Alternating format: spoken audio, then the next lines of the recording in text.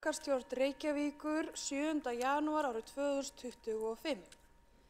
Forseti vill byrja á því að óska borgarfulltrúum gleðilegs árs og borgarbúum öllum og einnig bjóða þeim gestum sem hafa komið nú á pallana til okkar velkomna í salinn. Áður en gengið til dagskrár hefur borgarstjóri óskað eftir því að taka til máls.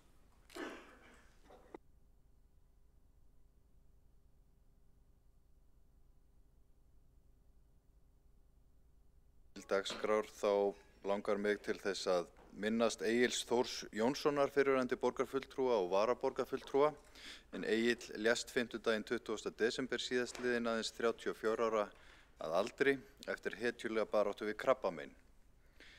Egill fæddist í Reykjavík 27. júní 1990 og ólst upp í Breiðholti. Hann var félagsfræðingur að mennt og helgaði starfsferil sinn fólki með fatlanir og geðræn vandamál. Hann var stuðningsfulltrúi í búsetukjarna á vegum Reykjavíkurborgar og síðar teymistjóri á velferðarsviði. Hann sinnti félagsstörfum af krafti alla tíð. Á háskólaárunum var hann formaður félagsfræðinema, satt í stúdentaráði, satt í stjórn stúdentaráðs og var formaður Vöku. Síðar sinnti hann formennsku í Verði, fulltrúaráði sjálfstæðisfélaganna í Reykjavík, átti sæti í stjórn Krafts, stuðningsfélags ungs fólks sem greinst hefur verið með krabbamein og aðstandenda þeirra og hann var líka virkur í starfi Oddfellow-reglunnar á Íslandi. Egill Þór var tryggur sjálfstæðismaður alla tíð. Hann var borgarfulltrúi Sjálfstæðisflokksins árin 2000. Gott samstarf og allt hans framlag í þágu betri borgar. Ingu Maríu, börnum þeirra og öðrum aðstandendum vottum við innilega samúð.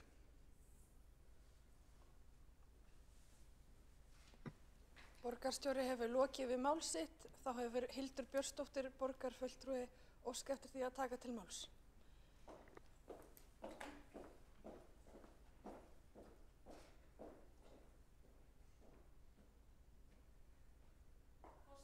Ágæta borgarstjórn, ég þakka borgarstjóra hlýju og góð minningarorð vin okkar og samstarfsfélaga Egil Þór Jónsson fyrir borgarfulltrúa og varaborgarfulltrúa Sjálfstæðisflokksins.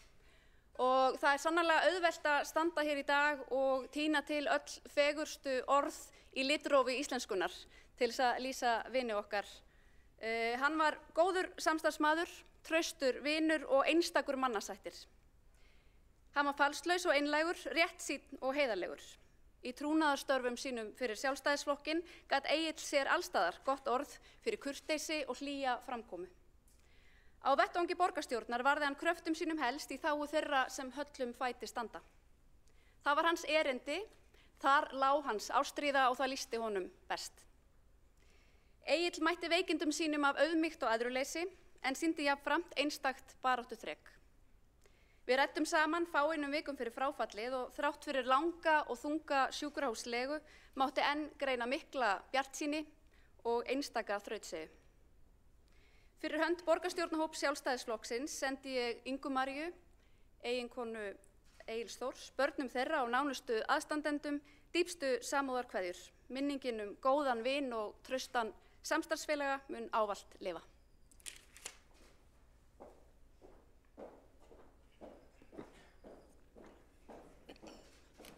Þá hefur Hildur Björnsdóttir borgarfulltrúi lokið við mál sitt og vil ég biðja borgarstjórnum að rísa úr sætum og minnast Egils Þórs Jónssonar.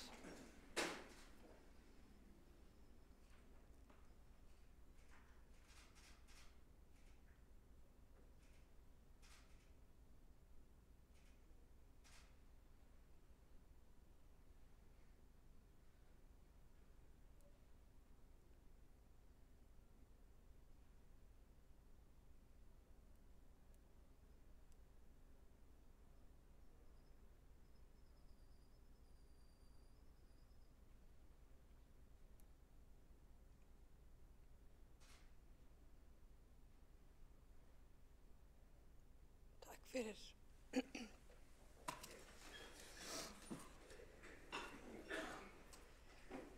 Þá gengið til dagskrár borgarstjórnar. Forseti hefur borist beiðni frá borgarfulltrúa Sjálfstæðisflokksins breytingu á útsendri dagskrá fundarins og þann hátt að tillaga borgarfulltrúa Sjálfstæðisflokksins stjórnsýslu úttekt á Álfabakkamálinu verði fyrst á dagskrá fundarins og skoðast það sem samþykkt ef enginn hreyfir andmælum. Forseti hefur ákveðið að umræður tillögur Sjálfstæðisflokksins og Flokks fólksins stjórnsýslu úttekt á Álfabakka fari fram samhliða.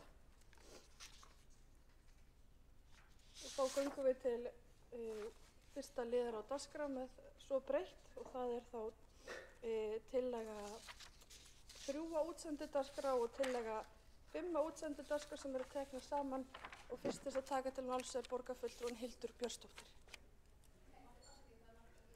Já, forseti afsakar þetta, það er Marta Guðjónsdóttir borgarfulltrúi.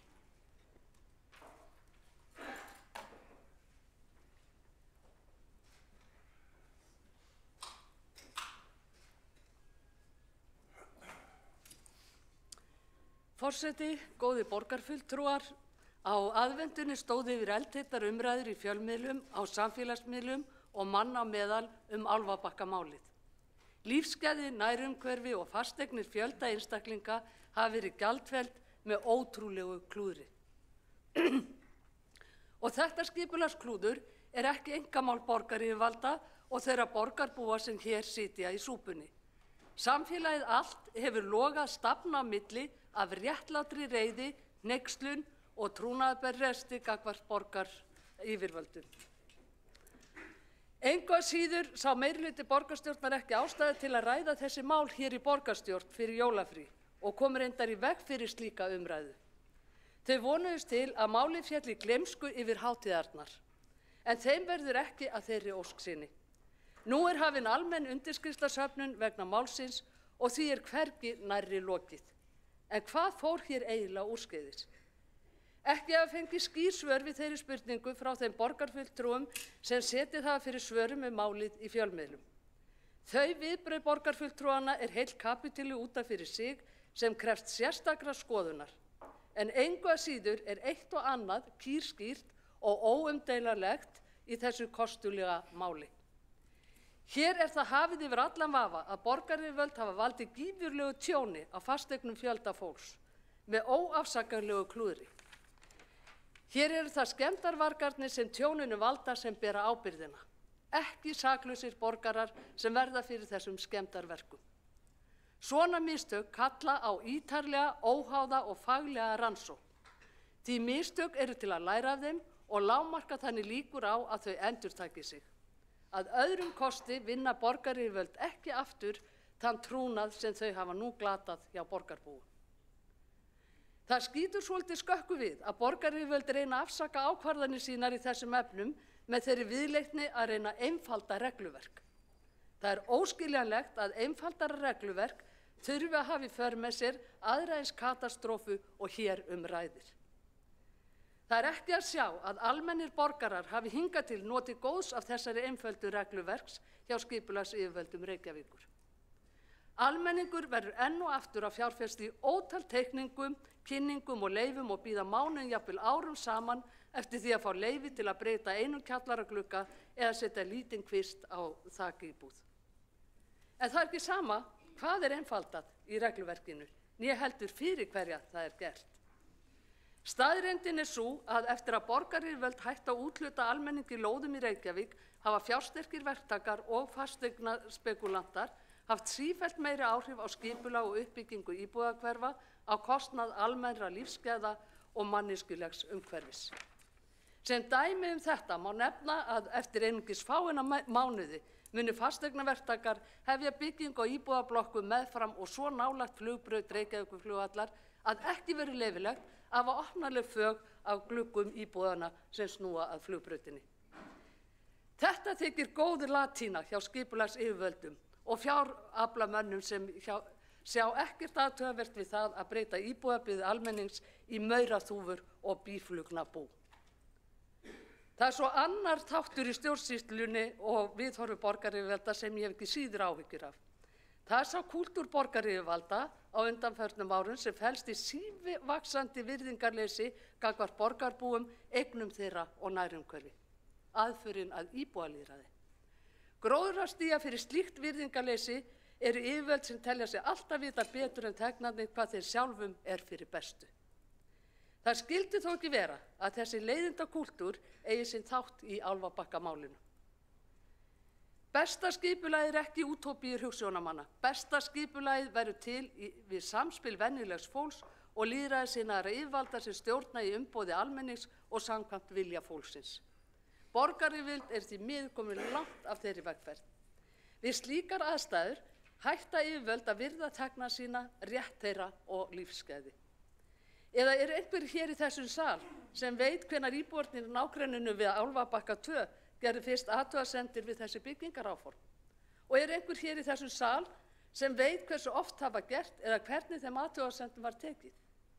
Nei, þeir í þessum sal sem standa eiga vaktina þegar almenningur gerir athugasemdir eða kemur með umkvartanir hafa bara aldrei staðið þá vakt og standa hann ekki enn. Þau telja það ekki hlutverk sitt að taka tillit til borgarbúa í einu né neinu. Það höfum við fjölmörg dæmi og þeim fjölgar stöðugt. Í frétt í Morgunblaðinu á aðventunni segir meðal annars með leyfi forseta: Umboðsmaður Alþingis hefur ákveðið að taka til skoðunar hvort rétt sé að hefja frumkvæðisathugun á því hvernig aðgangi almennings að starfsmönnum og þjónustu umhverfis- og skipulagssviðs Reykjavíkurborgar háttað. Þetta kemur fram í bréfi Kristínar Benediktsdóttur umboðsmanns Alþingis til borgaranna vegna samskipta í tilefni af kvörtun ónefnds aðila til umboðsmanns yfir því að meira en 2 ára gömul beiðni hans gögn og upplýsingar frá Reykjavíkurborg hafi ekki verið afgreidd. Góðir borgarfulltrúar, staðreyndin sú að ofþéttingarstefnan sem hér hefur viðgengist hefur ekki einungis hægt mjög á uppbyggingu íbúðarhúsnæðis í borginni, skapað húsnæðisskort og stórhækkað leigu- og fasteignaverð. Hún hefur vakið illdeilur borgaryfirvalda við borgarbúa alla borg. Í hverju íbúðahverfinu á fætur öðru og þeim fjölgar stöðugt. Í Bústaðahverfinu, í Vesturbænum, í Skerjafirðinum, í Grafarvogi og nú síðast við Laugardali. Það löngu orðið tímabært að borgaryfirvöld átti sig á því að þau standa í stríði við borgarbúa alla borg. Það ekki farsæl stefna né stjórnsýsla. Þessa ofþéttingarstefnu segir Páll Jakob Líndal, skipulagsfræðingur í viðtali við Morgunblaðið 17. desember síðastliðinn með leyfi forseta. Við erum komin að mörkum þess sem einfaldlega boðlegt. Borgin hlýtur að vera komin í þrot með þessa þéttingarstefnu og þetta skeytingarleysi gagnvart fólki að hleypa því ekki að skipulagsmálum. Að byggja svona vegg í 14–15 metra fjarlægð fyrir framan glugga hjá fólki bara nokkuð sem á ekki að geta gerst. Það fráleitt að bjóða upp á þetta. Góðir borgarfulltrúar, alla borg herja borgaryfirvöld á íbúa sína. Alla borg reyna íbúasamtök að veikum mætti að verja nærumhverfi fólks, verja útsýni þess, grænsvæði, útivistarsvæði og leiksvæði barna, gömul kennimörk gróinna hverfa, bílastæði fólks og verðgildi fasteigna. Alla borg reyna borgarbúar að veikum mætti að verja þessi gæði fyrir yfirvöldum sem telja sig þurfa að hafa vit fyrir þegnum sínum, rétt eins og forráðamenn að hafa vit fyrir óvitum. Af þessum sökum, segir Páll Jakob Líndal í sama viðtali með leyfi forseta, það ekki bara íbúar á Skógsjö sem þurfa að hafa áhyggjur, heldur allir íbúar borgarinnar. Hvað gerist næst? Það virðist vera undir hæli lagt hvað kynnt fyrir fólki og svörin sem það fær beinlínis röng. Í fréttinni segir ennfremur: Páll Jakob segir mikilvægt fyrir fólk að hafa það á tilfinningunni að það hafi eitthvað sitt nánasta umhverfi að segja. Sé fólk svipt í skapi það vanmátt, óöryggi og vanlíðan. Og að lokum segir hann: það liggja fyrir rannsóknir sem sýna að þetta glórulaust og heilsuspillandi. Svo mörg voru þau orð. Af þessum sökum legg ég til að borgaryfirvöld hætti að herja á borgarbúa, sættist við þá og fara að virða rétt þeirra til að hafa áhrif á sitt nærumhverfi og skólastarf barnanna sinna í borginni. Batnandi manni best að lifa og góð byrjun á slíkum sinnaskiptum fælist í því að samþykkja hér tillögu okkar sjálfstæðismanna að framfari stjórnsýslu úttekt á Álfabakkamálinu af innri endurskoðanda og ég ætla að fara aðeins yfir greinargerðina, en í greinargerð með tillögunni segir meðal annars Með heildstæðri úttekt og virkri eftirfylgni hægt að tryggja að lærdómur verði dreginn af mistökunum, með það að markmiði að borgarstjórn taki nauðsynleg skref til umbóta og endurheimti traust íbúa. Umboðsmaður Alþingis eða innri endurskoðun ætti í raun að hefja frumkvæðisathugun á málinu. Þar sem það varðar á beinan hátt hvernig stjórnsýslan getur íþyngt landsmönnum, bæði fjárhagslega og í formi skertra lífskeiða, með ónákvæmni eða óvandaðri ákvarðanatöku. Skipulagsákvarðanir af þessari stærðargráðu snert ekki aðeins borgarbúa, heldur hafa þær víðtæk áhrif á allt samfélagið sem treystir á faglega stjórnsýslu, gagnsæi og réttláta ákvarðanatöku. Ábyrg stjórnsýsla felst í því að læra af mistökum og bregðast við með skilvirkum og trúverðugum hætti. Nauðsynlegt að fyrirbyggja að slík mistök endurtaki sig í þeirri viðleitni að stuðla að auknu trausti til stjórnkerfisins.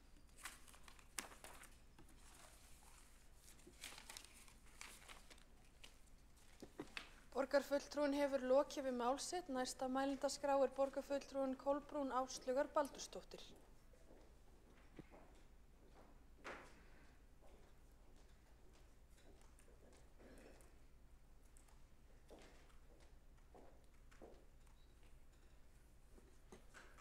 Forseti, ágæta borgarstjórn og aðrir gestir. Fulltrúi Flokks fólksins leggur hér fram tillögu sem á pari við þá sem nú þegar hefur komið fram hjá borgarfulltrúinni Mörtu Guðjónsdóttur frá Sjálfstæðisflokki að fela innri endurskoðun og ráðgjöf Reykjavíkurborgar eða öðrum óháðum aðila að gera sérstaka stjórnsýslu úttekt á skipulagsferli varðar Álfabakka 2A, suður í Mjódd eða vöruskemmunni eins og málið stundum kallað. Þessi tillaga var lögð fram hér 17. desember á fundi borgarstjórnar af þessum tveimur flokkum, Sjálfstæðisflokki og Flokki fólksins, og þá var óskað eftir að hún tekin inn með afbrigðum en það var ekki samþykkt og þess vegna komum við hér aftur og gerum sem sagt aðra tilraun. Kjarni málsins sá, eins og fram hefur komið, að vöruhús við Álfabakka hefur verið reist fáeinum metrum frá íbúðablokk. Þeir sem þarna búa og horfa út gluggann, þar blasir við 13 metra hár grænn gluggalaus veggur. Fólk eðlilega miður sín og spyr hvernig gat svona gerst. Engan renndi grun að þarna væri verið að byggja svo stórt vöruhús, skemmu, sem lokar fyrir allt útsýni frá þeim íbúðum sem vöruhúsið snýr að. Ræða þarf tildrög þessa máls, hvað fór úrskeiðis, hvernig þetta gat raunverulega gerst. Jafnframt kallað eftir hver ber ábyrgð á þessu verkefni og hver ætlar að axla þessa ábyrgð og með hvaða hætti. Borgarfulltrúi Flokks fólksins vill að framkvæmdir verði stöðvaðar nú þegar og það hefði átt að gerast strax fyrir áramót þegar að þetta ferlíki blasti við. Hefja þarf vinnu við að finna ásættanlega lausn í þessu máli, lausn sem íbúar geta unað við og þar núna margir að kalla hreinlega á það að þessi skemma verði rifin og það skal ekki undra að fólk vilji það. Ekki verður liðið að bjóða íbúum upp á stara á grænan vegg vöruhússins þegar horft út stofugluggann. Þess má geta að þegar borgarráð veitti heimildir fyrir uppbyggingunni, heimild til að selja byggingarétt og leggja á gatnagerðargjöld fyrir Álfabakka 2A, þann 15. júní 2023 lá skýrt fyrir í gögnum málsins að þjónustu og verslunarlóð ætti að vera að ræða. Reykjavíkurborg umhverfis- og skipulagsráð og formaður ráðsins á þessum tíma bera fulla ábyrgð á að hafa veitt allt of rúmar byggingarheimildir og þegar að sjá mátti hver stefndi var ekki nóg gert til að sporna við þessu mikla skipulagslýsi. Beita hefði þurft öllum ráðum til að stöðva þessa óheilla framkvæmd. Nú í tillögunni sem hér lögð fram farið fram á að þetta verði rannsakað til hlítar, allt ferli þessara ákvarðana, tímalína, regluverk, eftirlitsferlar og líka verði skoðað athugasemdir íbúa. Jafnframt þess óskað að innri endurskoðun eða annar óháður aðili sem fengir til verksins verði falið að leggja mat á með hvaða hætti hægt að breyta vöruskemmunni þannig að íbúar sem snúa að henni fá útsýni sem vöruskemman byrgir nú alfarið. En málið er það að það tekur tíma að gera svona úttekt og það er ekkert hægt að bíða þannig lagað eftir því. Það verður auðvitað að byrja á því að stöðva þessa framkvæmd. Að láta ekki máli halda áfram að versna. Nóg er komið. Það þarf að fara að finna leiðir til að snúa tilbaka með einhverjum hætti og þar að leiðandi er það fyrsta skrefið því að úttektin mun að sjálfsögðu verði samþykkt að fara þá leið. Þá mun hún taka sinn tíma og það er enginn að fara að bíða eftir því. Þannig að þetta er líka spurning niðurröðun og forgangsröðun. En það er fleira sem að skiptir máli hér sem að er líka bara vert að tala að jafnvel þó að eitthvað hafi skýrst í þessu máli að þá liggur alveg ljóst fyrir að ábyrgðin liggur hjá Reykjavíkurborg. Og það er sláandi þegar maður fer að skoða til dæmis gögn frá 13. október 2022 í borgarráði að þá má sjá að þar hefur komið mjög skýr athugasemd frá íbúa og svar við henni er einfaldlega á þá leið að það er sagt við viðkomandi sem spyr hvort það sé hætta á að þarna verði birt sýn fyrir glugga að engar áhyggjur þurfi að hafa. Varðandi, orðrétt segir með leyfi forseta, varðandi áhyggjur 5 hæða byggingar á allri lóðinni, þá er nánast hægt að fullyrða að slíkt getur ekki gerst þar sem byggingarmagn er ekki nægjanlegt fyrir slíkt. Þetta er svar starfsmanns frá umhverfis- og skipulagssviði til íbúa við Álfabakkann þarna sem er akkurat á þessum stað sem snýr að skemmunni. Þannig að þetta er strax mjög sérkennilegt. Þarna er í rauninni verið að róa fólk og hvað kemur svo á daginn? Að það er greinilega ekkert að marka þetta svar. En þetta er auðvitað með öllu óskiljanlegt og þess vegna skiptir máli núna og vonandi ber okkur gæfa til þess hér í borgarstjórn og þá borgarstjóra auðvitað sem er framkvæmdastjóri borgarinnar að þessi framkvæmd verði stöðvuð nú þegar og farið verði í að finna lausnir og kannski er nú þegar byrjað á því, ég skal ekki segja en borgarstjóri Einar Þorsteinsson mun örugglega koma hér inn á eftir og ræða það mál.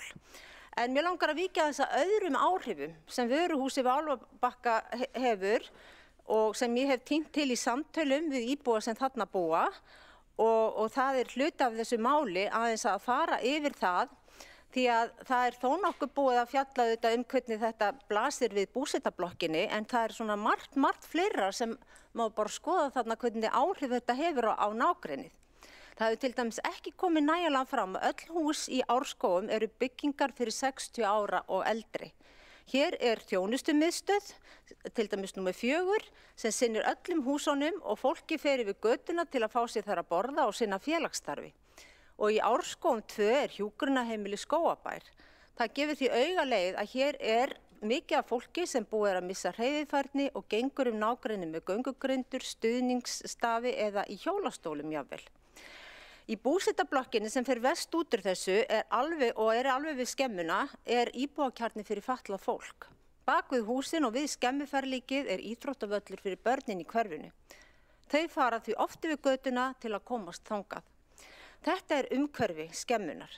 Það þarf því að hugsa lausnir við væntanlegum breytingum á skemmunu út frá þessu nágrönnum og þessu umhverfi ekki síður. Þarna býr mikið af fullorðnu fólki sem hætt er að vinna og búið er að skila sínu til samfélagsins og er ekki komið þarna til þess að horfa upp á þetta skemmuferlíki þarna beint fyrir framan nefið á sér.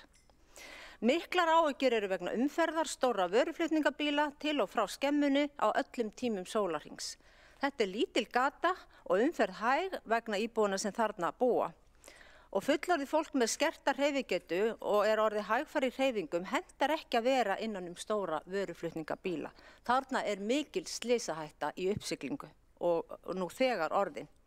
Svo ekki sé tala ónæði sem hefur verið af stórum tækjum á byggingatíma og verði þetta sem áætlun er að þá mun það verða mjög mikið ónæði af þessari kjötvinnslu sem þarna á að vera.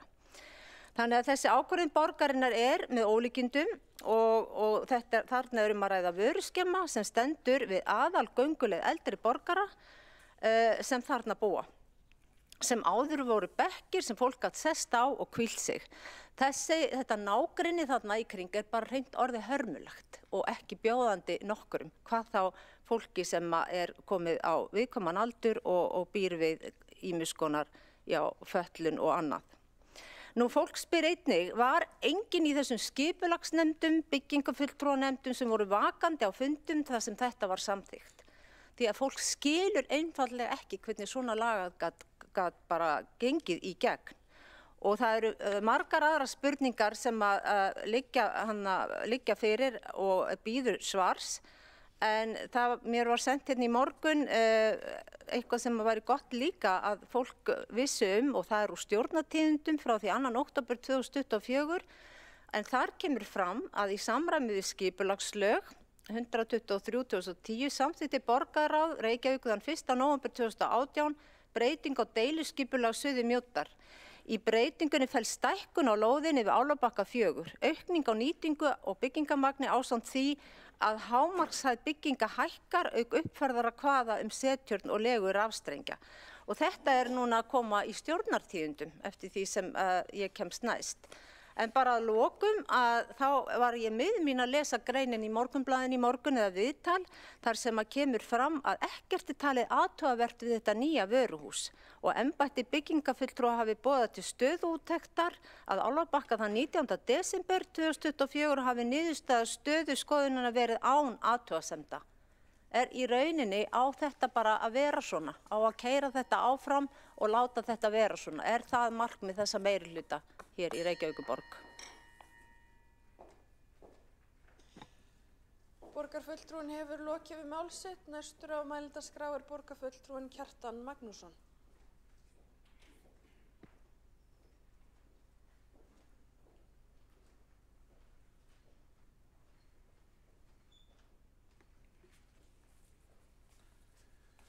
Forseti, góðir borgarfulltrúar, það full þörf á að ræða vel þetta mál sem hér undir, Álfabakkamálið svonefnda, eða lóðina Álfabakka 2A og hvernig sú uppbygging, rauninni hvaða áhrif þessi uppbygging hefur á sitt næsta nágrenni.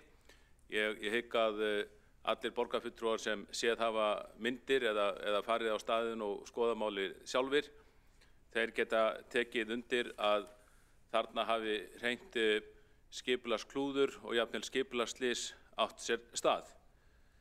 Og það mjög mikilvægt að við viðurkennum það hreinskilnislega að einhver staðar fór borgarstjórn og borgarkerfið illa út af sporinu í þessu máli, því að ég trúi ekki að nokkur borgarfulltrúi mæli því bótað og telji þetta vera eðlilegt, eins og reyndar svör úr kerfinu gefa til kynna eins og rakið var hér í ræðunni hér á undan.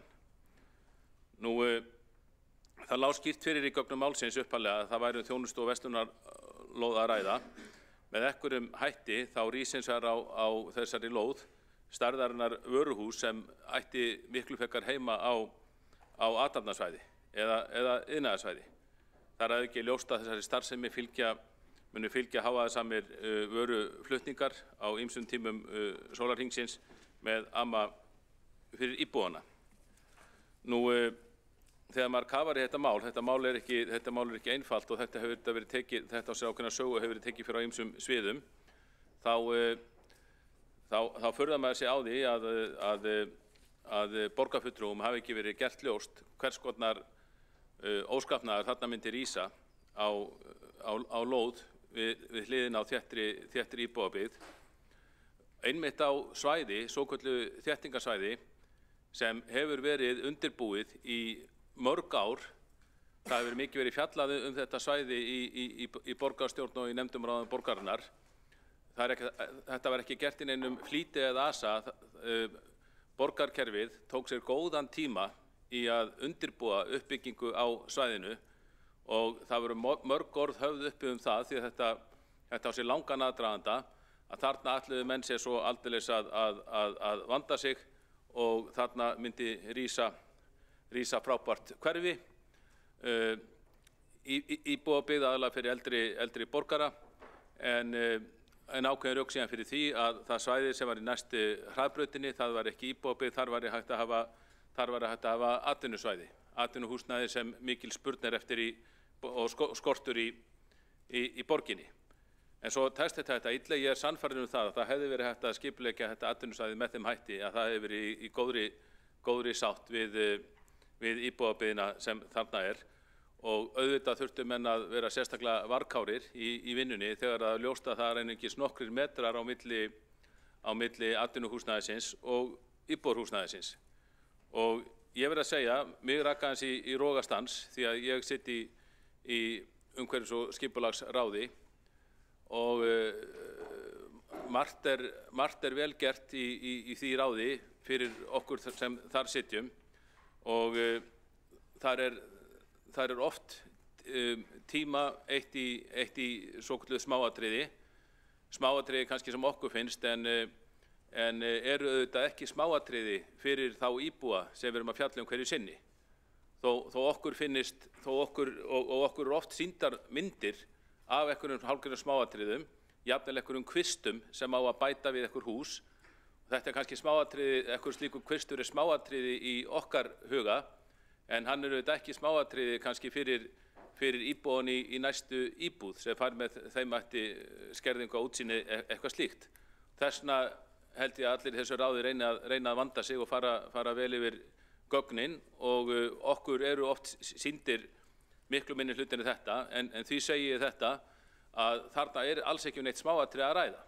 Það sama hvernig maður lítið á máli, þetta stór mál, stórt hús og stór mál, bæði fyrir auðvitað þann sem hefur fengið úthlutað lóðinni en líka fyrir íbúana í næsta nágrenni. Og það má segja það kannski hér í framhjálpi að það á kannski ekki, maður skildi halda að það ætti ekki af þessu fólki að ganga sem þarna býr, því að það er eiginlega bara nýlokið öðru máli sem var því einmitt mjög óþægilegt sem snerist efnissöfnun. Það var efnissöfnun á einmitt þessu svæði, á horni Álfabakka og Árskóga á svæðinu þar í kring. Sennilega hófst það 2022 og var fram á ár 2023 og jafnvel 2024. Það var mikil efnissöfnun sem ég gæti ekki séð annað en væri þarna í óleyfi. Þarna voru háir haugar af möl og grjóti og sandur, mold og ryk fauk úr þessum haugum yfir svæðið og yfir íbúðabyggðina, yfir þessi nýju hús sem þarna voru. Það var mjög erfitt að fá svör þá úr borgarkerfinu á hvers vegum þessi efnissöfnun væri og hvort það var leyfi fyrir henni. Ég fékk þau svör að slík efnissöfnun á þessu svæði var ekki heimil samkvæmt skipulagi og ég fékk það einhvern veginn aldrei upplýst hvort að borgin hefði ekki formlegt leyfi fyrir þessari efnissöfnun. Ekkur sagði mér að það hefði verið munnlegt leyfi og þetta var síðan blessunarlega fjarlægt og með svona viðurkenningu á því úr borgarkerfinu að þessi efnissöfnun hefði ekki átt að eiga sér stað. En þá hvarf sá óskapnaður og ég veit ekki til þess að íbúarnir hafi verið með neinum hætti beðnir afsökunar á þessari óæskilegu efnissöfnun, ekki nema þá kannski af einstaka borgarfulltrúum sem fóru á svæðið og skoðuðu málið. En síðan kemur þetta í staðinn sem auðvitað líka ákveðin óskapnaður því verður ekki neitað. Það sem þarf að gera núna auðvitað að bæta úr þessu með einhverju hætti, leita leiðir til þess að það sé hægt að ná sátt við nágrannana í þessu erfiða máli. Ég held að borgarstjóri hafi nefnt þá hugmynd að lækka hreinlega húsið. Það er auðvitað ekki ómögulegt. Hús hafa oft verið rifin af skipulagsástæðum í Reykjavík og auðvitað hægt að rífa hús alveg svo hægt að byggja þau, ekki síst kannski hús með þessum hætti sem eru byggð á grind. Það mætti skoða það máli eða grípa til einhverja annarra úrræða sem hefa svo sem verið nefnd á fundum í skipulagsráði til þess að bæta úr. Það er það sem það er að gera í bráð og það olli mér sérstökum vonbrigðum að meirihlutinn hér í borgarstjórn skildi ekki vilja taka máli til umræðu þegar við Sjálfstæðismenn settum það á dagskrá fyrir þremur vikum. Borgarstjórn hefur oft sýnt snerpu við að taka inn ný mál þó þau séu kannski ekki á fyrirliggjandi dagskrá og meirihlutin eru oft sýnt aðdáunarverða snerpu við að taka ný mál á dagskrá þegar það er eitthvað mál sem hann telur sig geta slegið sér upp á. En með sama hætti, og það er ekkert af því að taka inn góð mál sem meirihlutin er að vinna hverju sinni, sem vissulega eru fyrir hendi, þá hefur við líka ekki verið að feimin við það að taka inn erfið mál og kalla strax fram umræðu þau og hefja þannig umræðinu hér í borgarstjórn sem óhjákvæmilega þarf að eiga sér stað. Þannig að ég var fyrir vonbrigðum með það til að slæmt að umræðan skyldi ekki hefjast hér fyrir 3 vikum því þá hefði hún getað hafist, en hún er svo sem hafin hér núna. Og við þurfum að, það er alveg augljóst að við þurfum að rýna okkar verkferla í þessu sambandi til að koma í veg fyrir að svona geti endurtekið sig í svona þvílíkt þurfi ekki endurtaka sig í framtíðinni. Íbúarnir hafa þá tilfinningunni að það hefur hreinlega verið reynt að lauma þessum skipulagsbreytingum framhjá fólki sem þarna urðu í ferlinu og maður veltir því fyrir sér hvort að við þurfum að herða reglur grenndarkynningu þannig að það sé alveg ljóst þegar að slíkar byggingaframkvæmdir eiga sér stað að íbúarnir séu upplýstir það með einhverjum hætti, grenndarkynningu og öðru, hvað eigi að rísa á lóðinni við hliðina á þeim. Þannig að ég vona að þessi umræða sem hér er að hefjast og þetta mál geti orðið þess að borgaryfirvöld læri af málinu, viðurkenni auðvitað með auðmýkt að hér hafi átt sér stað mistök en sendi ekki frá sér skilaboðum eins og var gert þarna í gær að allt hefði verið eðlilegt í þessu máli og aðeins með þeim hætti að horfast í augu við að mistök átt sér stað, að þarna er skipulagsslys átt sér stað. Með þeim hætti getum við og eigum að koma í veg fyrir að slíkt gerist í framtíðinni leið og við leggjum okkur fram við að leysa þetta mál einstaka mál sem þarna er á þessu horni.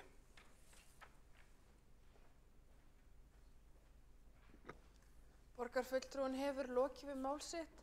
Næsta mælendaskrá er borgarfulltrúinn Hildur Björnsdóttir.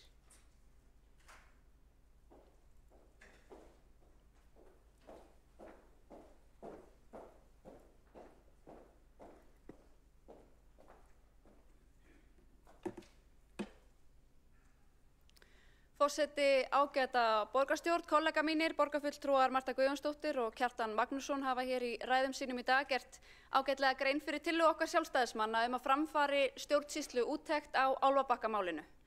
Og við leggjum til að innri endurskoðun verði meðal annars falið að gera úttekt á ákvarðanatökuferlinu, regluverkinu og eftirlitsferlum. Það er nefnilega mikilvægt að öllum steinum verði velt við í þessu máli svo fyrirbyggja megi að mistök af þessum toga endurtaki sig í framtíðinni. Mér finnst mikilvægt að rekja svolítið atburðarásina vegna þess að fólk spyr sig og maður spurði sig sjálfur hvernig í veröldinni gat þetta gerst. Hvernig gat þetta græna gímald risið að Álfabakka án þess að einhvern veginn nokkur áttaði sig á því fyrirfram. Nú, þetta skipulag hefur verið að velkjast í kerfinu langt skeið. En skipulagið sem kannski mestu máli skiptir var samþykkt árið 2022. Þá var ákveðið að sameina þessar lóðir í eina og þegar að málið kemur fyrir skipulagsráð þá liggja fyrir athugasemdir íbúa að Árskógum. Og íbúar lýsa þar eðlilega áhyggjum af því að þetta muni rísa gríðarlega hábygging sem muni skyggja á útsýni og birtuskilyrði íbúa að Árskógum. Nú skipulagsfulltrúi svarar þessum íbúum og gerir mjög lítið úr þeirra áhyggjum, segir nær útilokað að nokkuð slíkt geti raungerst. Byggingin verði aldrei svo há og hún ætti ekki að skyggja á útsýni eða birtuskilyrði íbúana. Og það er á grundvelli umsagnar skipulagsfulltrúa sem að skipulagið er samþykkt. Það er svo staðfest í borgarráði aftur á grundvelli þessarar umsagnar í trausti þess að skipulagsfulltrúi segi þarna rétt frá. Nú svo verður ákveðin vendipunktur í málinu sumarið 2023 þegar að lóðinni er formlega úthlutað í borgarráði. Þá liggur alveg skýrt fyrir að að ræða verslunar- og þjónustulóð. Það var hins vegar trúnaður á því hvaða starfsemi ætti að rísa þarna á lóðinni, það var ekki hægt að upplýsa það. Í framhaldinu fáum við í skipulagsráði eða borgarráði málið aldrei formlega inn á borð til okkar. Við fáum aldrei þrívíðar teikningar af húsinu sem þarna átti að rísa. Við fáum aldrei afstöðumyndir sem sýna hvernig húsið mun líta út í samhengi við nærliggjandi byggð. Við fáum aldrei teikningar af skuggavarpi. Okkur kjörnum fulltrúum, ekki síst í minnihlutanum, var aldrei gefið tækifæri til að taka afstöðu til þessarar uppbyggingar sem fór svo fram að Álfabakka. Og það þykir okkur verulega ámælisvert. Og þá velti maður fyrir sér hvað gerðist eftir að lóðinni var úthlutað í borgarráði sumarið 2023. Nú, það sem gerist er að málið er unnið áfram á vettvangi athafnaborgarinnar. En athafnaborgin er hluti af skrifstofu borgarstjóra sem heldur utan ákveðna atvinnu þróun hér í borginni og samkvæmt þeim upplýsingum sem að ég hef fengið að þá var athafnaborgin í samskiptum við byggingafulltrúa á öllum stigum þess máls þegar þessar teikningar sem síðar voru samþykktar fóru í gegnum borgarkerfið án þess að við kjörnir fulltrúar fengjum að leggja blessun eða gera athugasemdir við þær. Svo rís þarna þetta græna gímald og nú hefur komið í ljós að þar á að fara fram kjötvinnsla sem að getur ekki samræmst í að vera starfsemi sem á að fara fram á verslunar- og þjónustulóð, miklu frekar á iðnaðarlóð eða athafnasvæði og þarna eiga líka að fara fram gríðarlegir vöruflutningar sem eflaust munu hafa í för með sér mikla hávaðamengun fyrir íbúa að Árskógum og aðra þarna í kring á öllum tímum sólarhrings. Og það er starfsemi sem eðlilega ætti heima á athafnasvæði og mögulega bara á hafnarsvæði. Og það að þessari starfsemi hafi verið komið fyrir þarna á Álfabakkasvæðinu, beint ofan í íbúðabyggðinni að Árskógum, í mínum huga ákveðin birtingarmynd af þéttingarstefnu sem er komin í þrot.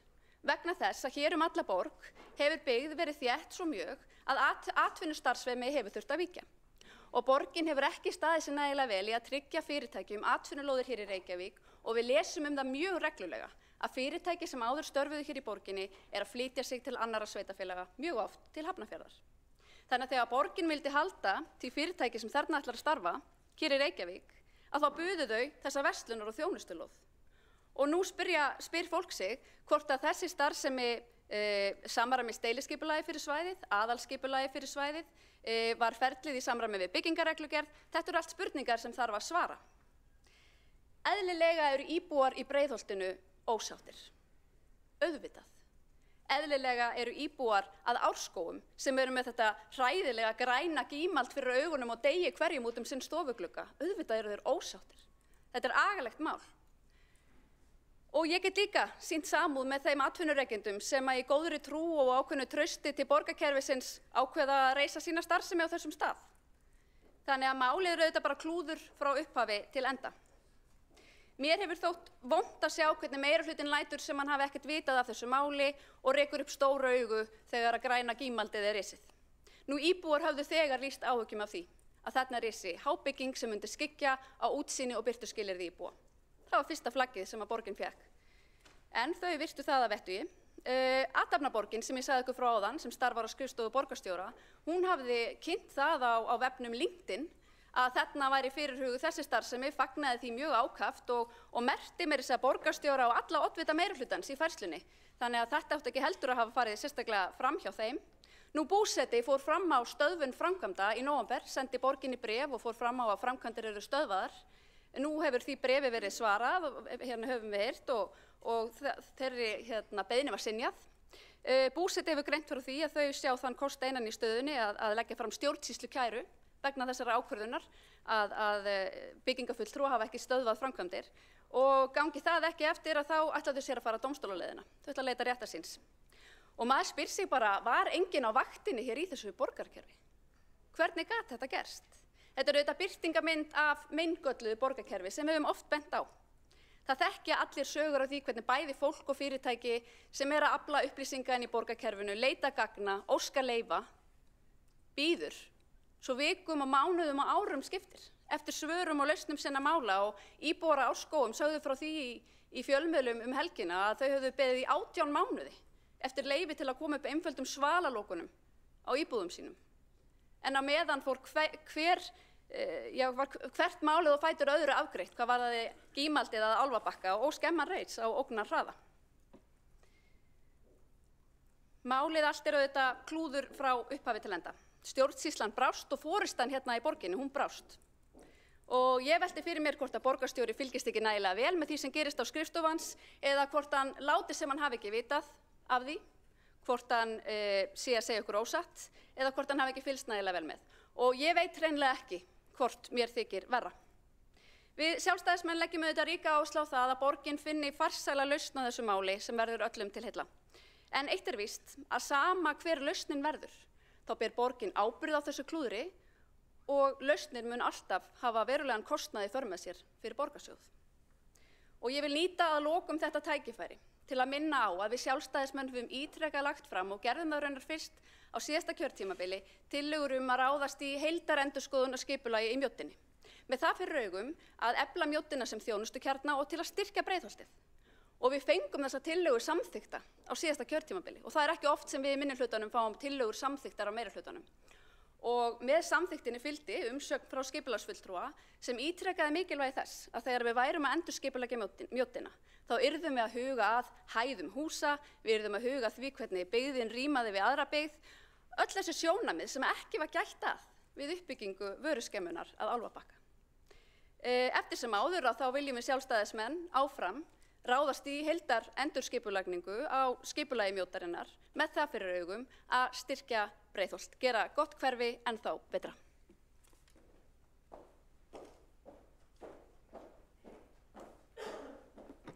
Borgarfulltrúinn hefur lokið við mál sitt. Næsta mælendaskrá er borgarfulltrúin Dóra Björt Guðjónsdóttir.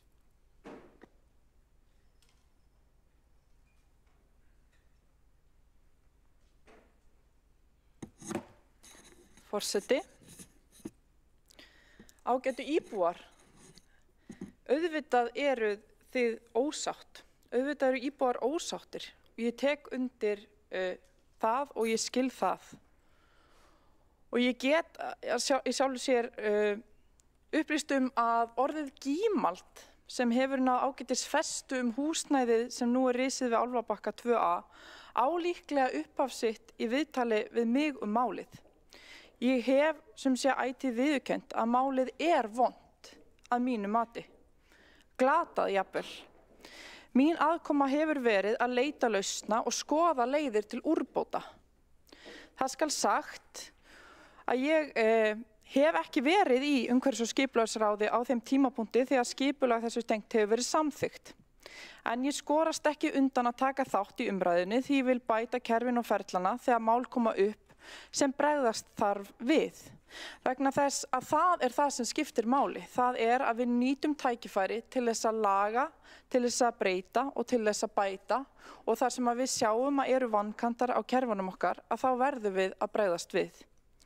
Fyrir jól var haldinn fundur með uppbyggingaraðilum þar sem ræddar voru leiðir til úrbóta á þessu tiltekna gímaldi. Hönnuði hússins var þar falið að koma með tillögur til að bæta húsið og stefnt að öðrum fundi til að fara yfir þær tillögur nú seinna í janúar. Og það er mikilvægt. Og það er mikilvægt að fólk viti það að við erum ekki búin að gleyma þessu máli, það er verið að vinna í þessu og það er verið að ýta á eftir þessu. Og þetta er mjög mikilvægt. Ef ég rek forsögu málsins stuttlega, þá eru 15 ár síðan það var ákveðið að hafa þarna atvinnuhúsnæði en það á uppruna sinni skipulagi frá 2009 og þá var reyndar talað alltaf 7 hæða byggingu. Þessi nánd þarna á milli húsana verður svo til 2015 og það er fyrir mína tíð í borgarstjórn, svo ég þekki ekki endilega til allra forsenda, en mér skilst að það hafi verið að frumkvæði uppbyggingaraðila, þá búseta. Og við það færðust þessar byggingar að þessum atvinnuhúsnæðisreit.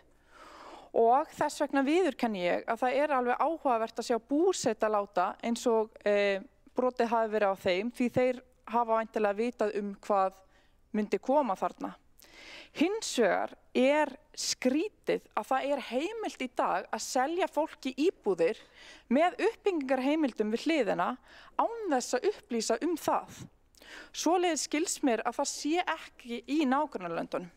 Margar íbúðir á Hlíðarenda hafa þannig verið seldar sem útsýnis íbúðir. Jafnvel þó að seljendum ætti að vera það fyllilega ljóst að húsnæði myndi rísa þar við hlið og takmarka útsýnið í kjölfarið. Það er verið að blekkja fólk og það er ekki í lagi. Hugmyndin var að hafa þarna sem sé atvinnuhúsnæði, starfsemi sem að myndi skýla byggðinni fyrir hljóðum frá stofnveginum og það eru auðvitað margir kostir þess að fá atvinnustarfsemi inn í hverfið. Og ég held að það sé ekki það sem að við erum að ræða hér hvort það er að vera þarna atvinnustarfsemi eða ekki. Það er verið að tala þarna útlit hússins og hvernig það mætir umhverfi sín. Þegar okkur er sagt að þarna myndu koma höfuðstöðvar stórfyrirtækis, þá hugsaði ég reyndar að það væri bara jákvætt fyrir hverfið, að þarna kæmi eitthvað sem myndi gefa samfélaginu eitthvað, skapa áhugaverð störf og jafnvel gæti verið kaffihús og jarðhæði eitthvað svoleiðis, sjarmerandi ásýnd og flæði reitin, en svo varð ekki og það er glatað.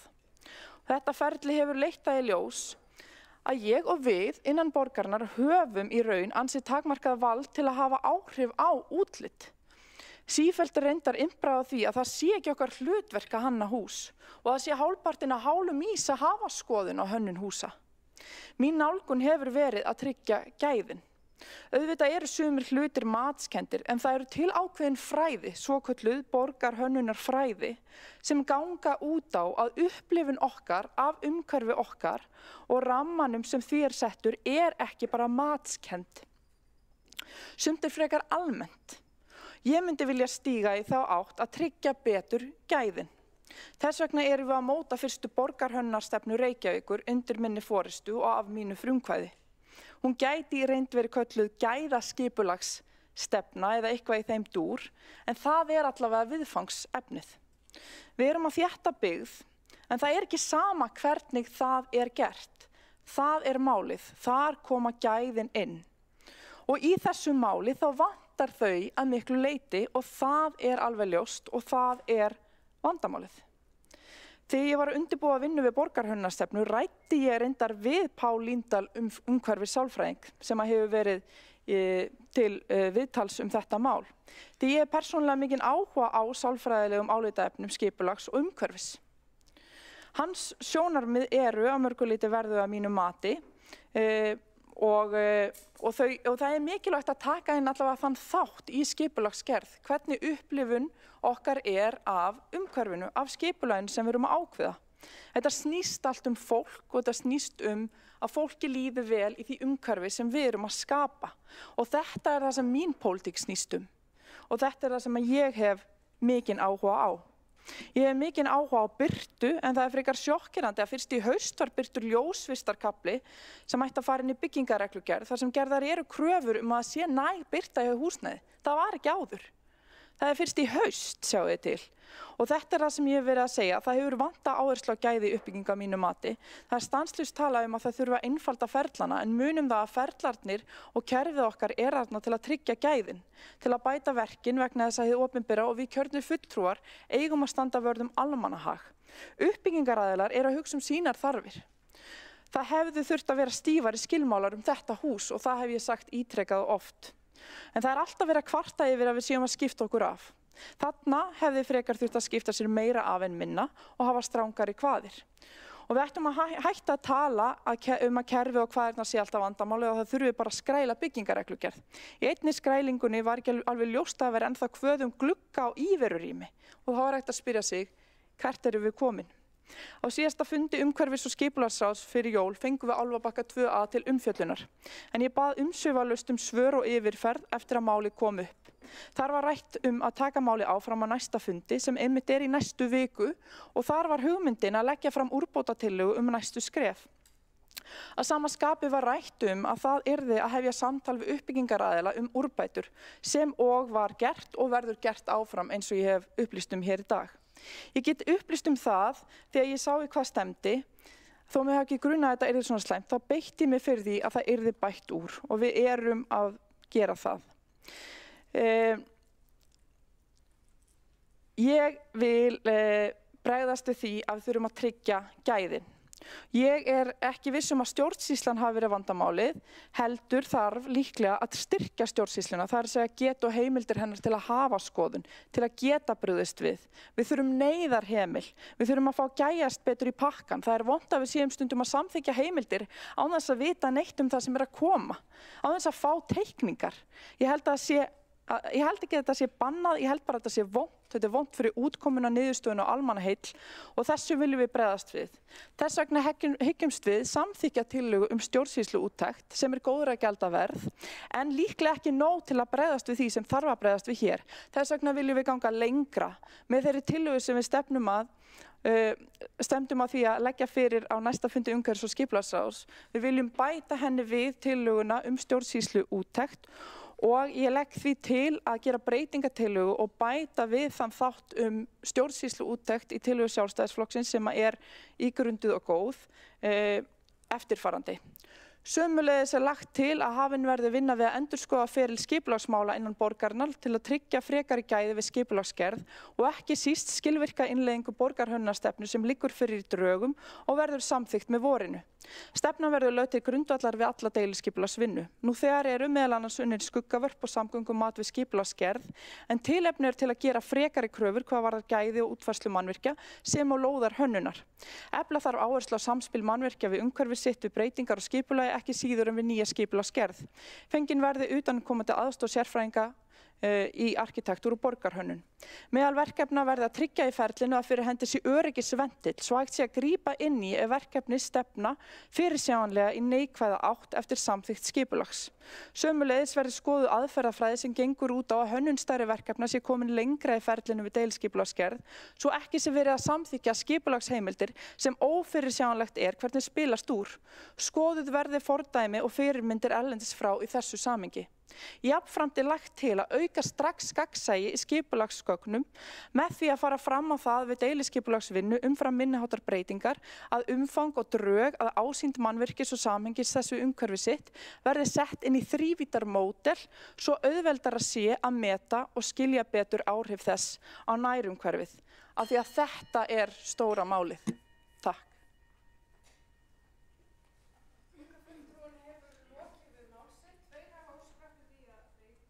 Andsvar.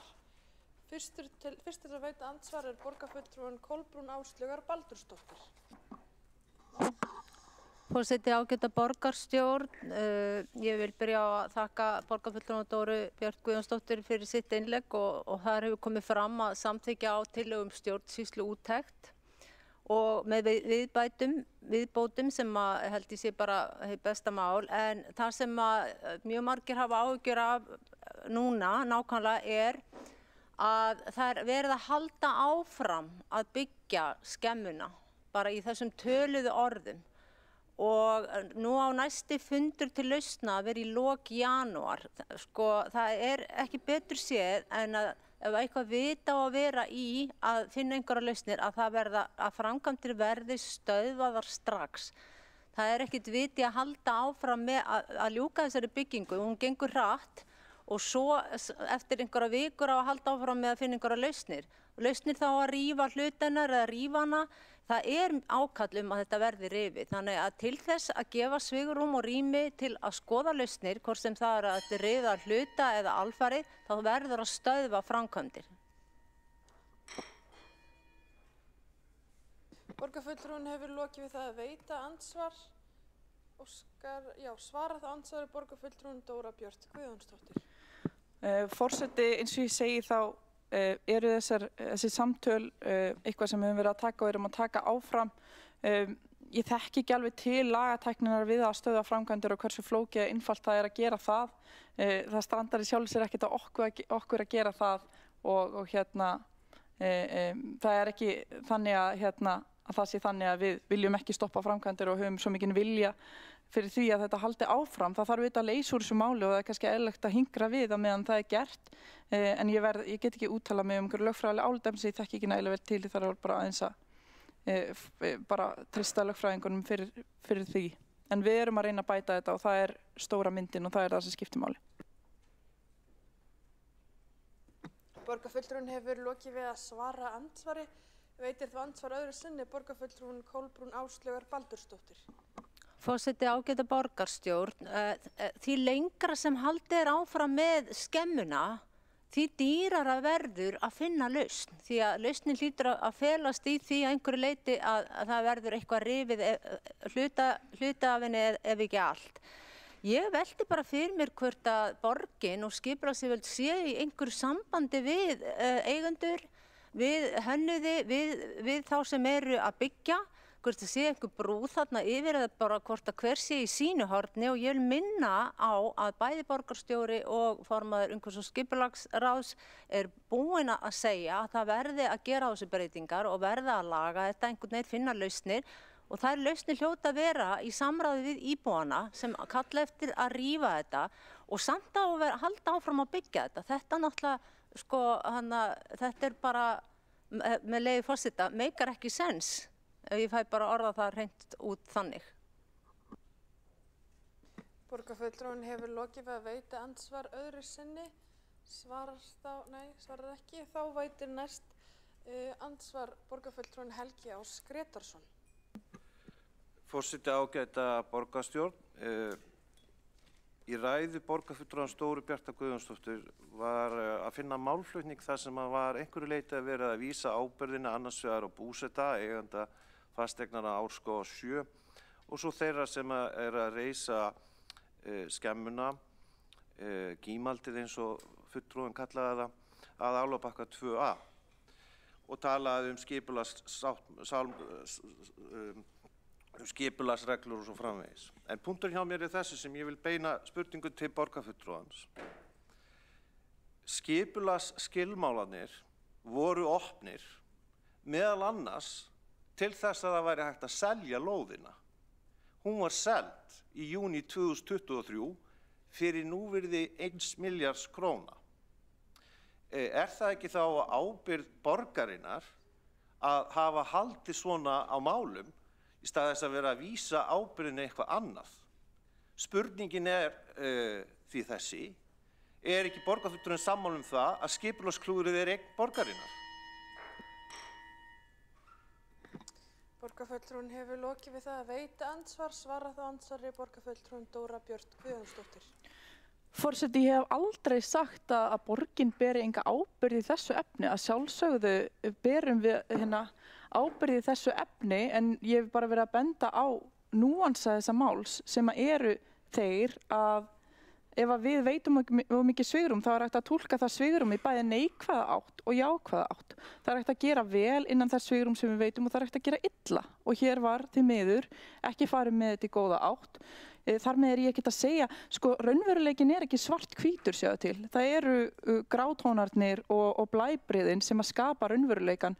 Ég veit að það hentar málflutningi borgarfulltrúans kannski betur að raunveruleikin sé svart-hvítur, en ég get verði eiginlega bara að segja að svo ekki og við verðum bara að sætta okkur við það og hinn sanna mynd flóknari sem svo. Auðvitað berum við ábyrgð að hluta. Þess vegna ég að leggja til að við skoðum okkar þátt. Við eigum að bregðast við eigum að taka þessu af æðruleysi og auðmýkt og ég hef talað fyrir því alla tíð og í öllum viðtölum og í öllu samtali. Borgarfulltrúinn hefur lokið við að svara andsvari. Veitir þá andsvar öðru sinni borgarfulltrúinn Helgi Ás Grétarsson. Forseti, ágæta borgarstjórn. Borgarfulltrúinn Dóra Björt Guðjónsdóttir hefur setið í borgarráði síðan 2018. Árið 2019 var hún sem borgarráðsfulltrúi að samþykkja ákveðna skilmála á þessari lóð. Hún hefur tekið þátt í að taka ákvarðanir sem lúta að uppbyggingu í Suðurmjót. Hennar málflutningur byggist á að flytja ábyrgðina annað. Kjarni málsins einfaldur. Reykjavíkurborg að selja lóðir til þess að fá pening. Annars vegar með bara sölu uppbygginga heimilda og hins vegar með að leggja á gatnagerðargjöld. Það var ekki hægt að selja lóðina Álfabakka 2, þess vegna var gripið til ýmissa ráðstafana til þess að tryggja að hún yrði seld. Dóra Björt Guðjónsdóttir, borgarfulltrúi, ber ábyrgð á afgreiðslu þessa máls á öllum hliðum, bæði sem formaður skipulagsráðs og svo sem fulltrúi í borgarráði. Þess vegna hvet ég Dóru Björt til þess að viðurkenna það að ábyrgðin á þessu máli fyrst og fremst Reykjavíkurborgar. Borgarfulltrúinn hefur lokið við það að veita andsvar öðru sinni. Forseti minnir borgarfulltrúa að vísa til fulltrúa með titli. Svarar þá andsvari öðru sinni borgarfulltrúinn Dóra Björt Guðjónsdóttir. Forseti, það sem ég hef sagt að ég get ekki segja að ég hef nokkuð tímann setið í umhverfis- og skipulagsráði þeim tíma þegar samþykkt hefur verið skipulag í þessu máli og það snýst ekki bara ábyrgð með, það snýst að ég þekki ekki forsendur eða hvort það hefur verið rætt skilmálana á fundum. Við vitum að umhverfis- og skipulagsráði þessi skilmálar samþykktir, svo tekur borgarráð við og samþykkir endanlega. Það oft meiri svona formsins vegna, það umhverfis- og skipulagsráð sem tekur oft meiri svona dýptar faglega umræðu. Þannig ég bara að segja, ég veit ekki nákvæmlega hver umræðan var, af því ég var ekki á staðnum. 2019 var ég ekki í umhverfis- og skipulagsráði. 2022 var ég í fæðingarorlofi, það punkturinn minn í þessu. Það ekki það, ég ber ekki ábyrgð, ég að axla ábyrgð, ég reyna að laga þetta. Þess vegna ég að tjá mig þetta. Ég geti bara haldið kjafti. Ég mæti viðtölu og svara fyrir þetta. Það ekki af því að það gaman. Veistu hvað, ég búin að fá mikinn skít fyrir að svara fyrir þetta mál. þó ég sé bara að reyna að laga þetta. Ég ekkert að reyna að gera neitt annað, sjáðu til. Borgarfulltrúinn hefur lokið við að svara andsvari öðru sinni og telst á andsvörum undir þessari ræðu lokið. Næst á mælendaskrá borgarfulltrúinn Ragnhildur Alda María Vilhjálmsdóttir.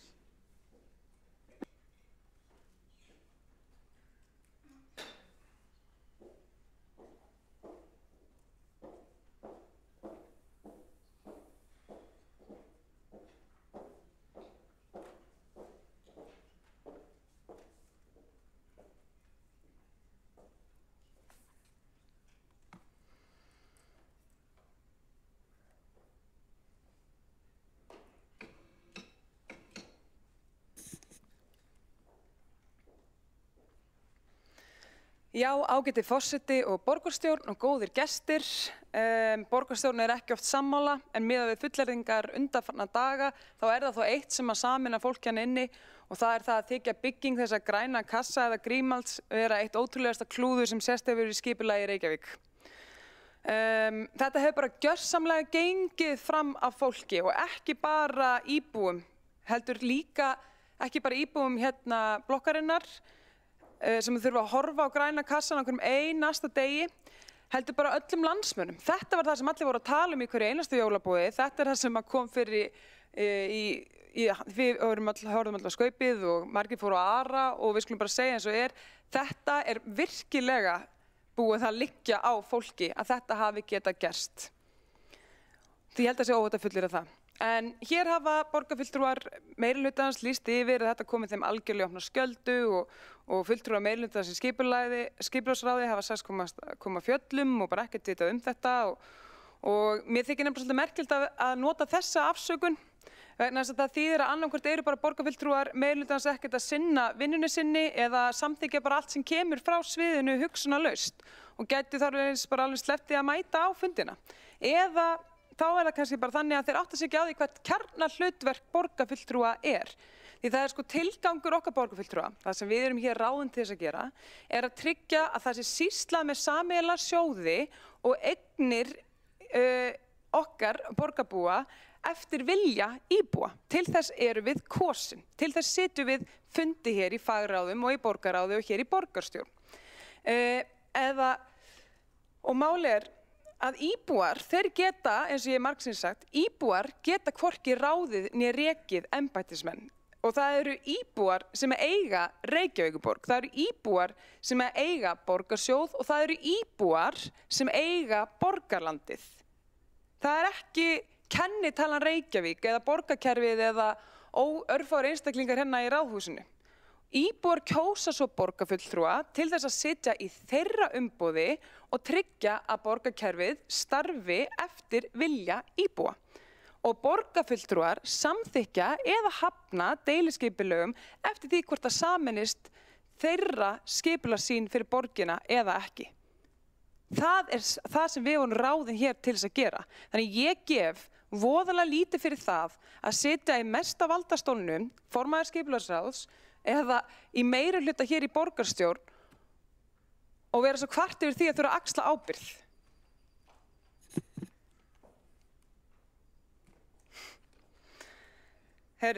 Þannig að það bara svolítið ótrúlegt, finnst mér, að meirihlutinn ætla ekki í raun og veru að koma betur til móts við íbúa að mínum mati. Kerfi segir bara nei, sorry og kerfi hefur alltaf rétt fyrir sér. Mér þykir líka bara magna að það sé engin annar hérna í meirihlutanum en Dóra Björt Guðjónsdóttir formaður skipulagsráðs sem ætlar að hafa eitthvað þetta að segja. Fólk bara áhugalaust hérna í meirihlutanum eða bara orðið svona samdöina?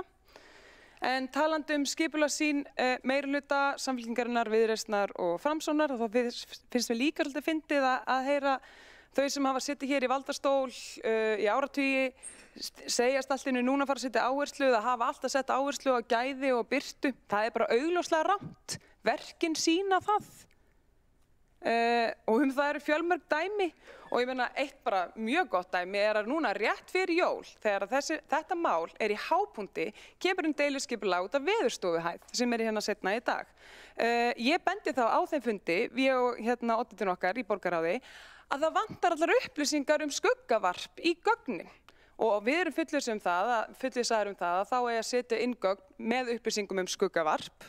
Og þetta bæði mál sem búið að fara í gegnum skipulagsráð og þarna komið til borgarráðs og svo núna hér í borgarstjórn vegna þess að við samþykktum þetta ekki. Nema svo þegar ég fer að skoða gögnin sem áttu þá innihalda ykkur upplýsingar skuggavarp, þá þau bara hvergi að sjá. Þannig ég fer í svakalega vinnu að fletta upp hverju einasta opinbera gagni eða gagni sem við höfum fengið hér í borginni, borgarfulltrúar, sem tengist þessari veðurstofuhæð til að sjá hvort að einhvers staðar væri minnst á skuggavarp og viti menn hvergi.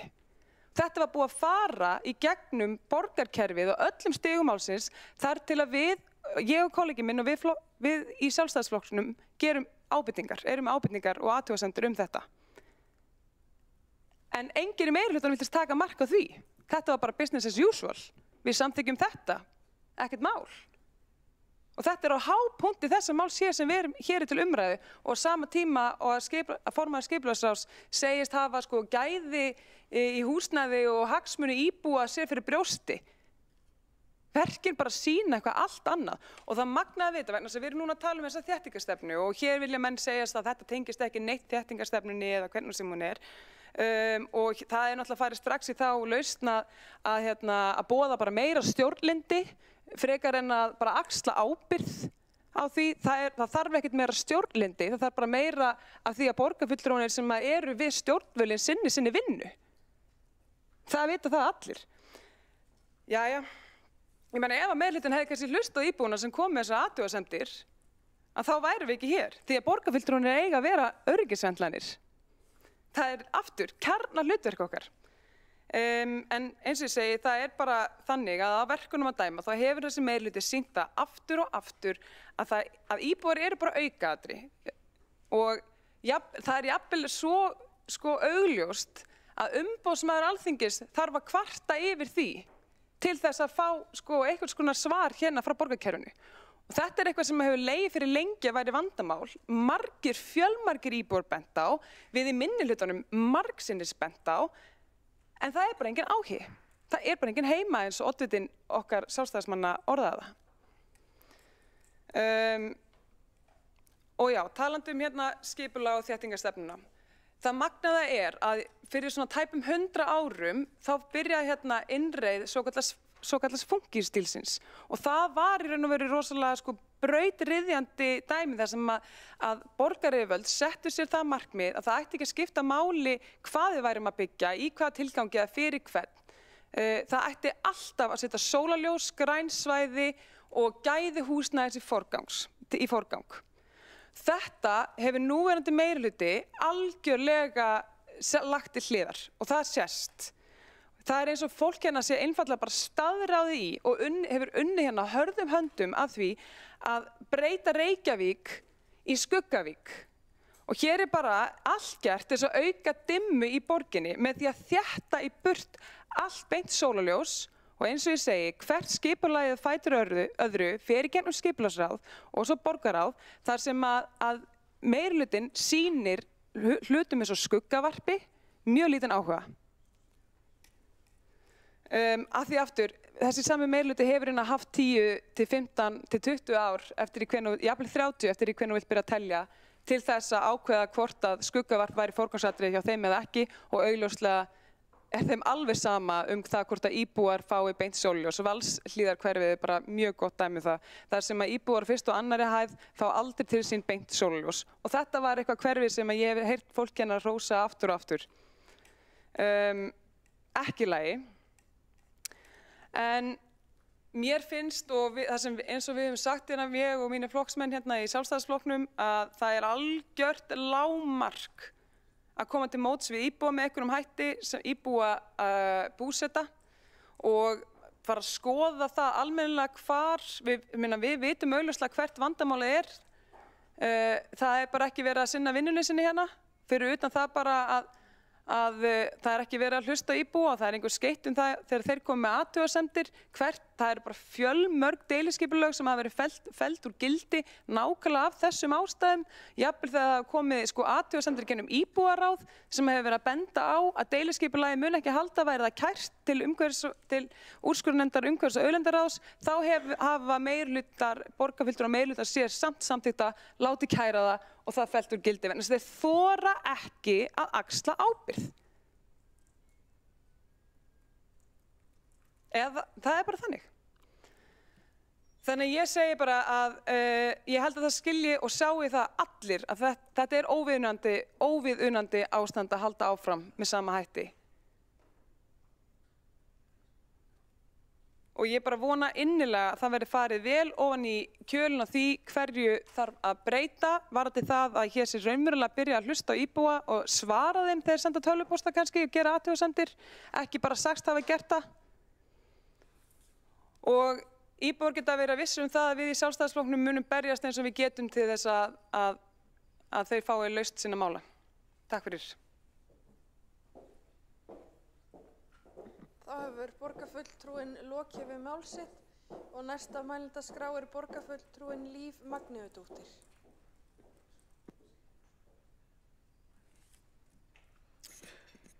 Forseti og ágætu borgarfulltrúar, já, öllum sýnist okkur eitthvað í þessu máli hvaða viðbrögð eru best, hvað ber að gera í þessu klúðri. Og margt hefur komið hér fram í dag sem ég get hjartanlega tekið undir. En ég ætla að leyfa mér að fullyrða það að við sem erum hér í þessum sal, okkur ofbýður þessi framkvæmd og mér heyrist að þessi tillaga og breytingatillaga sem er bara verulega góð og mikil þörf á að hún verði samþykkt hér samhljóða í dag. Og við Vinstri græn, við styðjum þessa tillögu sem liggur fyrir borgarstjórn og einnig styðjum við þá breytingatillöguna sem að Dóra Björk Guðjónsdóttir borgarfulltrúi las hér upp áðan. Við þurfum að velta hverjum steini við í þessu máli og það er augljóst að aðgerða er þörf af því hvernig málið er vaxið. Og ég ætla svo sem ekkert að fara yfir hvað hefur verið sagt hér. Við höfum öll hlýtt vandlega á það sem hefur komið fram, enda er málið alvarlegt. Sjálfri finnst mér að við eigum að finna byggingunni nýjan stað, þar sem hún stendur ekki í vegi fyrir fólk og skerðir lífsgæði þess. Og hef sagt það á öðru stað að klúðrinu þarf að kyngja og borgin þarf að axla ábyrgð, sína ábyrgð í þessu máli.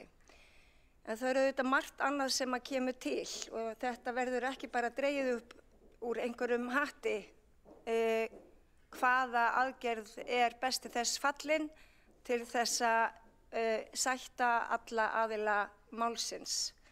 En það er okkar hlutverk, það er það sem við þurfum að gera. Vegna þess að þó ég sé í Vinstri grænum og fyrst og fremst hér til þess að gæta almannahagsmuna, að þá eru þeir ríkir á hverjum stað og það er ýmislegt undir í þessu máli. Og réttur margra er ríkur. Við erum auðvitað með þessa uppbyggingar aðila og lóðarhafa sem að telja sig vera í fullum rétti og telja sig hafa farið eftir öllum lögum og reglum og leyfum í einu og öllu og við þá þarf að ræða. Við erum líka að gæta hagsmuna íbúa fyrst og fremst sem hafa fjárfest í heimili í góðri trú að búa í vaxandi og skemmtilegu hverfi, eiginlega, ég ætla að leyfa mér að segja, í besta hverfi Reykjavíkurborgar, vaxandi hverfi í björtum íbúðum og með útsýni. Og svo erum við auðvitað með rétt skipulagsyfirvalda til þess að ráðstafa lóðum til uppbyggingar fyrir samfélag. Þar sem við getum öll verið á þess að skerða í lífsgæði hverra annara. Og þetta okkar úrlausnarefni, okkar hér í borgarstjórn, að finna leið sem að allir geta vel við unað.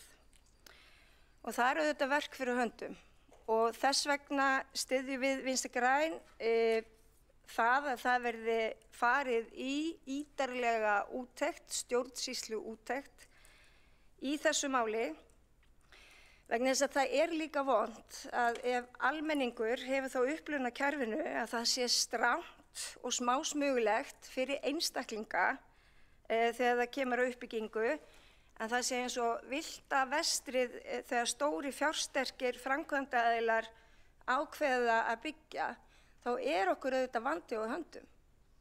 Og við þurfum að endurvekja þetta traust til skipulagsyfirvalda, til borgarstjórnar,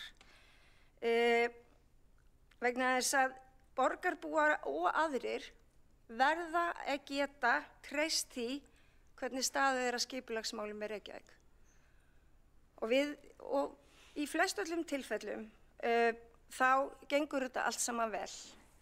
En hér ýmsar brotalamir og þetta þurfum við að gaumgæfa til þess að geta líka tekið ákvörðun næstu skref. Ég með bókun frá okkur Vinstri grænum sem að mig langar að lesa hérna upp í dag að endingu. Fulltrúi Vinstri grænna með leyfi forseta. Fulltrúi Vinstri grænna telur afar mikilvægt að stjórnsýslu úttekt á málefnum Álfabakka 2 verði unnin skjótt og vel. Reykjavík á mikið undir því að traust ríki til skipulagsmála í borginni og þeirra stofnana sem að þeim koma. Jafnframt mikilvægt að borgin axli ábyrgð sína í málinu og hafi forgöngu að finna á því lausn sem sé ásættanleg við alla þá aðila sem að því koma, en einkum þó við íbúana sem hafa fundið sér heimili í nýju og vaxandi hverfi sem hlúa þarf að. Ég hef lokið máli mínu. Borgarfulltrúin hefur lokið við mál sitt. Næsta á mælendaskrá borgarfulltrúin Alessandra Brím.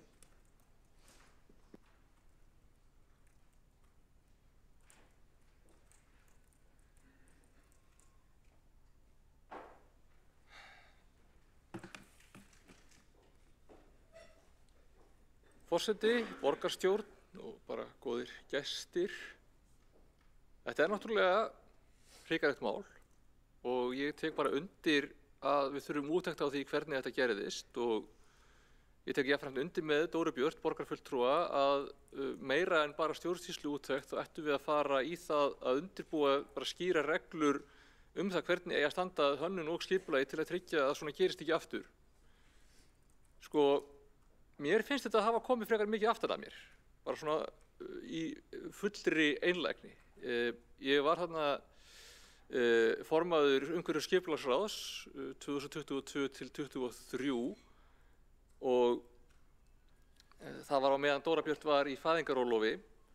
Þá voru sameinaðar 2 lóðir þarna og það var vegna þess að það hefði gengið illa að finna aðila sem að þessar lóðir hentuðu fyrir í tvennu lagi.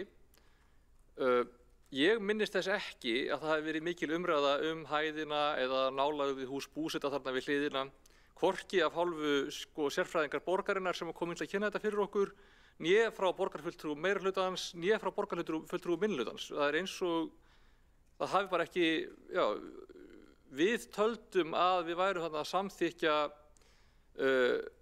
að þessu stígi þá vorum við að leita að því að fá inn verslun og þjónustu. Á þessu stígi vorum við að leita að skrifstofuhúsnæði. Og eins og ég skil það, þá töldum við þegar að Hagar vilja fara að koma þarna inn og það þessi uppbyggingaraðili sem kemur og hann í milligöngu, þá teljum við að það sé verið að skipuleggja höfuðstöðvar fyrirtækis, skrifstofur, kannski eins og ég segi, kaffihús eða eitthvað á jarðhæðinni. Og ég veit ekki alveg hvernig sá mismunandi skilningur borgarinnar annars vegar og Haga hins vegar hvað væri að koma þarna varð til, en hann allan varð til. Og ég skil ekki alveg hvernig það var. Nú ég búinn að skoða fundagerðina þarna fyrir þennan fund. Þetta var áður en að þessi tiltekni aðili kom. Þetta var bara þegar við vorum ennþá í einhverju föndri með lóðina í þeirri von að fá einhverja til þess að sýna henni áhuga. Ég man að það hefði gengið frekar illa að búið að skipta henni upp og sameina hana nokkrum sinnum. Og ég minnist þess ekki að neitt okkar hafi haft neina sérstakar ágjur á þessu á þessum fundi allavega. En reyndar, Arnarnesvegur var þarna, það var nýtt deiliskipulag fyrir hann að koma inn á þessu fundi og það var held ég langstærsta máli sem við vorum öll að pæla í á þeim fundi. Þannig að það getur útskýrt af hverju, ég man ekki nákvæmlega eftir þessar umræðu, en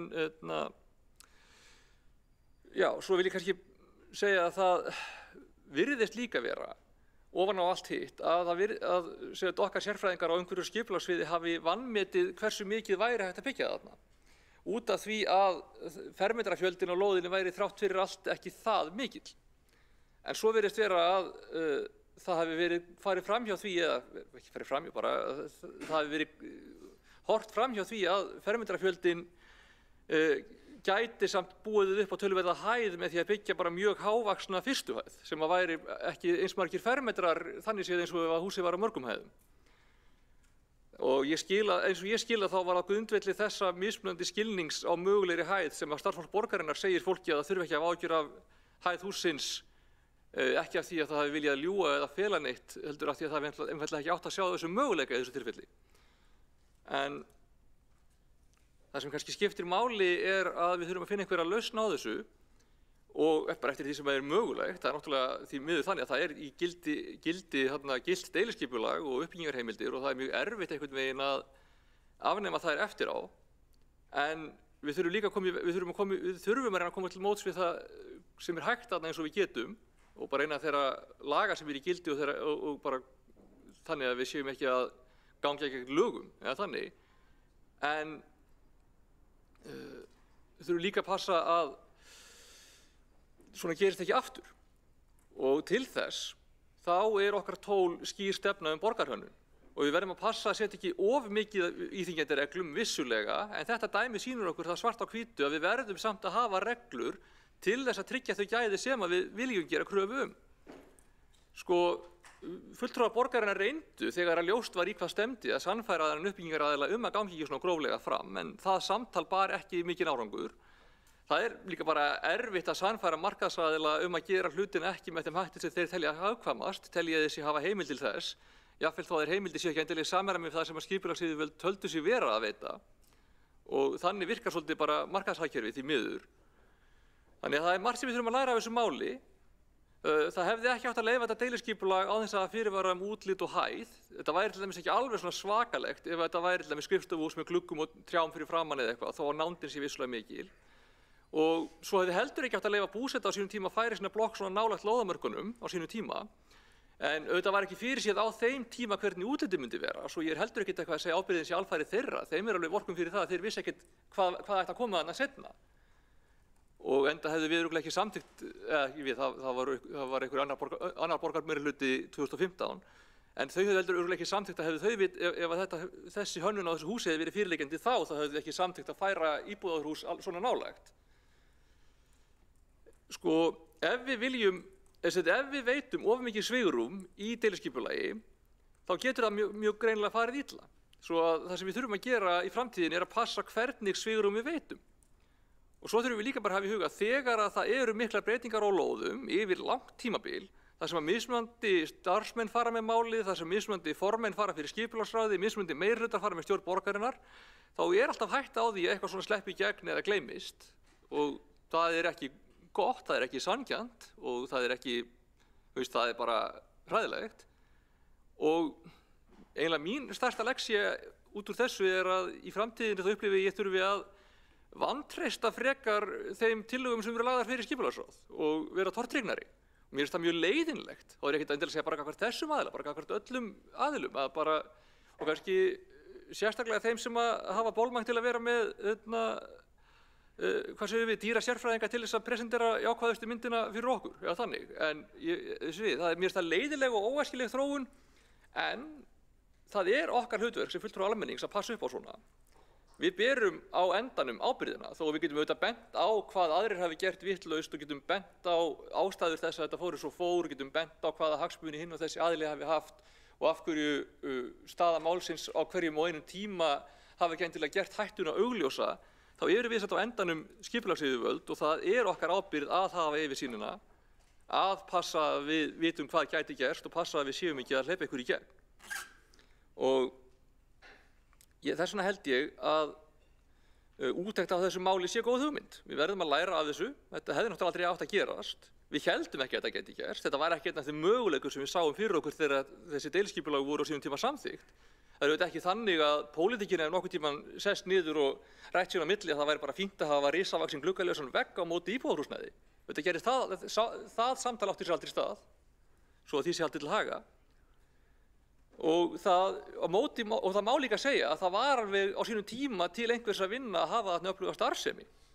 Ég held að ef við hefðum á frumstigum máls gengið svo hart fram að Hagar vildi bara alls ekki vera þarna, þá væri það fréttin að Reykjavíkurborg og meirihlutin væru svo smásmugleg í skipulagskröfum að stórfyrirtæki eins og Hagar vildi ekki lengur hafa höfuðstöðvar í Reykjavík. Höfum það í huga að það er svona öfgamótdæmið sem hefði getað gerst. Þannig að af því að það er þannig að við getum ekki verið að fara eitthvað pólitískt og eftir bara einhverju hendusemi og bara persónulegum áhuga eða tilviljun hverju sinni inn í hönnun hér og þar bara eftir hvað okkur eftir í hug, þá verður svarið að vera að við þurfum heildstæða stefnu borgarhönnun sem að uppbyggingaraðilar vita af og geta miðað við og sem að við getum þá bent á ef að stefnir í að uppbyggingin sé farið á sporinu. Ef að við hefðum í desember geta sagt, býtu, akkur er byggið þetta svona, við erum með borgarhönnunarstefnu, þið verðið að passa upp á þetta og þetta og þetta, þá hefði það samtal verið allt öðruvísi. Þannig að það liggur fyrir að við verðum að klára að gera svona borgarhönnunarstefnu. Og einhverja lausn þarf að finna eftir því sem er mögulegt og það þarf líka að koma að staði hvað gerðist og af hverju hættan á þessu var ekki ljós áður hún raungerðist. Mér finnst það ofsalega fáránlegt að svona gerist og að ég upplifi ekki að ég viti eftir á að hyggja af neinum tímapunkti þar sem ég hefði bæði geta vitað af að þetta væri að fara að gerast og geta stoppað áður það meira og seint. Mér finnst það alveg fáránleg staði að vera í. Þannig að já, við þurfum auðvitað bara aðeins að passa okkur upp á lögfræðina, við viljum ekki skapa okkur einhverja rosalega skaðabótaskyldu og við þurfum að passa upp á að við veitum ekki einhver furðuleg fordæmi. Ég er til dæmis ekki tilbúinn til þess að það verði einhvers konar fordæmi að það megi aldrei skerta neitt útsýni, þá getum við gefist upp á því að reisa borg.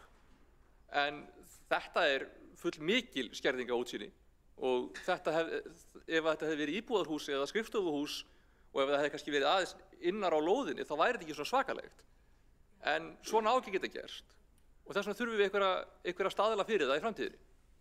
Þurfum einhverja skýra stefnu sem að við getum vísað í en ekki bara, nei, mér finnst þessi hönnun ekki falleg. Það á ekki að vera þannig að formaður skipulagsráðs sé bara eitthvað svona, mér finnst svona hönnun falleg og ekki svona, eða þú veist, afsakið.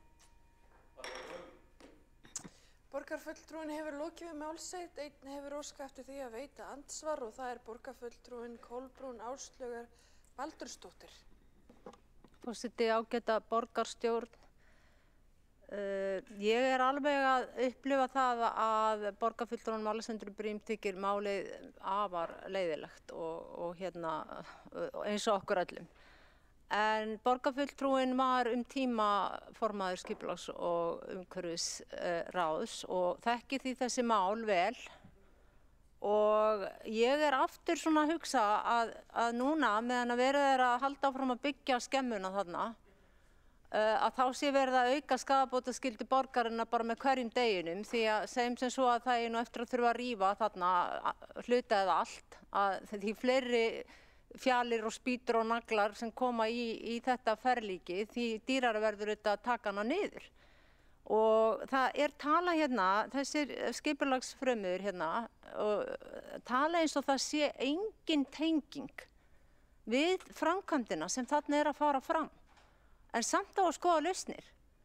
Ég bara, að því ég hef tækifæri til að spyrja hérna, hefur borgarfulltrúinn Alexander Briem ekki áhyggjur af þessu að með hverjum deginum sé bara vaxandi skaðabótaskylda? Þá hefur borgarfulltrúinn lokið við það að veita andsvar og svarar andsvari borgarfulltrúinn Alexander Briem. Forseti, já, auðvitað hef ég áhyggjur af því, en ég hef líka áhyggjur af því að ef við myndum fara að stöðva framkvæmdir sem eru með gilt deiliskipulag, eru með gilt byggingarleyfi og, hvað segir maður, það væri bara pólitísk ákvörðun að okkur þykir þetta ljótt en að það sé ekki, en að framkvæmdaaðilinn sé ekki að brjóta neina reglur, sé ekki að brjóta deiliskipulagi, sé ekki að brjóta neina lög, þá værum við orðin skaðabótaskyld þar. Þannig að ég held að þetta bara erfið staða.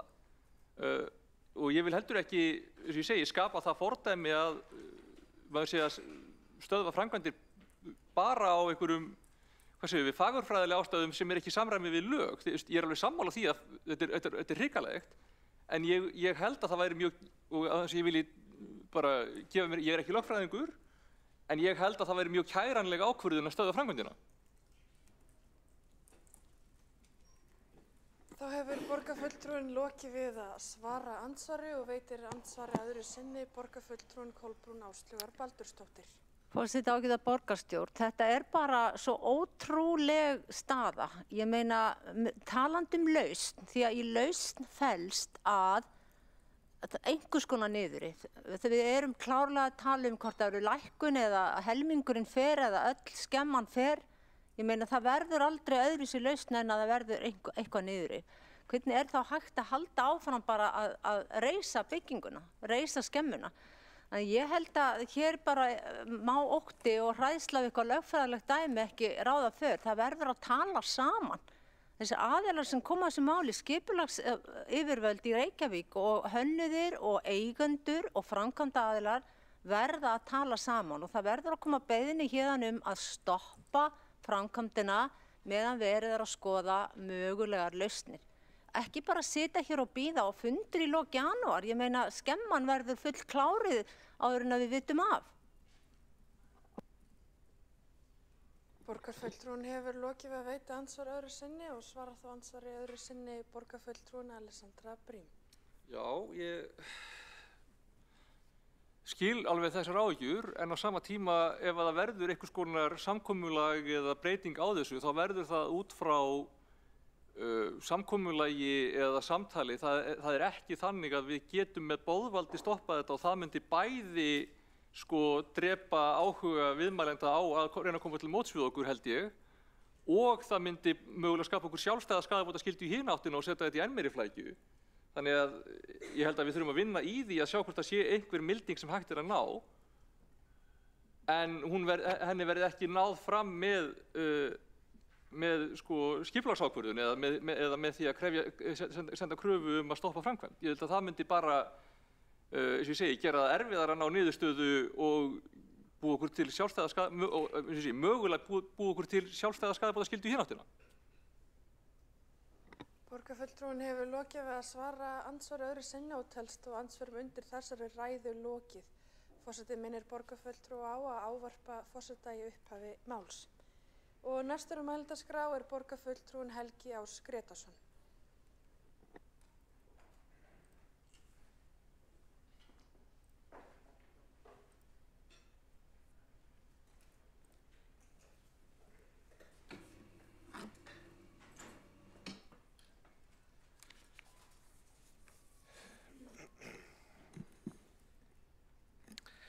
Forseti ágæta borgarstjórn, ég vil koma hérna upp í upphafi bara til að segja að mér finnst þetta mál afar leitt.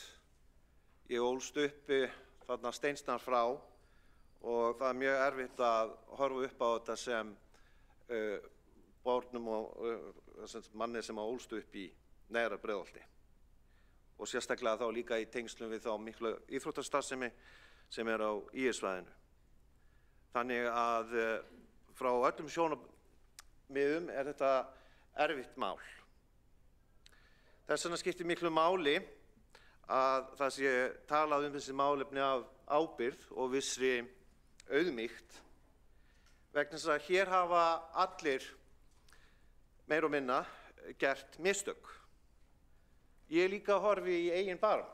Ég sit í íbúðaráði Breiðholts og einhverju leyti fyrir mitt frumkvæði var verið að ræða umferðaröryggi í tengslu við Garðheima á þessu svæði og við fengum kynningu í desember 2023.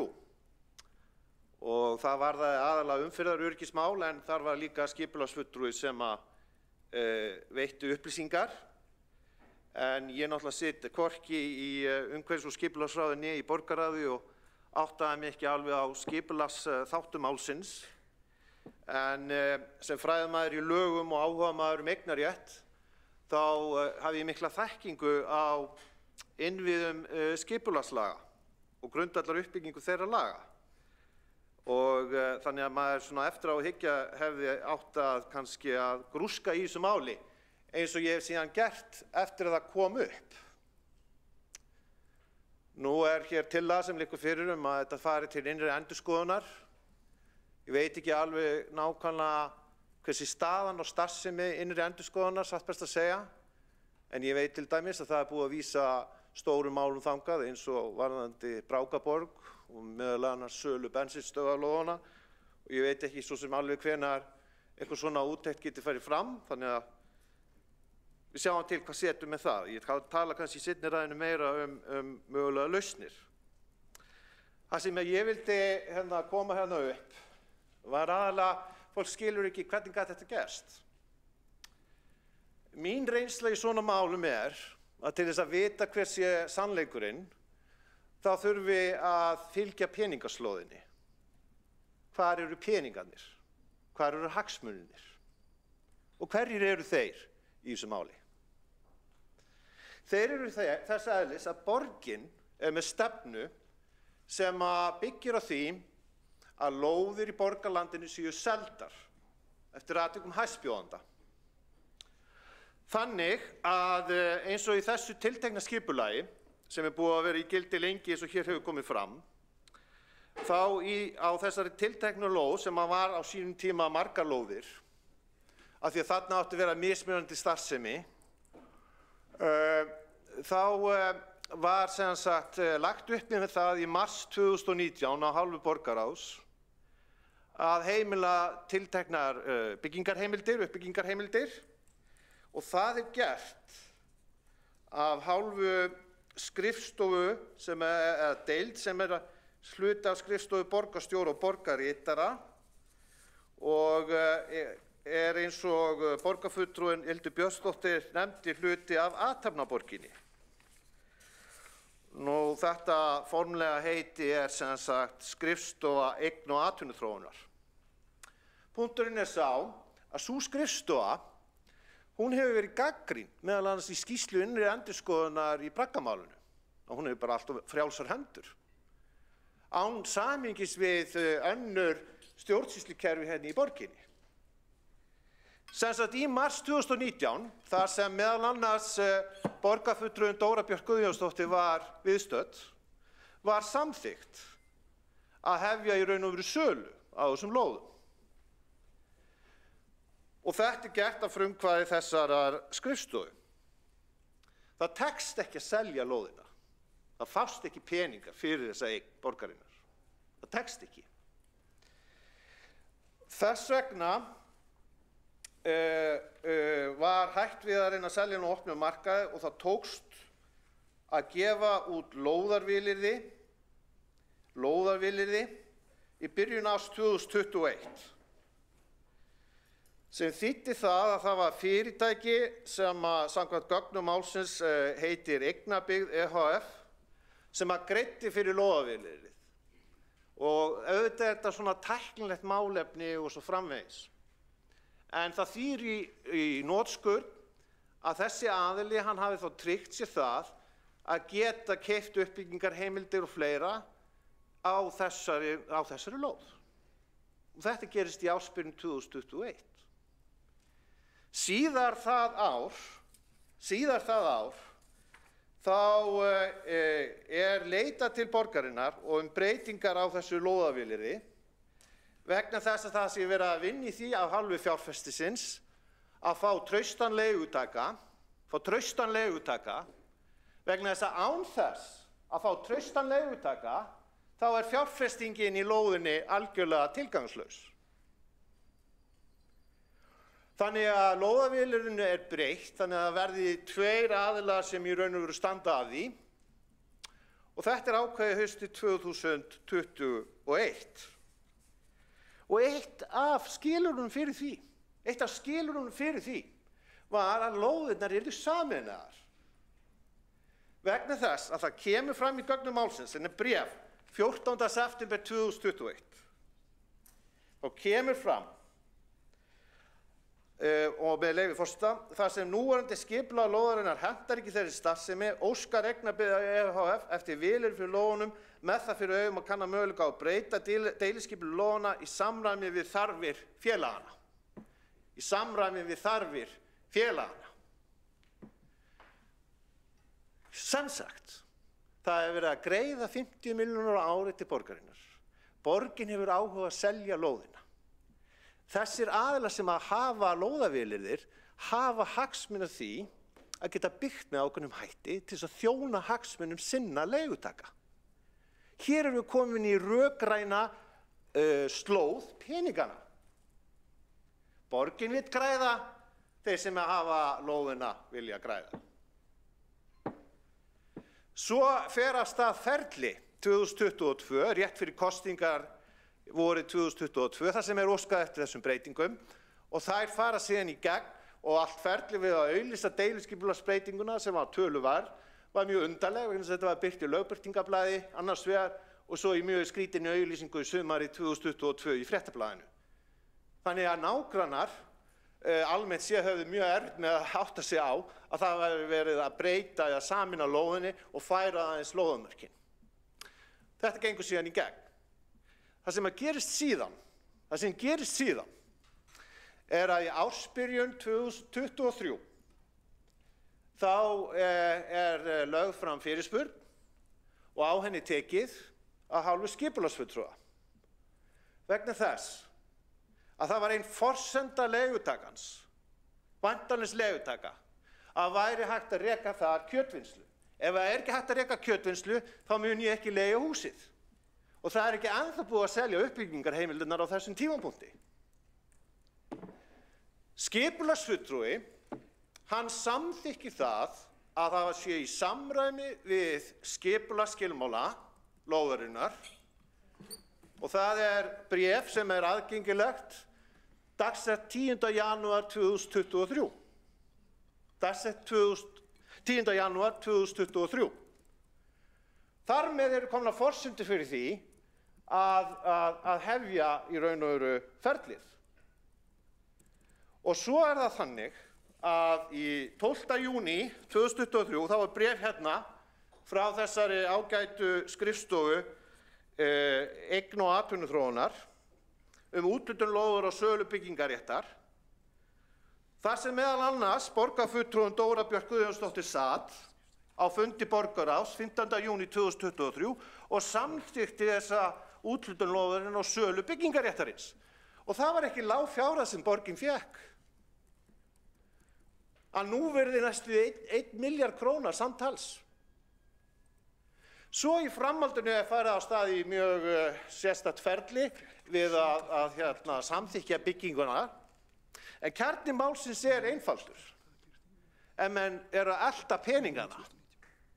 Það var hagur aðila Reykjavíkurborgar að koma lóðin í verð og það var hagur aðila að byggja með ákveðnum hætti þannig að allt ferli hérna í þessu máli er eign borgarinnar, þetta skipulagsklúður er eign Reykjavíkurborgar og halda öðru fram og reyna að dreifa ábyrgðinni á þá sem eru að reisa þetta húsnæði eða búseta er svo lágkúruleg pólitík að það halva væri nóg.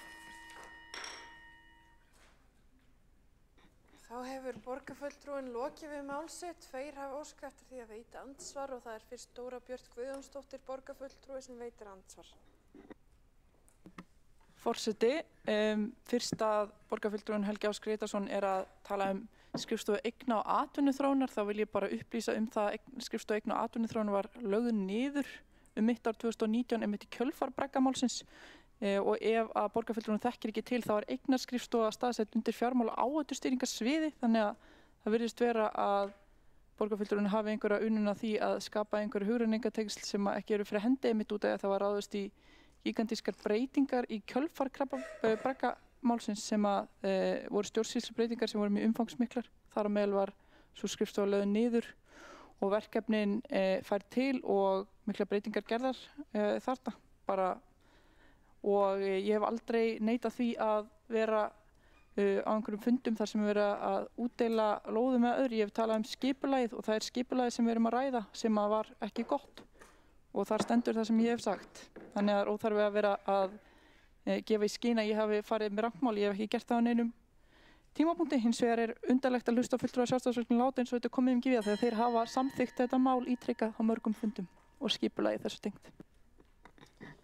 Borgarfulltrúinn hefur lokið við það að veita andsvar og svarar þá andsvari borgarfulltrúinn Helgi Ás Grétarsson. Forseti, ágæta borgarstjórn, ég þakka borgarfulltrúanum Dóru Björk Guðjónsdóttur fyrir ábendingunum og athugasemdirnar. Kjarni málsins það breytir þó því ekki hvað sem að þetta apparat heitir nákvæmlega, þá funksjónin meira og minna svo sama. Hvers vegna án samráðs við viðkomandi fagráð er verið að leggja fram í júní fyrir borgarráð að selja lóðun og byggja þetta upp? Hvers vegna er ekkert upplýst fyrir kjörna fulltrúa bæði þá eftir atvikum í meirihluta og í andstöðu að það sé í lagi að vera með kjötvinnslu á þessari lóð í ársbyrjun 2023. Vegna þess að það hefur komið fram að það var frumforsenda leigutakans að mætti reka þarna kjötvinnslu. Og það er mjög sérstakt þegar þú skoðar skipulagsskilmálana að það sé í lagi að reka slíka starfsemi á þessum stað.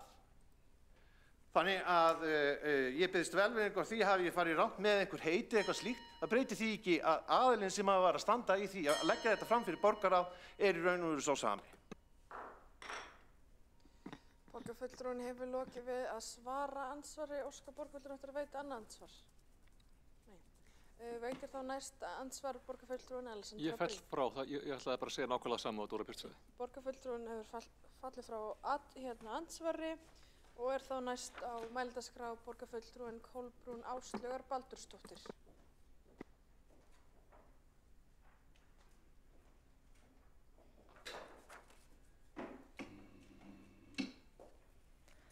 Forseti, ágæta borgarstjórn og aðri góði gestir hérna í borgarstjórnarsalnum.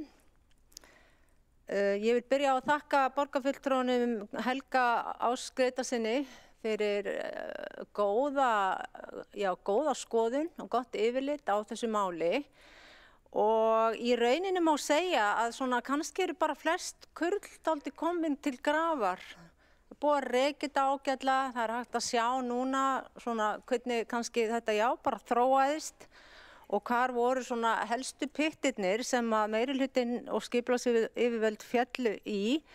En auðvitað verður engu að síður mjög gott að fá formlega úttekt á þessu og svona mín fyrsta ósk að það er óháður aðili, það er að segja annar en innri endurskoðun því mér er aldrei þótt innri endurskoðun alveg óháð. En það er nú bara svona mín persónulega upplifun. En ég hef áhyggjur á stöðunni eins og hún er í dag.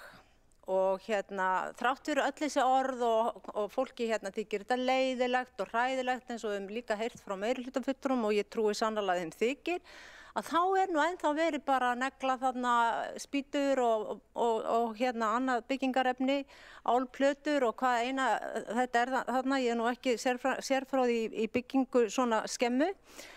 Og síðan er verið að tala um að finna lausnir. Og ég vil bara aðeins fara inn í grein í Morgunblaðinu í dag og með leyfi forseta aðeins að skoða hana. Það er fullyrt þar, ekkert sé athugavert við nýja vöruhúsið. Og þar segir með leyfi forseta, embætti byggingafulltrúa hafi boðað til stöðuúttektar á Álfabakka þann 19. desember 2024 og hafi niðurstaða stöðuskoðuninnar verið án athugasemda. Og svo kemur setning sem mér þótti pínlítið skondin í ljósi þessa hörmungamáls að þar segir, með leyfi forseta, þar hafi jafnframt komið fram að engin sjáanleg frávik séu frá aðaluppdráttum og að byggingarstaður sé til fyrirmyndar varðandi hreinlæti. Orðið hreinlæti stakk mig dálítið í þessari í þessu samhengi því að hreinlæti er kannski ekki alveg það sem við erum að tala um heldur svolítið mikið stærra og alvarlegra. En svo segir með leyfi forseta, viðstaddir stöðuskoðun voru úttektarfulltrúi byggingafulltrúa og byggingarstjóri framkvæmdarinnar. Og ég spyr mig nú aðeins, að því að þetta voru nú úttektar þetta var úttekt, stöðuúttekt, voru þessir aðilar óháðir? Er hægt að ætlast til að þeir hafi komið þarna með svona dálítið hlutlausa sýn, þessir tveir? Ég veit það ekki. En með hliðsjón af framangreindu telur byggingafulltrúi ekki tilefni til að stöðva framkvæmdir að Álfabakka 2A til 2D, segi jafnframt í bréfi byggingafulltrúans. Sko, hér erum við bara með mjög sérkennilega stöðu. Ég heyri frá fólkinu og skil að það er kallað eftir að skemman sé rifin. Hún sé fjarlægð og það hefur meira sér komið fram frá einum borgarfulltrúanum að henni sé bara fundið nýr staður, hún eigi ekki heima þarna og ég held við getum öll tekið undir það. Þessi skemma og þessi vinnsla sem þarna á að vera á ekki heima þarna, bara alls ekki. En á sama tíma og borgarstjóri er nýlega búin að segja að þetta er hræðilegt, við verðum að finna lausn og formaður umhverfis- og skipulagsráð segir það sama og tekið undir hversu ömurlegt þetta er, þá að halda áfram að byggja skemmuna á morgun og daginn þar og eftir og áfram. Og síðan þegar kemur nú kannski einhverju lausn, hvort sem að það er að rífa niður eitthvað af þessu eða hafa meiri uppbrot í byggingunni, setja glugga, ég veit það ekki, eða bara rífa alla skemmuna, að þá kostar það jafn mikið og kostar núna að setja hvern nagla á spýtu og álplötu að rífa það niður sem verður alltaf kostnað borgarsjóðs. Því að ábyrgðin er alfarið borgarinnar. Það mun aldrei neinn axla þessa ábyrgð og eiga að gera það nema borgin, meirihlutin og skipulagsyfirvöld. Það vitum við núna. Við erum búin að sjá það alveg kýrskýrt. Og borgarsjóður, fólkið í borginni, peningar fólksins í borginni, skattgreiðendur eru að fara að borga þennan skaða. Og við ætlum bara að reyna að hafa hann eins stóran og hægt er. Í stað þess að skipulagsyfirvöld hafi núna verið löngu jafnvel fyrir jól komni í samtal við þá sem eru að framkvæma þetta, eigendur, hönnuði, þá sem eru með allt þetta vald þarna og grátbiðja þetta fólkum að viljið gjör svo vel að hingra aðeins núna, það er verið að endurskoða málið, við verðum að finna leið því að íbúar geta ekki búið við þessar aðstæður.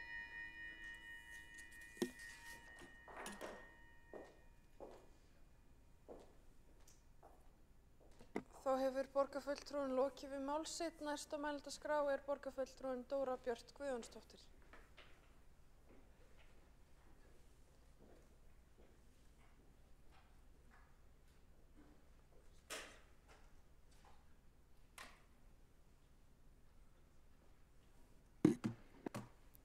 Forseti, ágætu íbúar og ágæta borgarstjórn. Það sem skiptir máli hér í dag er traust. Traust á ferlana okkar, á kerfin okkar og að þau virki og að þau þjóni íbúum. Og ef ferlarnir okkar eru brotnir, að þá traust á að þeir verði lagaðir. Því ekkert er fullkomið og það má alltaf bæta.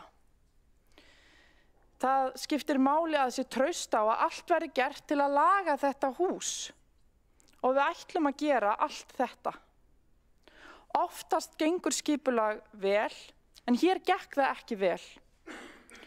Og við vitum önnur álitaefni þar sem hlutir hefðu betur mátt fara og við erum auðmjúk gagnvart því. Við viljum bregðast við og neitum ekki ábyrgð og erum að bæta ferlan okkar og viljum ganga lengra. Ég held að íbúarinn nenni ekki að hlusta á rifrildi kjörinna fulltrúa sem eru sammála hvert beri að stefna í þessu efni. Rifrildi hvað? Hver hefur mest rétt fyrir sér? Er það ekki bara ansi léleg umræða sem skilar litlu? Þegar talað ábyrgð, þá verður að tala ábyrgð allra sem að verki hafa komið. Ábyrgð að hendi fulltrúa Sjálfstæðisflokksins sem fóru mikinn hér í pontu fyrir í dag. Þá er allt í lagi að muna það að fulltrúar Sjálfstæðisflokksins og þar að meðal fyrrum og núverandi oddviti hafa samþykkt skipulag fyrir þessa lóð á mörgum fundum, á þess að segja neitt. Hver hafði mest rétt fyrir sér á þessum fundum? Og ég er samt ekki að benda neinum fingri, ég er bara að segja að það er þörf á því að taka þessa umræðu og hugsa hvert við ætlum að stefna og tala það. Því að við erum öll svolítið sek og við höfum öll svolítið brugðist. Og við verðum öll að bæta og standa saman að því. Og ég held að við séum sammála það. Nú virðist vera stórt stef að það sé skrítið að við hefðum ekki vitað í hvað stemdi og tala mikið um það, eins og það sé eitthvað skrítið og skrítið að við skulum tala um það. En ég reikna með að okkar ákvarðanir hér í meirihlutanum hafi byggt á sömu forsendum og takmörkuðu upplýsingum og ákvarðanir fulltrúa Sjálfstæðisflokksins sem samþykktu allar þessar breytingar. Það lágu ekki fyrir teikningar. Það er málið. Þess vegna vissum við ekki í hvað stemdi. Þegar við höfðum eitthvað um málið að segja, þegar við vorum að samþykkja skipulagsheimildir, þá vorum við að samþykkja ófyrirsjáanlegar heimildir, þar að segja ekki teikningar. Vegna þess að við samþykkjum ekki teikningar við kjörnu fulltrúar. Eins og við vitum sem að störfum í þessu, auðvitað þekkja íbúar ekki nákvæmlega hvernig ferli gengur fyrir sig og það er ekki eðlilegt að við séum að villa þeim sýn með að gefa skyn að sé eitthvað skrítið að við höfum ekki vita nákvæmlega í hvað stemdi. Vissu þið það þegar þið samþykktu þetta? Ég efa það. Skipulagsferli gerir ekki ráð fyrir því, heldur það byggingafulltrúi sem samþykkir teikningar byggt á skipulagi og hvert teikningarnar uppfylli skipulagsheimildir og byggingareglugerð. Tillagan sem ég mældi fyrir í dag gengur út á einmitt það að skoða hvort ekki þurfa að vera til staðar öryggisvendill eða betri yfirsýn yfir fyriráætlanir áður en skipulagsheimildir eru samþykktar. Eða einhver tæki eða tól til þess að grípa inn í þegar við sjáum að það stefnir í eitthvað sem við viljum ekki sjá verða veruleika hér í borginni. Stóra máli er ekkert að við vissum ekki hvað stemdi en það er ekki gert ráð fyrir aðkomu kjörinna fulltrúa ákvörðun skipulagið eftir að skipulagsheimildir eru samþykktar. Þrátt fyrir þetta og að hafa ekki haft neitt formlegt um þetta að segja, þá get ég upplýst um það að ég hef frá fyrstu stundu gert allt sem ég hef getað til að laga þetta. Þegar ég sá í hvað stemdi, þó mér hafi ekki grunað að þetta yrði svona slæmt, þá beitti ég mér fyrir því að það yrði bætt úr. Og þá var löngu búið að samþykkja skipulagið og í raun ekki með neitt í höndunum. En ég gerði allt sem ég gat og við erum að gera allt sem við getum hér í dag með því að sameinast tillögu úrbætur og með því að þrýsta á að þetta verði lagað. Við erum sammála um það. Þegar húsið reis, þá var niðurstaðan vond. Við erum öll sammála um það. Og ég held að það hljóta að vera öllum ljóst af þessu máli að dæma að stundum treystum við uppbyggingaraðilum og mikið í blindni. Viðurkennum það bara því það er fyrsta skref í átt að úrbótum. Vandamáli er líka að það er heimilt að gera svona vont.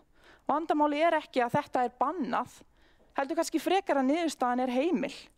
Ég efa persónulega reglur eða lög hafa verið brotin, en hver veit. Og það er bara gott mál að láta skoða það eins og við ætlum að gera og við ætlum að sameinast um að gera. En við þurfum að ganga lengra og það er það sem okkar tillaga gengur út á. Það er búið að tala mikið skipulag, skuggavarp, við erum að tala að vanti gögn í veðurstofuhæð. Það hefur verið gert skuggavarp veðurstofuhæð og það liggur fyrir í opinberum gögnum.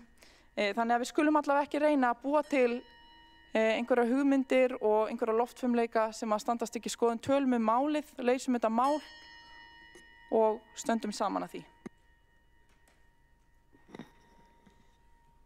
Borgarfulltrúinn hefur lokið við mál sitt. Forseti minnir borgarfulltrúa á að virða ræðutíma og veit það að við erum öll nýkomin að borgarfulltrúa nýkomin úr jólafríi en minnir á að vísa til annarra borgarfulltrúa með titlin ekki þú og þið. En einnig hefur óskað eftir að veita andsvar og það er borgarfulltrúinn Hildur Björnsdóttir. Já, tveir hafa óskað eftir afsakið þetta og fyrst er það Hildur Björnsdóttir, borgarfulltrúi. Forseti, ágæta borgarstjórn, það er alrangt að borgarfulltrúar Sjálfstæðisflokks hafi samþykkt fyrirliggjandi uppbyggingu eins og hún raungerðist vegna þess að þegar að fulltrúar okkar samþykktu þetta skipulag í skipulagsráði þá var það gert með vísan til umsagnar skipulagsfulltrúa sem sagði skýrt og greinilega að þetta myndi rísa lægra hús sem ekki myndi skyggja á útsýni og birtuskilyrði íbúa. Þannig að þessi samþykkt er í raun byggð á fölskum forsendum sem gefnar eru af skipulagsfulltrúa og það er mjög vont. Þegar lóðinni var svo úthlutað sumarið 2023 samþykktu fulltrúar Sjálfstæðisflokks ekki lóðaúthlutunina og fengu engar upplýsingar uppbygginguna í framhaldinu. Á engu stigi máls var borið undir okkur hvort það mætti hefja kjötvinnslu eða aðra starfsemi sem mætti betur heima á athafnasvæði á þessari lóð sem er skilgreind verslunar og þjónustulóð. Á engu stigi máls. Það er margt mjög óeðlilegt við framkvæmd þessa máls og ég stend fast við það. Borgarfulltrúinn hefur lokið við það að veita andsvar og svara þá andsvari borgarfulltrúinn Dóra Björt Guðjónsdóttir. Forseti, fulltrúar meirihlutans höfðu ekkert fleiri upplýsingar heldur en fulltrúar minnihlutans í þessu máli og byggðu ákvörðun sína nákvæmlega sömu umsögn og borgarfulltrúinn vitnar til og voru því jafn hissa á borgarfulltrúinn og það er staðan. Og það er staðreyndin og það eru skipulagsheimildir sem eru samþykktar sem skapa ramman, úthlutun lóðar er bara svolítið annað mál, það eru skipulagsheimildir sem ákveða ramman. Þess vegna er skrítið að láta eins og það skipta ekkert máli að fulltrúinn hafi samþykkt skipulagsheimildir af því hann samþykkt ekki lóðarúthlutun. Þetta er bara að búa til einhverja hugmynd að hann ber ekki einhverja ábyrgð sem hann ber. Hættum að tala um það, hættum frekar að tala um hvað við ætlum að gera og við erum sammála um það hér í dag. Borgarfulltrúinn hefur lokið við það að svara andsvari er óska eftir að veita annars og veitir þá ansvar öðru sinni borgarfulltrúinn Hildur Björnsdóttir. Forseti, ágæta borgarstjórn, ég sjálf alveg eins og borgarfulltrúi Dóra Björt sat ekki þennan tiltekna fundi skipulagsráði þar sem athugasemdir íbúa voru kynntar og skipulagið var samþykkt. En hins vegar endurtek ég að athugasemdum íbúa var svarað á þann veg að þetta myndi rísa lægri bygging sem ekki myndi skerða útsýni og birtuskilyrði íbúa. Þess vegna var ekkert óeðlilegt að fulltrúar samþykktu þetta skipulag í því trausti. Hins vegar það sem gerist í framhaldinu eftir lóðaúthlutun, það finnst mér líka mjög sérkennilegt og Dóra Björt segir að kjörnir fulltrúar meirihlutans hafi ekki haft frekari upplýsingar en við hin. En er það ekki rétt skilið hjá mér að framgangur málsins hafi að einhverju leyti farið fram hjá athafnaborginni inni á skrifstofu borgarstjóra? Og þar með átti borgarstjóra vissulega að vera kunnugt hvaða störf eiga sér stað inn á hans skrifstofu ef hann væri að sinna eðlilegum skyldum í sínu starfi. Og þá er fulltrúinn lokið við að veita ansvar öðru sinni og svara ansvar öðru sinni borgarfulltrúinn Dóra Björt Guðjónsdóttir. Forseti, ég vil ekki fara í þetta en fyrst að fulltrúinn neitar því að hafa komið að þessu þá er bara hér fundargerði þar sem stendur nafn fulltrúans þar sem að þetta skipulag er samþykkt og að auglýsa það og svo þegar kom úr auglýsingu held ég líka, þá þetta eru náttúrulega nokkrum tímapunktum sem þetta er samþykkt, eitt er 2022, eitthvað er 2019, þar er fyrrum oddviti Sjálfstæðisflokksins á staðnum, þannig þetta er, ég held að það sé kannski ekki stóra málið og ég ætla ekki að svara fyrir borgarstjóra eða það sem gerist innan athafnaborgarinnar, ég kem ekki að því svona almennt og þetta við erum að tala um hvað er hlutverk kjörnir fulltrúar, hvað kjörnir fulltrúar hafa komið að í þessum skipulagsheimildum og það er það sem ég er að vísa til. Borgarfulltrúinn hefur lokið við að svara andsvari varðar athugasemd, bera þau sakir? Já, forseti heimilar stutta athugasemdir til þess að bera á sér sakir. Forseti, ágæta borgarstjórn, sú sem hér situr samþykkti vissulega að skipulagið færi auglýsingu, það gerum við almennt enda er auglýsing lögbundið samráðsferli og við teljum jákvætt að kalla fram sjónarmið íbúa. Í kjölfarið fengum við sjónarmið íbúa sem höfðu einmitt áhyggjur af útsýni og birtuskilyrðum. Á fundunum sem þær athugasemdir voru kynntar var ég ekki viðstödd. Við fengum svo skipulagið til staðfestingar í borgarráði og þar satt ég. Borgarfulltrúinn hefur lokið við það að gera stutta athugasemd og veitir þá næst ansvar borgarfulltrúinn Ragnhildur Alda María Vilhjálmsdóttir. Já, ég er að svara varandi þetta með Veðurstofuhæðina. Ég fór til þess á síðu skipulagsins, hvað heitir þetta aftur? Skipulagsgátt eða whatever, allavega ég las hvert einasta gagn sem að við höfum fengið borgarfulltrúar og ég bara sérstaklega prófaði jafnvel að setja bara í Google Find skuggavarp og ég hef ekki fundið eitt einasta sem að segja til hvernig skuggavarp er þarna. Ég jafnvel sendið póst út af þessu á sviðsstjóra en ég fekk engin svör frá henni. Svo er það annað í þessu sem er líka þetta að það er áberandi á fundum oft hversu lítinn tíma við í minnihlutanum fáum oft til þess að ræða hinn og þessi mál. Ég jafnvel sjálf tekið upp á því að láta vita ég muni spurja og ræða þennan og þennan lið vegna þess að aftur og aftur er það bara í raun og veru stýrt fundurum þannig að við höfum bara engan tíma til þess að virkilega kafa ofan í málin og það er litið og maður fær bara raun og veru alls konar móral frá öðrum fundarmönnum á fundunum fyrir að vera með ítarlega spurningar oft til starfsmanna eða jafnvel annara borgarfulltrúa. Bara svo það sé sagt og svo er ég reyndar með annað sem ég vil að segja en það verður bara að vera í næsta ansvari. Borgarfulltrúinn hefur lokið við að veita andsvar. Forseti minnir aftur borgarfulltrúa að virða ræðutíma. En svarar þá andsvari borgarfulltrúinn Dóra Björt Guðjónsdóttir. Forseti, það kemur bara fyrir í skipulagsgátt að skuggavarp hafi verið metið í tengslu við uppbyggingu á Veðurstofureit. Sömuleiðis var frekar ítarlega að fara yfir þetta á opnum íbúafundi Veðurstofu hæð við Veðurstofureitin og þar kemur bara í ljós að það er ekkert skuggavarp á nærliggjandi byggð og það er ennfremur þannig að það var ekki bara gert skuggagreining, það var gert sólargreining, birtugreining í húsnæði út frá frekar svona þróuðum viðmiðum sem eru í raun umfram það sem að almennar kröfur eru gerðar og meðal annars út frá nýjum ljósvistakafla sem var þá ekki einu sinni samþykktur og það kom allt vel út og mér skilst að þær upplýsingar hafi alveg fyllt að þetta mat hafi verið gert, en matið var bara það jákvætt að kannski var ekki talið þörfa á að sýna fram á því að niðurstaðan var mjög skýr, en ég held að það sé ekkert vandamála að senda borgarfulltrúanum gögn, en þetta er líka bara á netinu í opnum fundi. Borgarfulltrúinn hefur lokið við að svara andsvari. Forseti finnst rétt að minna borgarfulltrúa á að halda sig við umræðuefni þessa dagskrárlið, en Veðurstofureiturinn er hér ekki til umræðu og ekki heldur fundarsköp almennt. En þá veitir öðru sinni andsvar borgarfulltrúinn Ragnhildur Alda María Vilhjálmsdóttir. Já, ég ætla bara að segja í þessu að ef eitthvað er ekki í gögnunum sem koma fyrir okkur kjörna fulltrúa á sama tíma og við að samþykkja deiliskipulag sem það varðar, að þá er ekki hægt að ætlast til þess að kjöri fulltrúi sem situr einhvers staðar hafi vitað af einhverjum fundi sem var fyrir mínast tíð hér. Og það er einmitt vandamálið, er það ekki?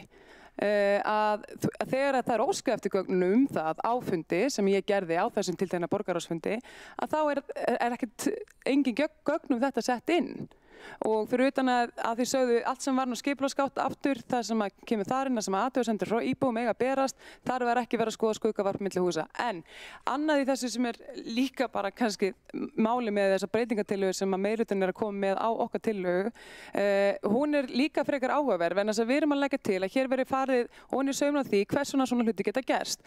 Og áður en að við erum komið niðurstöðu í það mál, þá ætlar meirihlutinn að koma með einhverja tillögu sem á að breyta þessu. Hvernig væri bara að kanna hvað það er farið úrskeiðis og vera bara svolítið auðmjúkur gagnvart því hver sú niðurstaða verður og svo þá komið tillögur. Mér finnst þetta verið til marks í raun og veru það að það eigi ekki að fara að hlusta. Borgarfulltrúinn hefur lokið að veita andsvar öðru sinni.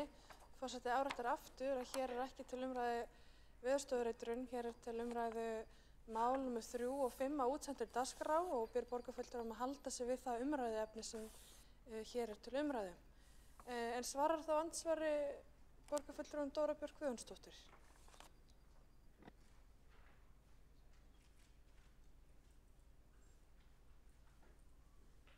Borgarfulltrúinn ætlar ekki að svara þessu andsvari og er þá andsvar undir þessari ræðu lokið. Forseti hefur ákveðið að loka mælendaskrá eftir næsta ræðu, en næst tekur til máls borgarfulltrúinn Andrea Helgadóttir.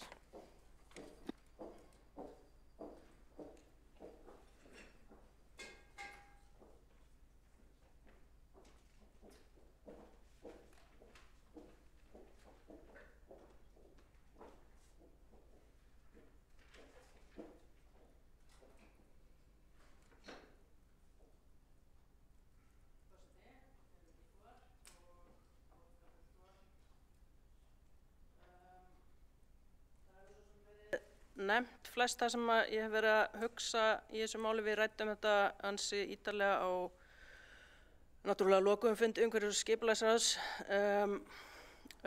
og í sjálfu sér tek ég undir þá gagnrýni sem hefur komið þarna fram það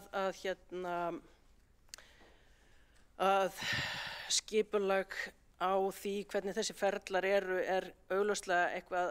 Því er eitthvað ábótavant. Það má vel vera að í breytingatillögunni felist einhvers konar vitneskja þær brotalamir sem að þau hafa þó fundið og við styðjum þess vegna stjórnsýsluúttekt og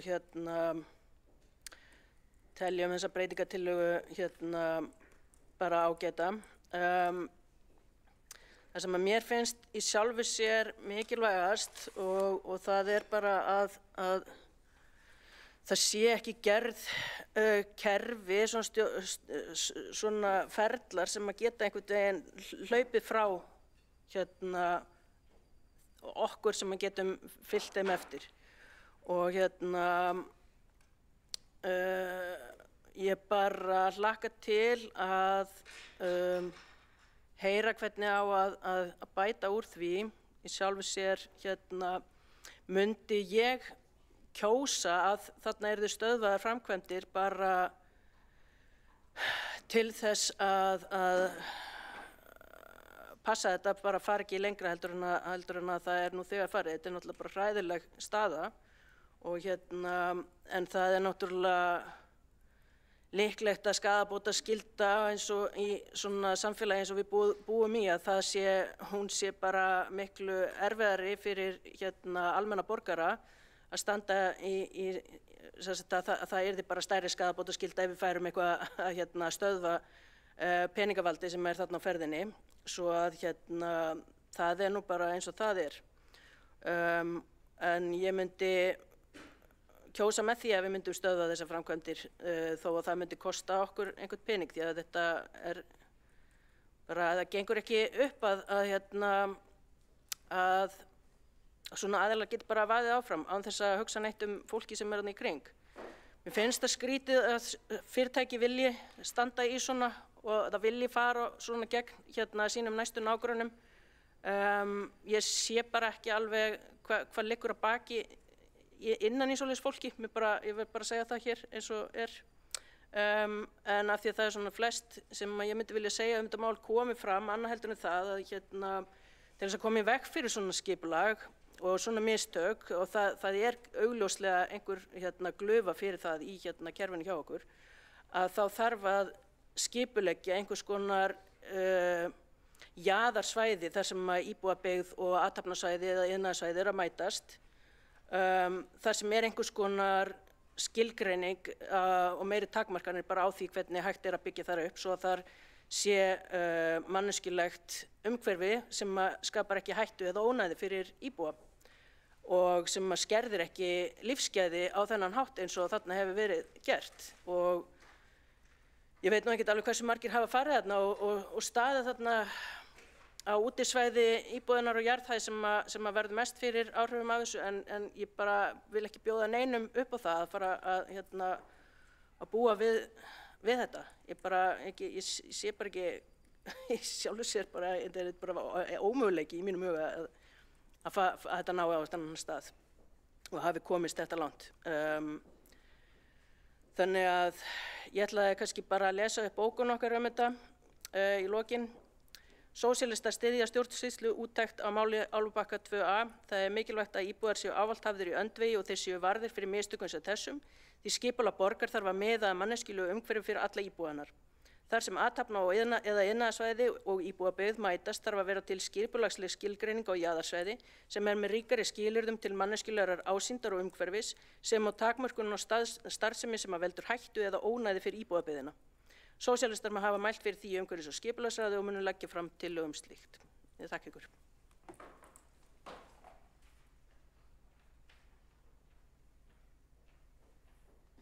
Borgarfulltrúinn hefur lokið við mál sitt. Næstur á mælendaskrá borgarfulltrúinn Helgi Ás Grétarsson.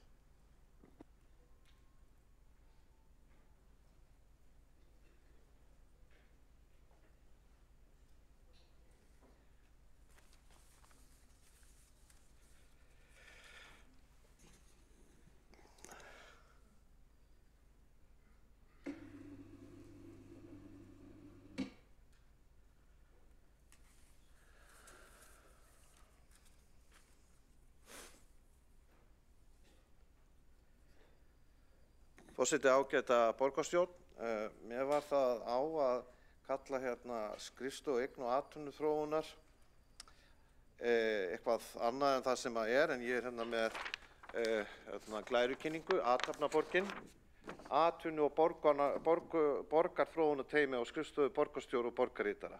Það að sjálfsögðu náttúrulega allt annað en skrifstofu eign- og atvinnuþróunar. Allt annað. Að sjálfsögðu þetta í grundvallaratriðum það sama. Veikleiki stjórnskipulagsins hefur legið fyrir síðan að skýrsla innri endurskoðunar kom út í desember 2018.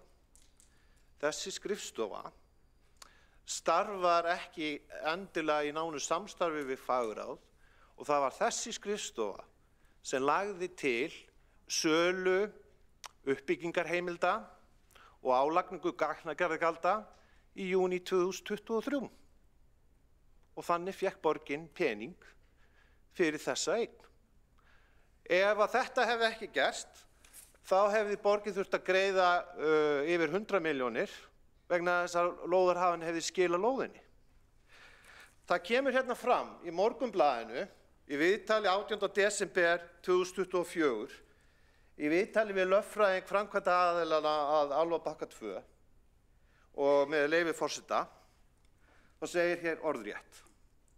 Þá segir hann framkvæmdaaðila vilja árétta að samþykki skipulagsfulltrúa fyrir starfsemi kjötvinnslu hafi verið forsenda leigusamnings við leigutaka. Slíkt samþykki hafi verið veitt að skipulagsfulltrúa Reykjavíkurborgar 10. janúar 2023. Þannig það alveg ljóst að þeir sem að réðu hér ríkjum og hafa ráð hér ríkjum hjá Reykjavíkurborg voru meðvitaðir í hvaða farveg þetta mál færi og að reyna að varpa ábyrgðinni á aðra aðila sem að fara eftir lögum og eftir alls konar kvöðum sem að embættismenn borgarinnar setja og reyna að fría sjálfan sig síðan ábyrgð er lágkúruleg pólitík. Lágkúruleg pólitík. Þetta mál er hryggilegt. Ég vil nota núna þann tíma sem eftir til þess að velta vöngum hver er framtíðin, hvernig glímum við þetta mál. Eins og borgarfulltrúinn Hildur Björnsdóttir minntist á, liggur fyrir þetta mun kosta borgarsjóð umtalsverðar fjárhæðir að leiðrétta. Ég held að það sé í sjálfu sér óumdeilt. Það er flókið mál lagalega með tilliti til eignarréttarverndar í stjórnarskránni að segja við þann sem að hefur byggt vöruhúsið í ljósi allra heimilda sem að skipulagsyfirvöld hafa veitt að hann eigi að fjarlægja á sinn eigin kostnað.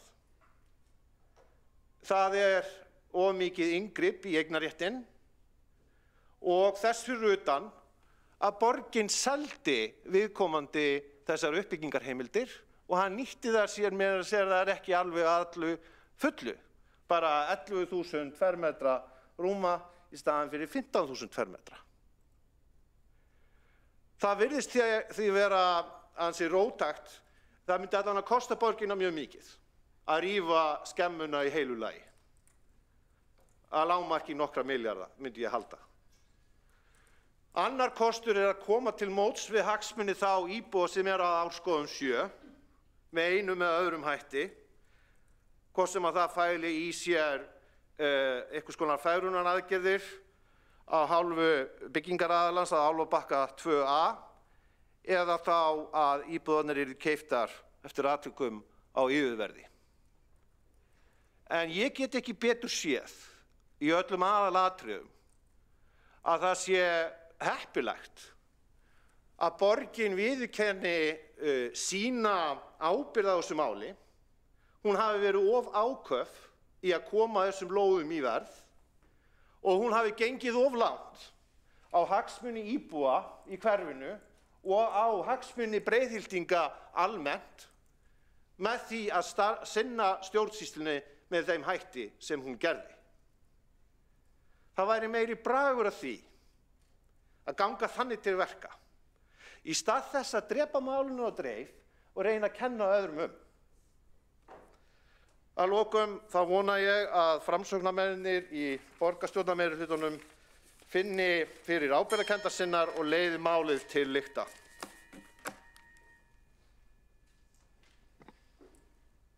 Borgarfulltrúinn hefur lokið við mál sitt, einn hefur óskað eftir því að veita andsvar og það er borgarfulltrúinn Alexandra Brím.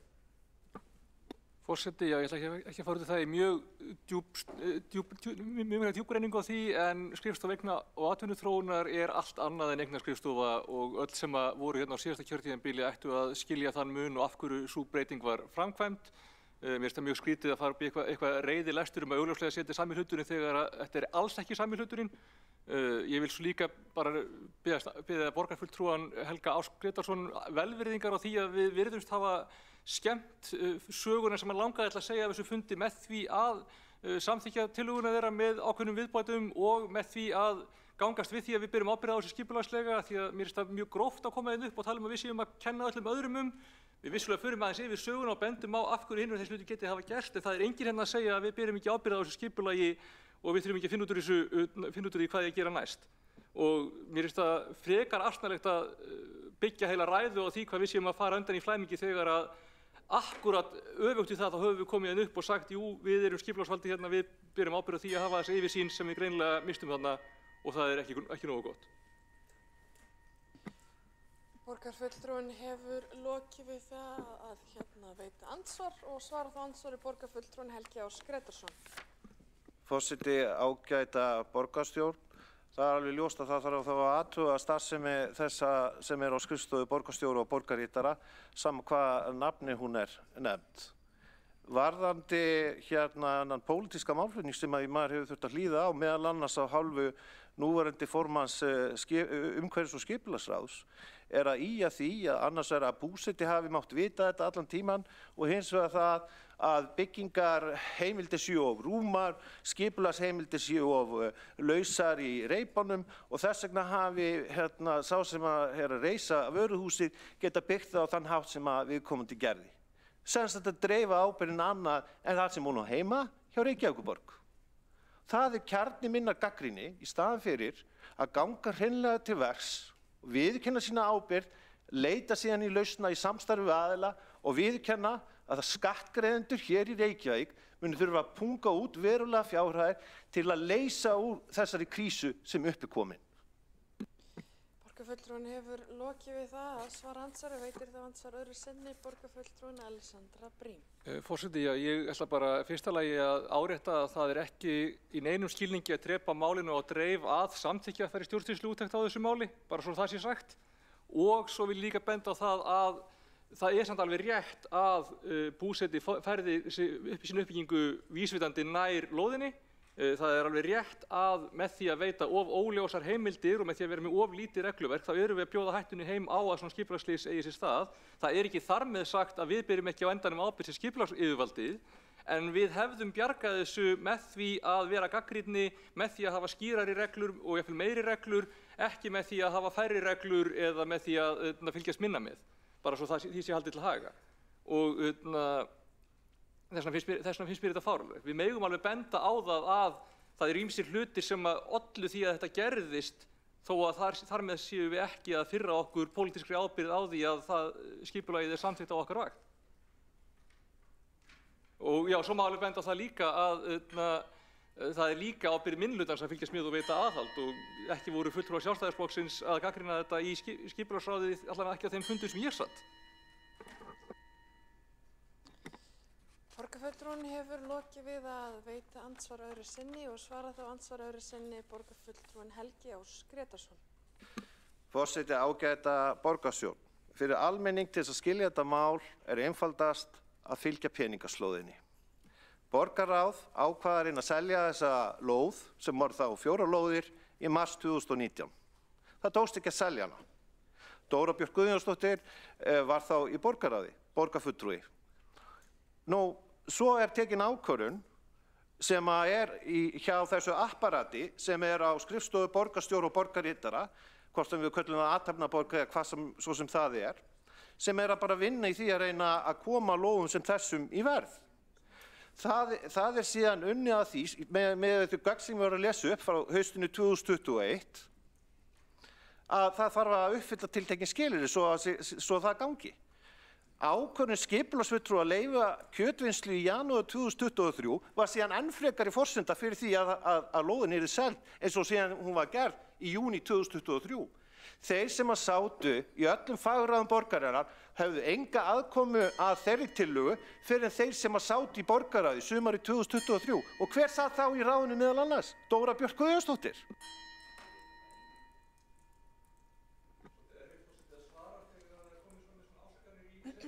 Borgarfulltrúi hefur lokið við það að svara andsvari öðru sinni og næst tekur til máls borgarfulltrúin Ásta Þ. Skjaldal Guðjónsdóttir.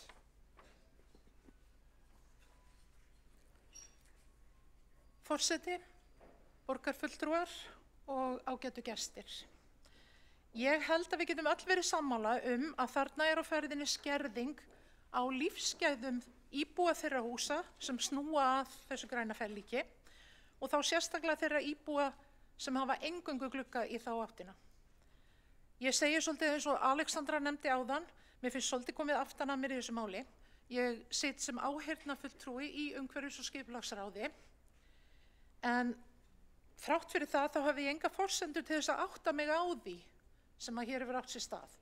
Til þess að átta mig á því að þetta yrði að þessu ferlíki sem það er orðið. Það sem ég heyri hér í salnum í dag er að við erum öll sammála að það þarf að skoða hvað fór úrskeiðis og það er gott og við hljótum öll að geta samþykkt það og haldið áfram með það markmiði að axla ábyrgð og tryggja að svona geti ekki komið fyrir aftur. Við breytum ekki fortíðinni, við getum ekki tekið tilbaka það sem gerðist, við getum bara reynt að læra af því og skilja það. Og ég held að það sé affæra sælast fyrir okkur að samþykkja það og skoða máli betur þannig. Ég vil ekki að hér séu teknar ákvarðanir í dag sem geta bakað okkur óþarfa skaðabótaskyldu, en ég kannski spyr hér og nú, getum við flýtt því ferli að eiga samtal við hlutaðeigandi aðila hvernig við bætum úr, þannig að hægt sé að hefja samninga sem fyrst og gefa íbúum vonum á úrbóta sé að vænta. Því það skiptir máli að íbúar sjáu til sólar í öllum skilningi þess orðalags.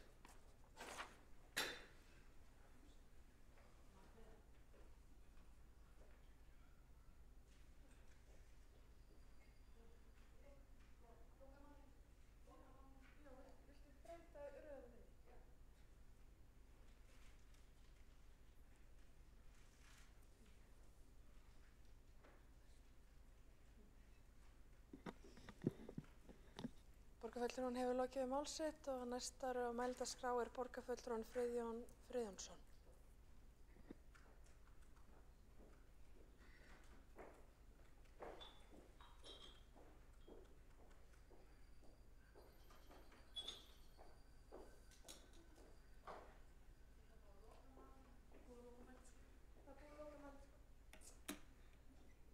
Er hún ekki flytjandi? Já.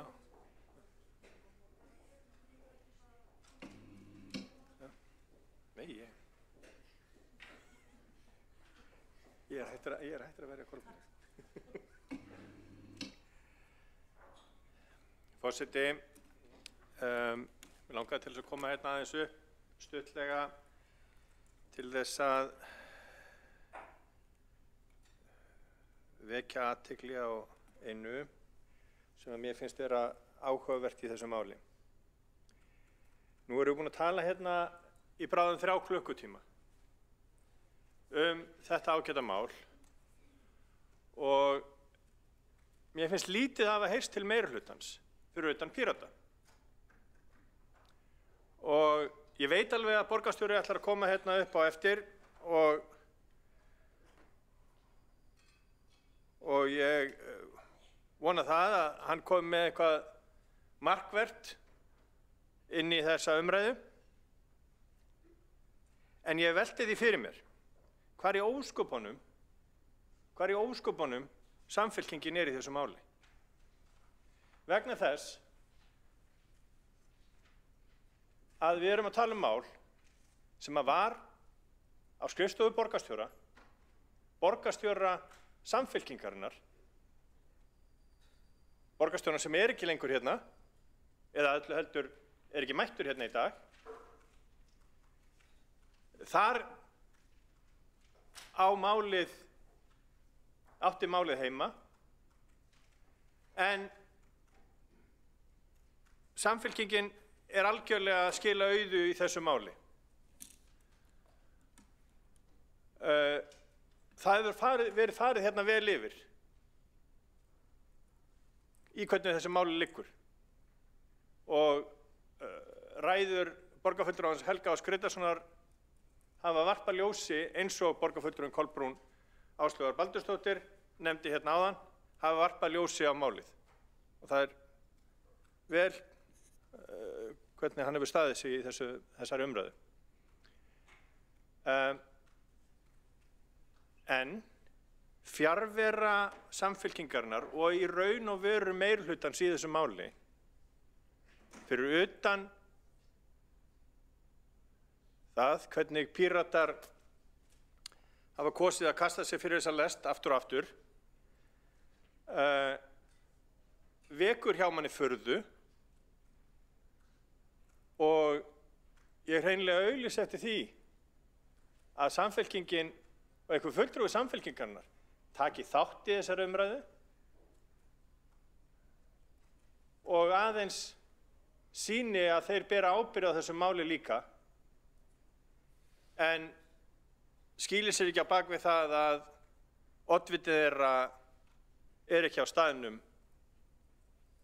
og Guð veit hvar hann kannski hérna hinum megin í einhverjum þingstörfum, ég veit það ekki.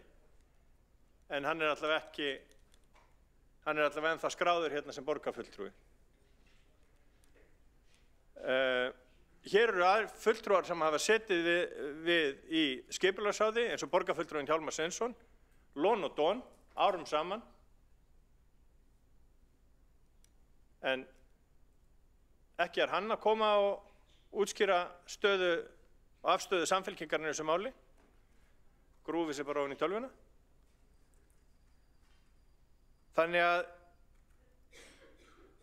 mig langar til þess að sjá og heyra aðeins í Samfylkingunni og hvernig þau ætla að útskýra sína afstöðu í þessu máli.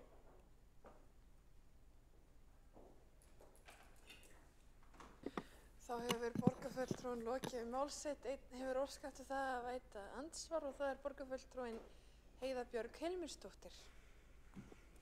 Já, forseti, ágætu borgarfulltrúar, ég skil vel að þessi kalla eftir ræðum frá fólki úr Samfylkingunni. Það eru við almennt bara mjög góð í því að halda ræður og skiptum okkur öllum málum. Á þessu fundi höfum við lagt fram breytingatillögu við tillögu Sjálfstæðisflokksins, þannig okkar afstaða skýr. Okkur finnst bara full ástæða til þess að skoða þetta mál, fara í þessa stjórnsýslúttekt. Við ákváðum í meirihlutanum að formaður ráðsins taki þetta og borgarstjóri. Okkur finnst bara fara vel á því að þeir sem eru mest inn í málunum svari fyrir þau og skiptum þannig með okkur verkum.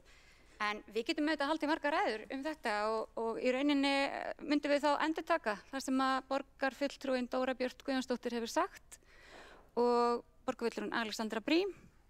Ég sé enga ástæðu til þess og mér finnst satt að segja að Sjálfstæðisflokkurinn dálítið mikið verið að endurtaka sig í sínum ræðum en þið ráðið því en meirihlutinn gerir þetta öðruvísi.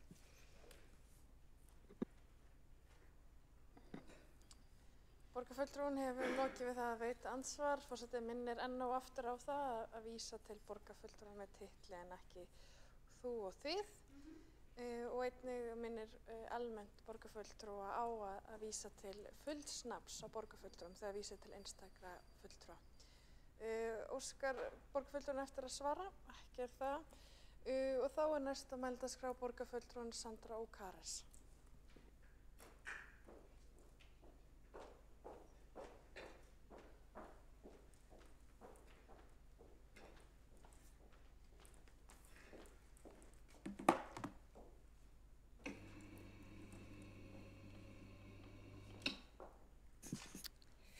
Forseti, ágæta borgarstjórn. Ég nú búin að vera utan fundar en nú búin að leggja við hlustur. Örugglega dyggur aðdáandi borgarstjórnar í beinni á YouTube, fylgist mér vel með. Þannig ég nú svona mestuleyti inn í því sem hefur komið fram.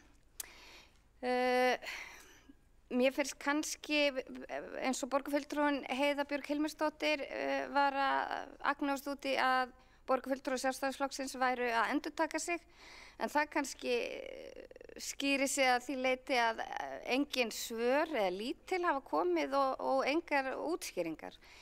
En mér finnst dálítið hættulegt eins og kom fram í máli borgarfulltrúans Alexandru Brím að það ætti frekar að þyngja regluverkið, setja fleiri reglur, sagðist vera núna frá með þessu tortrygginn í garð þeirra sem að byggja upp, og mér finnst dálítið leiðilegt að þetta sé viðhorfið í staðinn fyrir þess að horfa í eigin barm.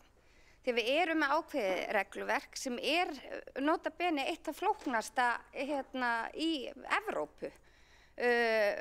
Það að kenna regluverkinu inn finnst mér ódýrlaust, því við eigum frekar að einfalda regluverkið, byggingarreglugerð og skipulagslöggjöfina eins og gert víða í löndunum hérna í kringum okkur, og við höfum fengið athugasemdir við þetta frá OECD meðal annars. Það sem að mér finnst potturinn vera brotinn líka það að það rosalega erfitt að horfa inn í stjórnkerfið og fylgjast með öllum ferlum, teikningum, hvenær var þetta afgreitt, hvað samþykkt og hvað ekki. Og mér finnst að til dæmis að það hefði átt að vera forgangur í stafrænu vegferðinni, að auðvelda aðgengi almennings að upplýsingum og hvernig hlutirnir ganga fyrir sig, þannig að þeir geti haldið sér upplýstum. Ég mjög góð, þó ég segi sjálf frá, að leita bæði fundagerðum og á internetinu, en það tók mig 1,5 sólarhring að finna upplýsingar þetta mál og einhvern veginn fá heildarmynd hvernig ferlið var.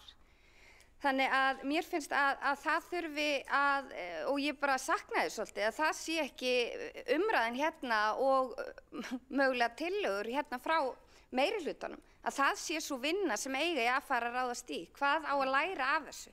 Því að það líka, þetta ekki nýtt undir sólinu, og ég held að það vera á einu fyrsta borgarstjórnarfundinum sem ég satt hérna, að þá kallaði ég eftir úttekt sem að áhættustýringarsvið var búið að vinna hérna innanhús á skipulagsmálum. Það var reyndar mjög erfitt að fá þetta yfirlit og mér var tjáð að það ætti að kynna þetta í borgarráði í desember 2022. Ég veit ekki til þess að þetta hafi verið kynnt, né að það sé fara að vinna eftir þessu. Bara endilega leiðrétti mig ef ég að fara, ef það ekki rétt hjá mér, en ég allavega finn það ekki. Þannig að mér finnst það leiðilegt hugafar að ætla einhvern veginn að þyngja regluverki, og ég held að það sé ekki rétt leið. Ég saknaði þess líka að það sé einhvern veginn hvernig á að leysa þetta gagnvart íbúum, hvað á að gera. Þetta staðan, það öllum ljóst að þetta ömurlegt mál og þessi bygging engum til framdráttar. Þannig að, og bara einnig vil ég benda það eins og borgarfulltrúin Alexandra Brím kom inn á að ætla einhvern veginn að segja að minnihlutinn hafi ekki veitt aðhald. Minnihluti getur ekki veitt aðhald ef við erum ekki með upplýsingar. Það númer 1, 2 og 3. Og það kannski svona það stóra sem ég að benda á hérna. Það mjög erfitt að þræða sig í gegnum fundagerðir. Það voru nú einhverjir frumkvæðlar sem að setja af stað hérna Planetor á sínum tíma, sem var bara frábært frumkvæði og nýsköpun, en þá ákvað skipulagssviðið að svartmerkja eða breyta einhverju númerum þannig að það var ekki hægt að gera það lengur. Þannig að ég bara hvet meirihlutann til að axla ábyrgð á þessu máli og finna raunverulegar lausnir og koma með þær hratt og örugglega. Því að aftur, ég hef talað til dæmis þess að úttekt varðandi skipulagsferlana og það allavega tvisvar.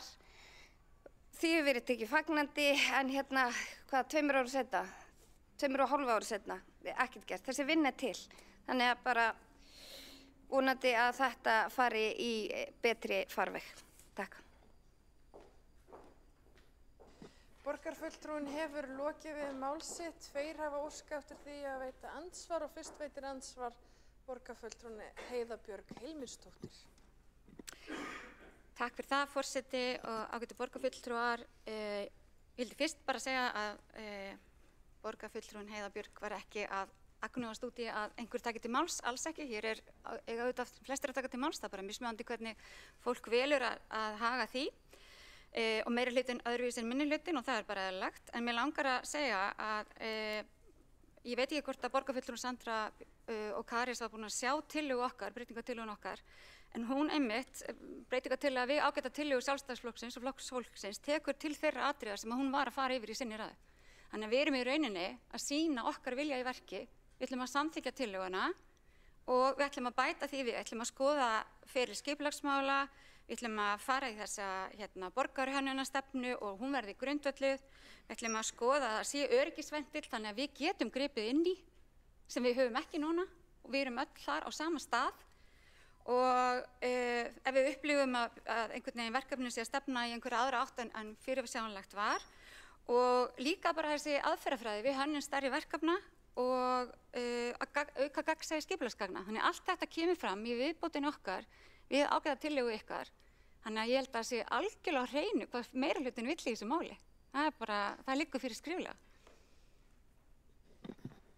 Borgarfulltrúinn hefur lokið við það að veita andsvar óskað eftir að svara andsvari. Já, og svara þá andsvari borgarfulltrúinn Sandra og Karis. Forseti, ég heiti Sandra Hlíf og Karis, bara þakka borgarfulltrúnum fyrir bara andsvarið. Ég var að sjá þessa breytingatillögu núna í fljótu bragði, já, ég bara fagna þessari tillögu. Hins vegar eins og ég kom inn á í ræðu minni, þá ég hrædd að það sé verið að fara að þyngja regluverki sem ég bara alls ekki hrifin af og vona að það verði ekki verið farin sú leið. Einnig vil ég benda á það að aftur, þið eru með þessa úttekt. Það er bara, ég gerir það ráð fyrir að þið ætlaði að skipa einn starfshópinn eða stýrihópinn í viðbót. En það er búið að fara, það er þessi úttekt sem ég var að benda á áðan. Það er búið að vinna mjög flotta úttekt inn á áhættustýringarsviðinu, á skipulagsferlunum, hvernig má stytta, hvað má bæta. Þannig ég bara bendi á að bara dusta rykið þá af þessari úttekt eða óska eftir henni. Að sjá hana, það er. Takk. Borgarfulltrúinn hefur lokið við það að svara andsvari, veitir það andsvar öðru sinni borgarfulltrúinn Heiða Björg Hilmarsdóttir. Já, forseti, ágætu borgarfulltrúar, já, ég er bara sammála borgarfulltrúunum að þetta er fín atriði sem bætast hér við tillöguna. Við förum í þessa stjórnsýslu úttekt og einhverjum verið falið það eru ferlar fyrir það. En annað eigum við margt og varðandi borgarhönnunarstefnu, þá verðum við bara í sameiningu að tryggja að hún verði ekki þannig að hún verði eitthvað íþyngjandi. En ég held að við getum öll verið sammála að við erum ekki ánægð með til dæmis útlitið á þessu húsi. Og við þurfum að gera eitthvað þannig að við getum tryggt það sem eru byggt upp í borginni, bara sé okkur til sóma og vekja ekki svona viðbrögð eins og þessi bygging hefur. Og við þurfum bara að fá að vita hvernig var það, hvernig gerðist það, hver var ferill málsins, hverjir tóku ákvörðun hvar. Og ég meina við erum hér fulltrúar íbúa, allar og öll og þurfum bara að tryggja þetta þannig að við sem fulltrúar íbúa höfum meiri aðgang að gögnunum og meiri tækifæri til þess að þá grípa inn í og gera það sem íbúar vilja.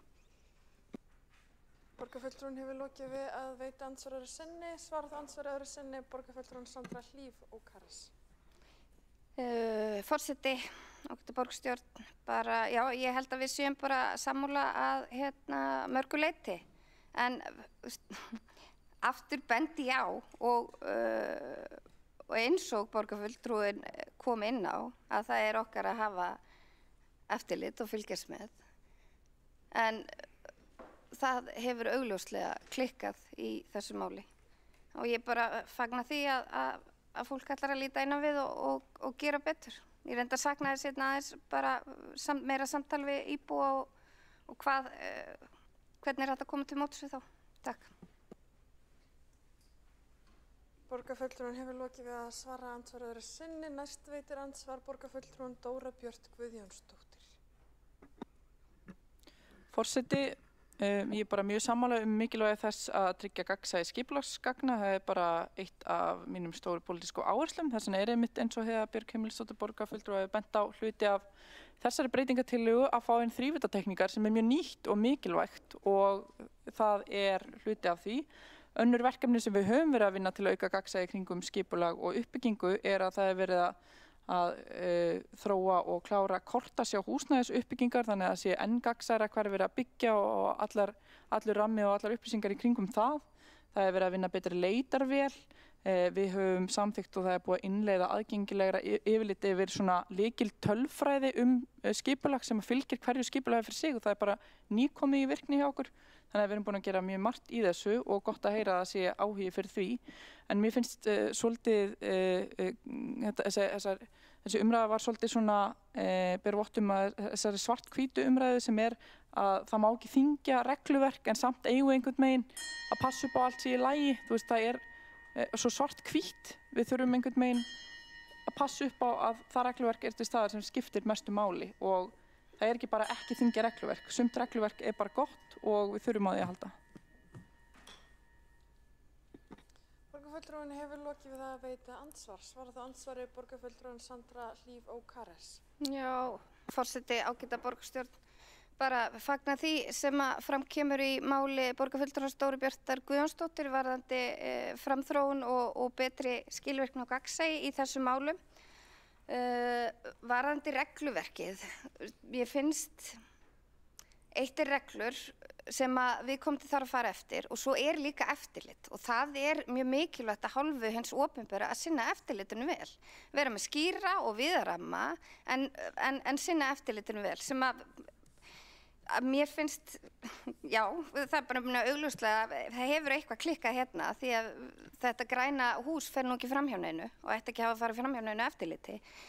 Þannig að auðvitað vitum við það því skýrari og einfaldari þessi reglurnar því auðvitað auðveldara að fara eftir þeim. Það náttúrulega, allavega, það mín upplifun og aftur upplifun nágrannalanda okkar sem að hafa eru með töluvert einfaldara regluverk og kringum byggingar og skipulag. Borgarfulltrúinn hefur lokið við að svara andsvari, veitir það andsvar öðru sinni borgarfulltrúinn Dóra Björt Guðjónsdóttir. Forseti, eftirliti segir borgarfulltrúinn, þá erum við að tala það að við erum með verkefnastjóra sem að vinna því að vera í samtölum við uppbyggingaraðila það sem að verið að gera og hvernig verið að þróa hluti. Þau að vinna skipulagið. Þegar búið að samþykkja skipulagið þá það algjörlega úr höndum þeirra að hafa neitt þetta að segja. Þegar þau að þróa skipulagið að þá alltaf ákveðið svona karp og getur verið svona stapp vegna þess að það ekki nægilega til dæmis vegna þess að það ekki til borgarhönnunarstefna sem að segir þetta á að vera svona þannig að þau hafa stundum ekki nógu mikið í höndunum til að geta tryggt þessi lágmarksgæði eða þessi gæði í skipulaginu og það getur verið erfitt fyrir þau og getur meira sér lengt ferlið og getur gert ferlið meira íþyngjandi og það getur verið þá spurningum hvort þú sem að gera hlutina eins allstaðar þannig að þú veist það eru hlutir sem eru jákvæðir og tryggja líka hlutin í gangi hratt fyrir sér en það þurfi ekki alltaf að vera karp og að henda hlutum fram og tilbaka. Mér finnst skrítið að við ætlum að hafa allt svona vítt og svo bara vera kjörnir fulltrúar sem eru með endalegt eftirlit í ráðunum sem að grípa þetta vegna þess að það gigantískur yfirlestur í þessum ráðum og það líka þannig að við viljum að jafnræðis sé gætt, að sé gagnsæi, sé ekki bara matskend hverju sinni, að sé bara eitthvað hér á að vera svona, passi upp á þetta. Þetta eru lágmarksviðmið og lágmarksgæði og þannig að þú veist, ef við erum með of víðan ramma eins og hér og nú, að þá bara mjög erfitt að bregðast við. Þannig að ég held að það sé ekki lausnin, ég held að skýrleiki sé lausnin. Þannig að þurfi ekki að vera að taka þetta karp og stapp sem að lengja ferlið í dag. Borgarfulltrúinn hefur lokið við það að veita andsvar öðru sinni, svarar það andsvar öðru sinni borgarfulltrúinn Sandra Hlíf Ókares. Forseti ágæti borgarstjórn, ég bara get ekki undir það með borgarfulltrúanum að skýrleiki skipti máli en ég held að það sé líka einfaldleiki sem að felur í sér skýrleika og það að fari, ég ekki að tala með ekki vera neina reglur og fari það að það sé, minna þetta bara við erum að tala eins og í þessu tilviki, minna hæð, skuggavarp og nálag, þetta ekkert eitthvað það flóknast undir sólinni en ég bara aftur fagna því að það sé vera að vinna að því að betrumbæta þetta og gera kerfið skýrara og gagnsærra og aðgengi auðveldara. Borgarfulltrúinn hefur lokið við að svara andsvari og telst á andsvarum undir þessari ræðu lokið Og næstur á mælendaskrá borgarstjóri Einar Þorsteinsson. Forseti, ágæta borgarstjórn. Mér langar að þakka fyrir þessar umræður hér í dag. Þær hafa verið ágætar. Þetta eins og við öll vitum og erum sammála ekki gott mál og það leitt að sjá hvernig þetta hefur þróast þarna við Álfabakkann á undanförnum árum en upp af þessa máls eins og hefur verið rakið hérna á síðasta og þar síðasta kjörtímabili. Mér langar nú eiginlega að bjóða hingað í borgarstjórn velkomna nágranna mína úr Seljakverinu sem eru komin hingað til þess að sýna óánægju sína og halda upp í þrýstingi á okkur að bæta úr þeirri stöðu sem upp komin og ég held að þessi ágætu hópur sem hér og nágrannar þeirra í búsetablokkinni þarna í Árskógum vilja helst af öllu að við leysum bara úr þessu máli með skynsamlegum hætti og vöndum okkur við það. Og ég held að pólitískar deilur hér á milli okkar séu ekki efst á óskalistanum hjá þeim. En við hingað inn á þennan fund komu 2 tillögur stjórnsýsluúttekt og meirihlutinn kom með breytingartillögu við það að horfa líka til framtíðar það hvernig við getum bætt kerfið þannig að við getum lært af þeim mistökum sem ég held að við séum öll sammála að hafa verið gerð hér. Og það eru góðar fréttir til þeirra sem eru komin hér á pallana og þeirra sem hlusta á og fylgjast með fréttum af þessum fundi að borgarstjórn í grunninn sammála það að það þurfi að finna út úr því hvað gerðist og líka að við verðum að hafa augun á því að læra af þeim mistökum sem hafa verið gerð. Og eitt af því sem kom hérna fram í umræðinu og hefur verið bent á eru svör borgarinnar við athugasemdum íbúa frá árinu 2022. Það sem spurt það hvort að húsið geti virkilega orðið margar hæðir og náð hæð blokkarinnar og svörin eru á þá leið að íbúin mátti ætla að það geti ekki orðið. Þetta bara grafalvarlegt. Við getum ekki gefið svona villandi og óskýr svör til íbúa. Þau eru leikmenn, við erum fagfólk, sérstaklega okkar embættismenn og við eigum að svara með betri og skilmerkilegri hætti. Þannig að þetta þarf að kanna. Ég hjó aðeins eftir því í ágætri ræðu borgarfulltrúa Sönduru Ókares þar sem hún var að segja að henni fyndist umræðan kannski ekki alveg nægilega djúp, vantaði skýrari svör og meiri upplýsingar hugsanlega, en við erum líka á þeim stað að við erum að fara í þá úttekt. Við viljum vanda til verka og kanna hvað fór úrskeiðis, hvar eru brotalamirnar og hvernig getum við bætt það. Og það voru hérna líka umræður það, eða spurning af hverju ekki hægt að stöðva þessar framkvæmdir. Ég skil það vel. Það eðlileg krafa. Nú verið að vinna að lausn málsins. Ég fékk nú hérna bréf þar sem svar byggingafulltrúa við kröfu búseta stöðvun framkvæmda sem sett saman hérna rétt fyrir jól og leita á þetta núna og það stendur einfaldlega að það sé afstaða byggingafulltrúa út frá lögum og reglum sem gilda þessi mál að útgefi byggingarleyfi sé í samræmi við byggingarreglugerð og gildandi deiliskipulag og þess vegna sé ekki hægt að stöðva framkvæmdirnar gegn vilja uppbyggingaraðilanna. Þannig að þessi afstaða byggingarfulltrúa hins vegar kæranleg og hugsanlega verður látið á það reyna. En ég skal samt upplýsa borgarstjórn það og íbúana hér sem fylgjast með að strax þegar þetta mál kom upp þá hafði ég samband við alla þessa aðila og leitaði til þeirra það að við myndum reyna að finna lausn á þessu. Þetta var augljóst að þetta mál var ekki að fara neitt og þurftum að vinna það einhvern veginn saman. Og síðast bara í morgun óskaði ég eftir því að þeir myndu stöðva framkvæmdir í það minnsta í þeim hluta hússins þar sem verið að vinna tillögum að breytingum á húsinu. Og Og nú veit ég ekkert hvernig þær verða, en það kemur í ljós. En það hefur komið fram að það verður í lok þessa mánaðar sem að slíka tillögur eiga að vera tilbúnar. Og við þurfum að kynna það vel. Það er eðlilegt að við komum hérna upp og sumir úr meiri hluta og aðrir úr minni hluta og minni hlutin segir þið verðið að axla ábyrgð, hvetið okkur til þess. Ég held að allir hérna sem á hlusta á umræðurnar skynji þá og skilji að við erum sannarlega fulla vilja gerð til að axla okkar ábyrgð. Hér er enginn á flótta undan því sem gerst hefur. Húsið er bara þarna. Nú er það okkar mál að reyna að leysa úr þessu. Og þannig ég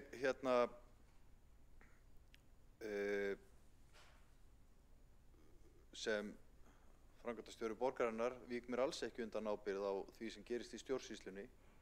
En ég skal alveg viðurkenna það samt að ég lúsles ekki allar teikningar og uppdrætti að húsum sem eru byggð. Það væri ekki góð nýting á mínum tíma og maður reiðir sig dálítið á embættismenn að flagga því sem gæti orðið umdeilt eða þar sem gengið er á hagsmuni íbúanna. Nú förum við bara og könnum það hvernig að þessu máli var staðið og lærum af því og tryggjum að við lendum ekki aftur í sömu stöðu. Þannig að ég styð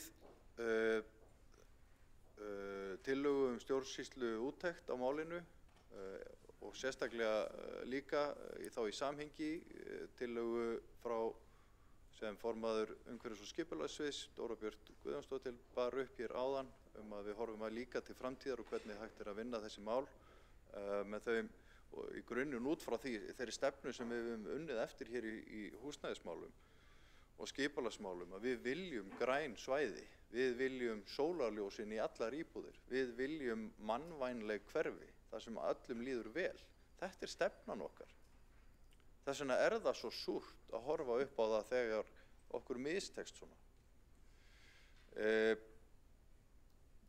Sem sagt, næstu skref eru þá að fá þessar tillögur frá uppbyggingaraðilunum, eigum þær samtal, hugsanlega viljum við að það verði gengið lengra, hugsanlega skapast einhver kostnaður af þessu, það þarf þá að eiga samtal um það hvar hann lendir og hvernig.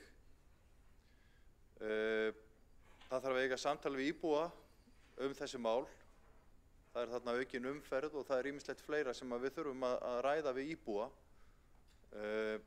og ég höfða til uppbyggingaraðilanna og þessa ágæta fyrirtækis Haga sem að ég veit að vilja ekki vera í stríði við íbúa og sína nágranna. Þetta eru viðskiptavinir og þetta fyrirtæki vil standa sig vel.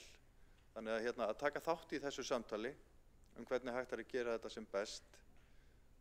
Þannig að mér langar bara að stinga aðeins inn í þessu umræðu upplýsingum það sem var rætt hér og leitað var svara við og geta sjálfsögðu svarað fleiri spurningum ef þörf er á.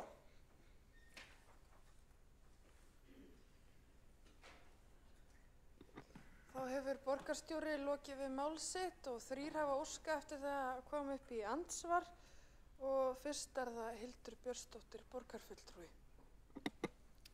Forseti, ágæta borgarstjórn, ég vil byrja á að segja að ég geri nú enga kröfu það að borgarstjóri lúslesi allar teikningar sem fara fyrir byggingafulltrúa.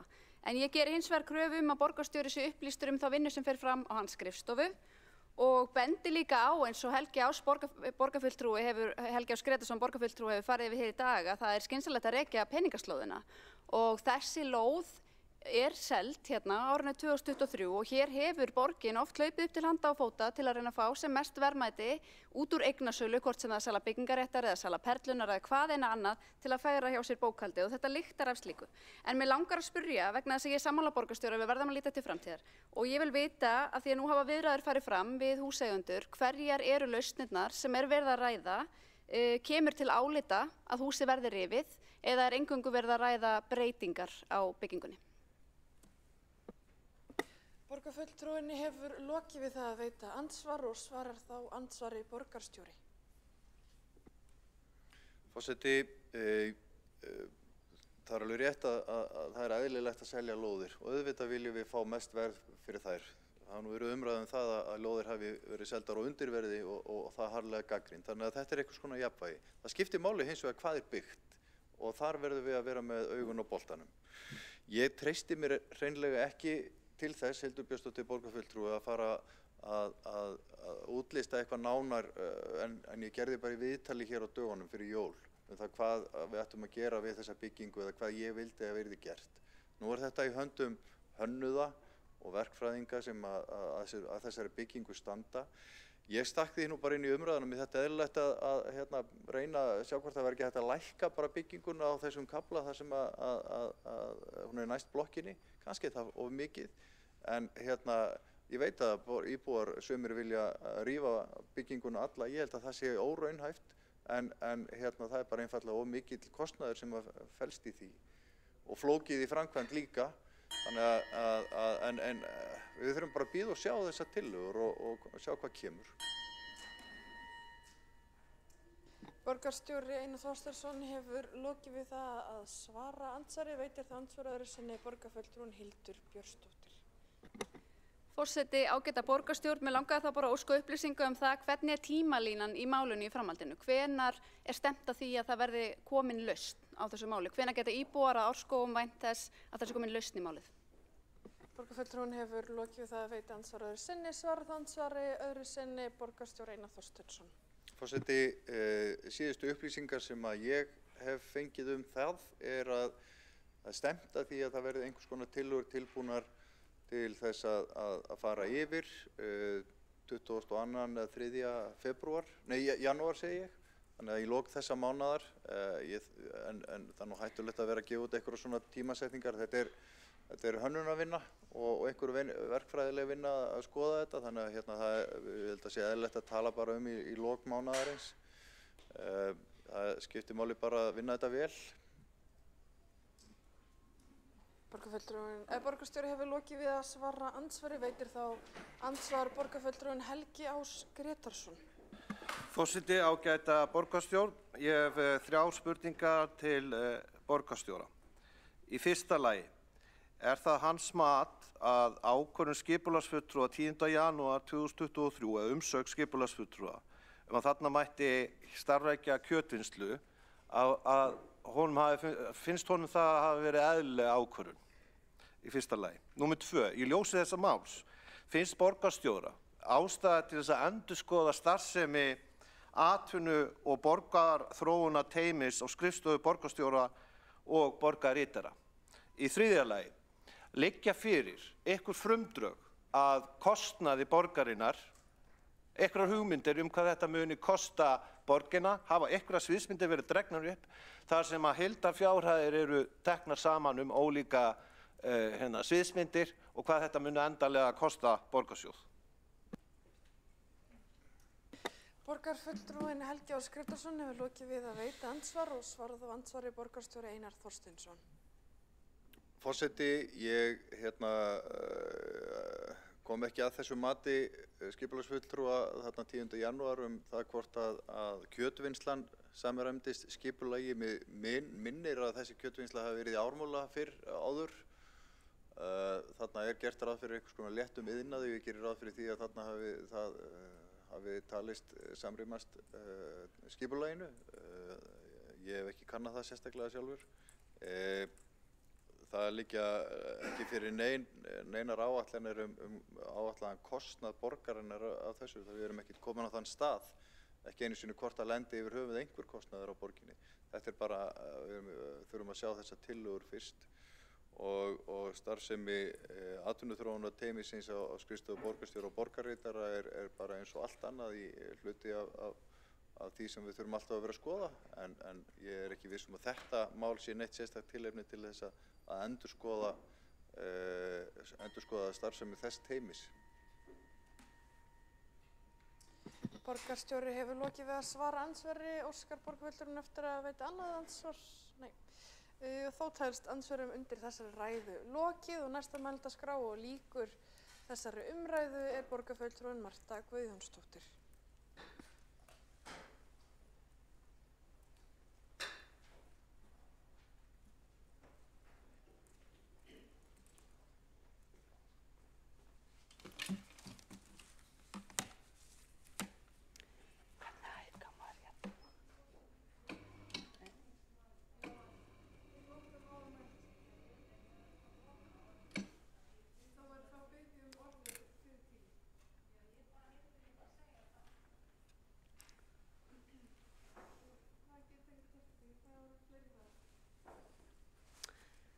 Forseti, ágætu borgarfulltrúar, hér hefur farið fram mikil umræða þetta skipulagsklúður við Álfabakkann og það svolítið dapurlegt til þess að vita að svona hlutir geti gerst á 21. öldinni þegar að gagnsæi á að vera mikið og það á að vera opin umræða og opin ferli á öllum sviðum sem að snýra borgin og borgarbúum. En það sem ég fannst kannski einna dapurlegast umræðin það að það stenst enga skoðun að það eigi að koma borgaryfirvöldum á óvart hvernig byggt hafi verið við Álfabakka 2. Vegna þess að deiliskipulagið sem byggt var eftir var samþykkt í borgarráði 13. október 2022 og úthlutun lóðarinnar var samþykkt í júní 2023. Og það verður því að segja að það vekur athygli á hversu miklu flótta borgarfulltrúar meirihlutans eru undan málinu. Meðal annars til marks það að sá sem var borgarstjóri á þessu tímabili lætur lítið í sér heyra málið og sér ekki ástæðu til þess að vera með okkur hér í dag þegar að íbúar mæta hér á pallana til þess að berjast fyrir sínu réttindum og við borgarfulltrúar að ræða málið. Því ekki fengum við að gera það á fundinum hér fyrir jól, síðasta fundi fyrir jól. Borgarstjórn tókti meiri ástæðu að flýta sér í jólafrí og ræða máli fyrir luktum dyrum daginn eftir í skipulagsráði. Því að það hefur verið svolítið lenskan hér að reyna að ræða málin fyrir luktum dyrum. Ekki í heyranda hljóði hér í borgarstjórnarsalnum.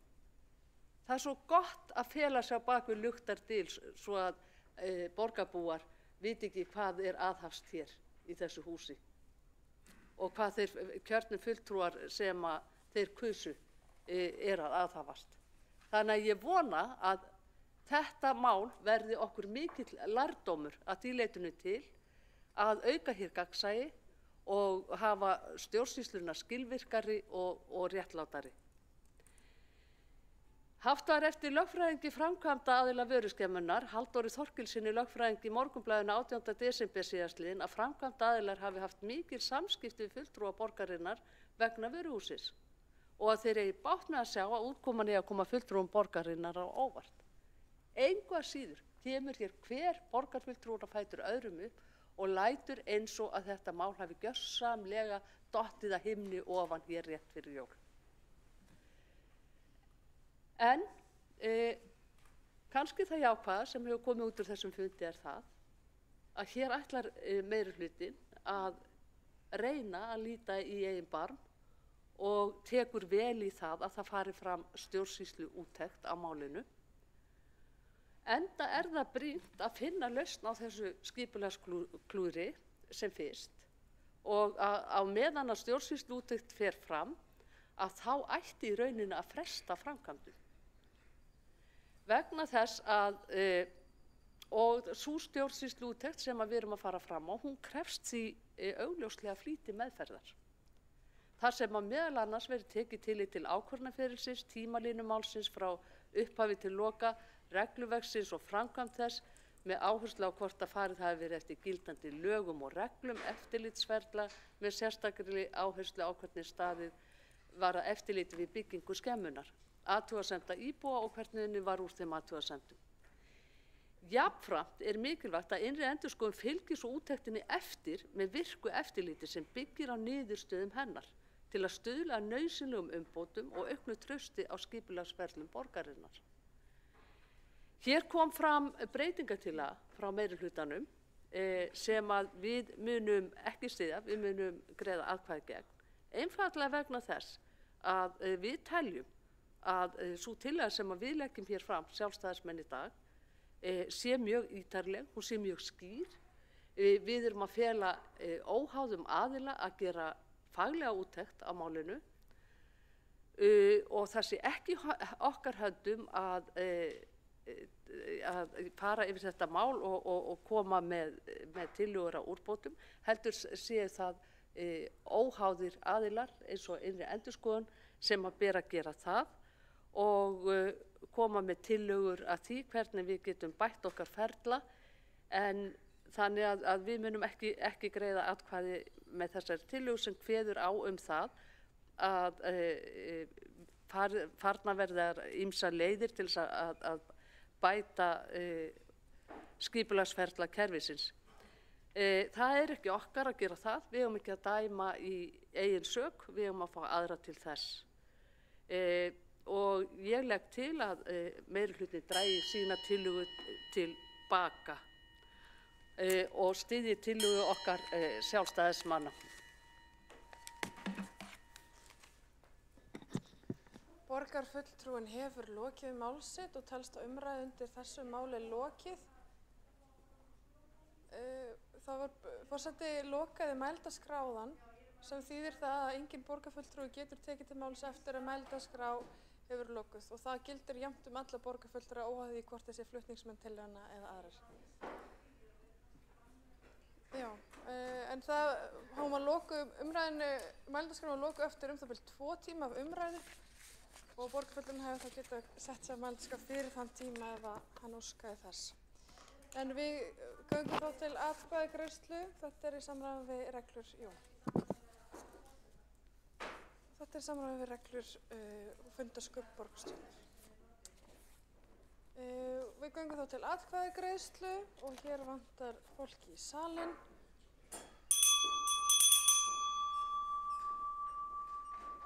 Og látum okkur nú sjá, já, hann er fullmannaður salurinn. Og við göngum þá til atkvæðagreiðslu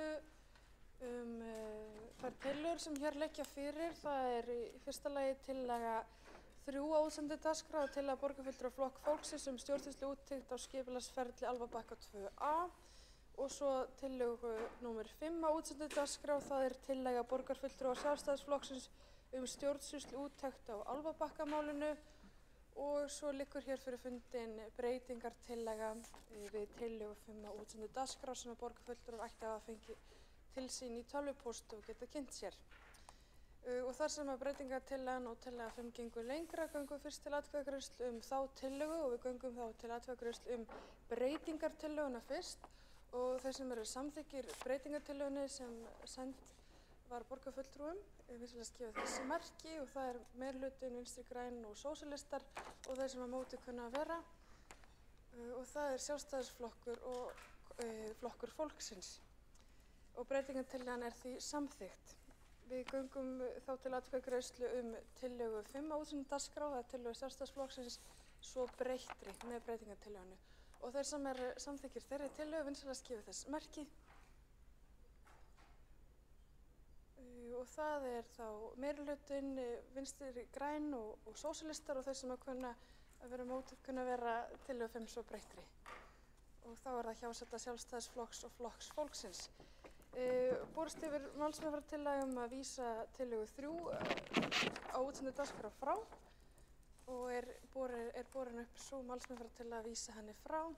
Þeir sem eru samþykkir þeirri málsmeðferðartillaga vinsamlegast gefa þessu merki.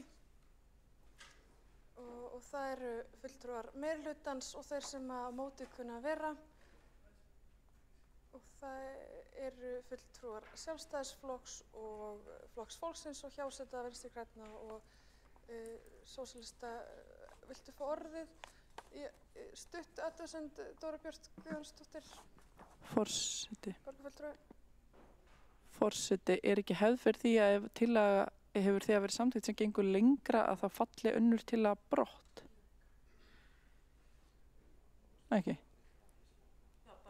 Ok, bara vísa, ok, það er, já, ok, þannig að það er... Tillagan hefur verið vísað frá og þetta er í samræmi við þær leiðbeiningar sem ég fengi hérna frá fagfólki í fundarsköpum og telst þá tillagan samþykkt að vísa frá tillögu 3 útsendu dagskrá.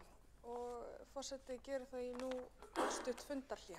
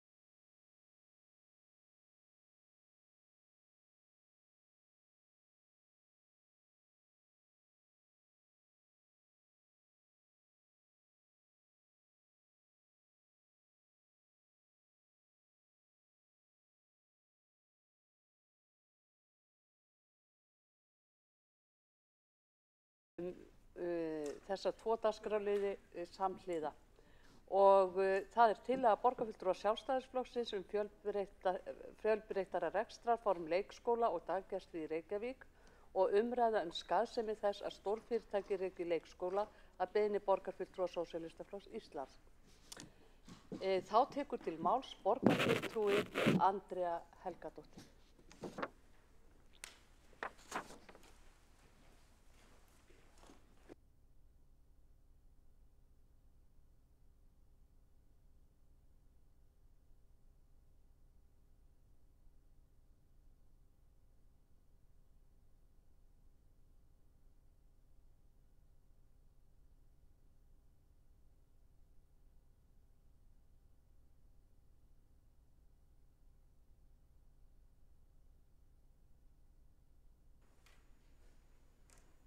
Forseti.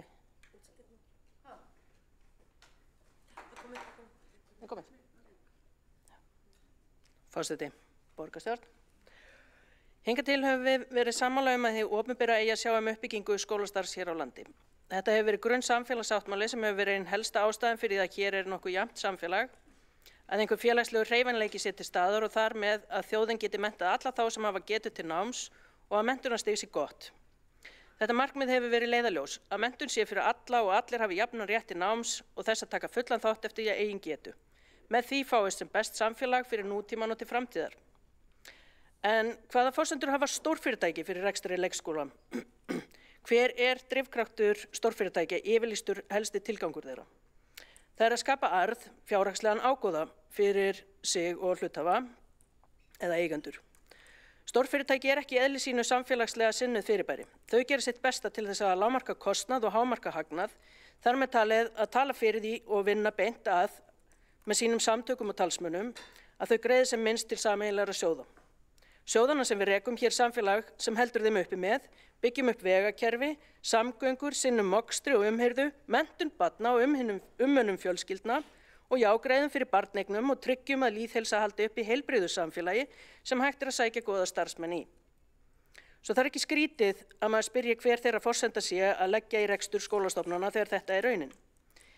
Ég vona að flestir hérna inni viti og geri sér virkilega fulla grein fyrir því að það engin fyrirtæki, engin auðsöfnun ef ekki væri fyrir samfélagslega reksturinn, hina félagslegu endursköpun sem fæstir vilja kannast við í þeim afkima veraldarinnar sem snýst viðskiptarekstur. Hvað þá að gangast við því að þurfa að greiða með henni. Þegar litið á fyrirtækja leikskóla hugmyndirnar sérstaklega sem að sjálfstæðismenn munum mæla fyrir hér í dag, má vera nokkuð ljóst að þessi fyrirtæki ætli sér ekki að standa undir þessum rekstri eða greiða með honum, jafnvel þó þau hafi beinan hagnað af því að fá starfsfólk sitt fyrr tilbaka úr barneignarleyfum, betri starfsmannaánægju og afköst. Þarna mögulega að tala að leggja út fyrir stofnkostnaði en ég get fullvissað ykkur að það þarf að sækja tilbaka úr rekstrinu síðan meir. Rétt eins og borgin mun greiða með rekstrinum en ekki þessi fyrirtæki. Það má alveg vera hreinskilin það. Þau vilja fyrst og fremst létta undir sínu starfsfólki til að þau komist sem fyrst aftur til starfa en þau vilja sjálfsögðu gera það með sem minnstum kostnaði. En hvers vegna að halda peningunum þétt að sér og veita honum frekar eingöngu til sína eigin starfsmanna á þennan hátt? Hvar félagslega endursköpunin og jöfnunar áhrif menntunar í slíkum heimi ef við leyfum honum að verða til? Þau ekki þar. Það hættan og hún mjög alvarleg. Í Bandaríkjunum einkavæðing í skólakerfinu mjög útbreidd. Leikskólar mikið til einkareknir og kostnaðir fyrir foreldra himinhár.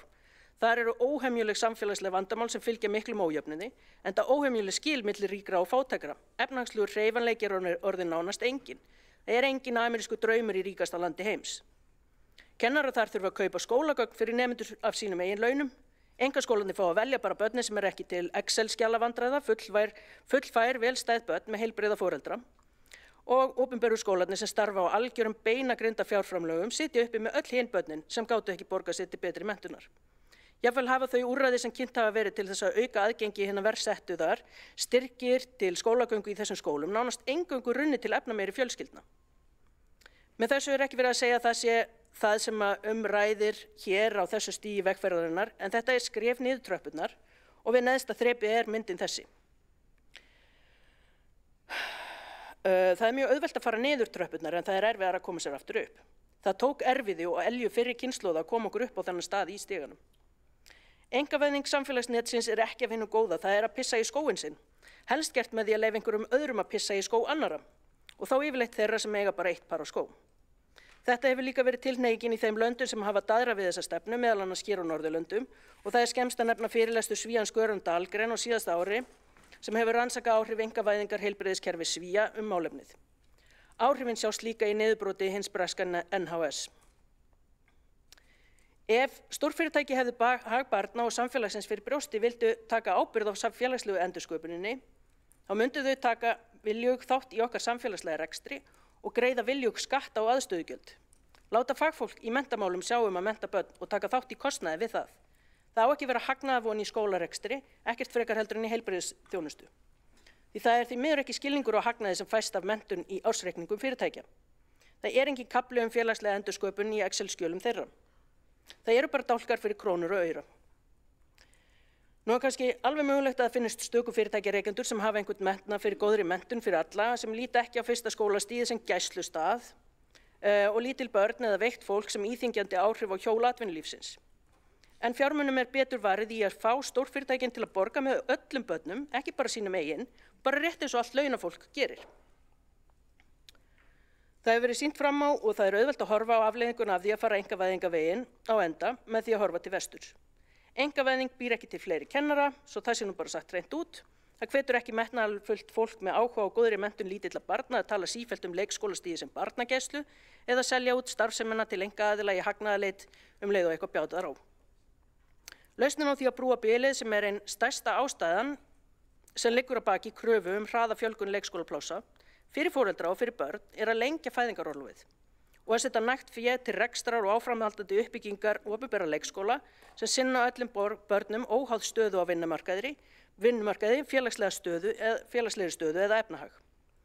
Stórfyrirtækin og talsmenn þeirra ættu að sjá hagnaðinn af því að taka þátt í að greiða götur þessara þróunar í stað þess að leita í rekstur af þessu tagi og taka raunverulegan þátt í sterku skólastigi á öllum skólastigum, ekki síst í fyrsta, með því að greiða sinn skerf til okkar sameiginlegu sjóða. Takk.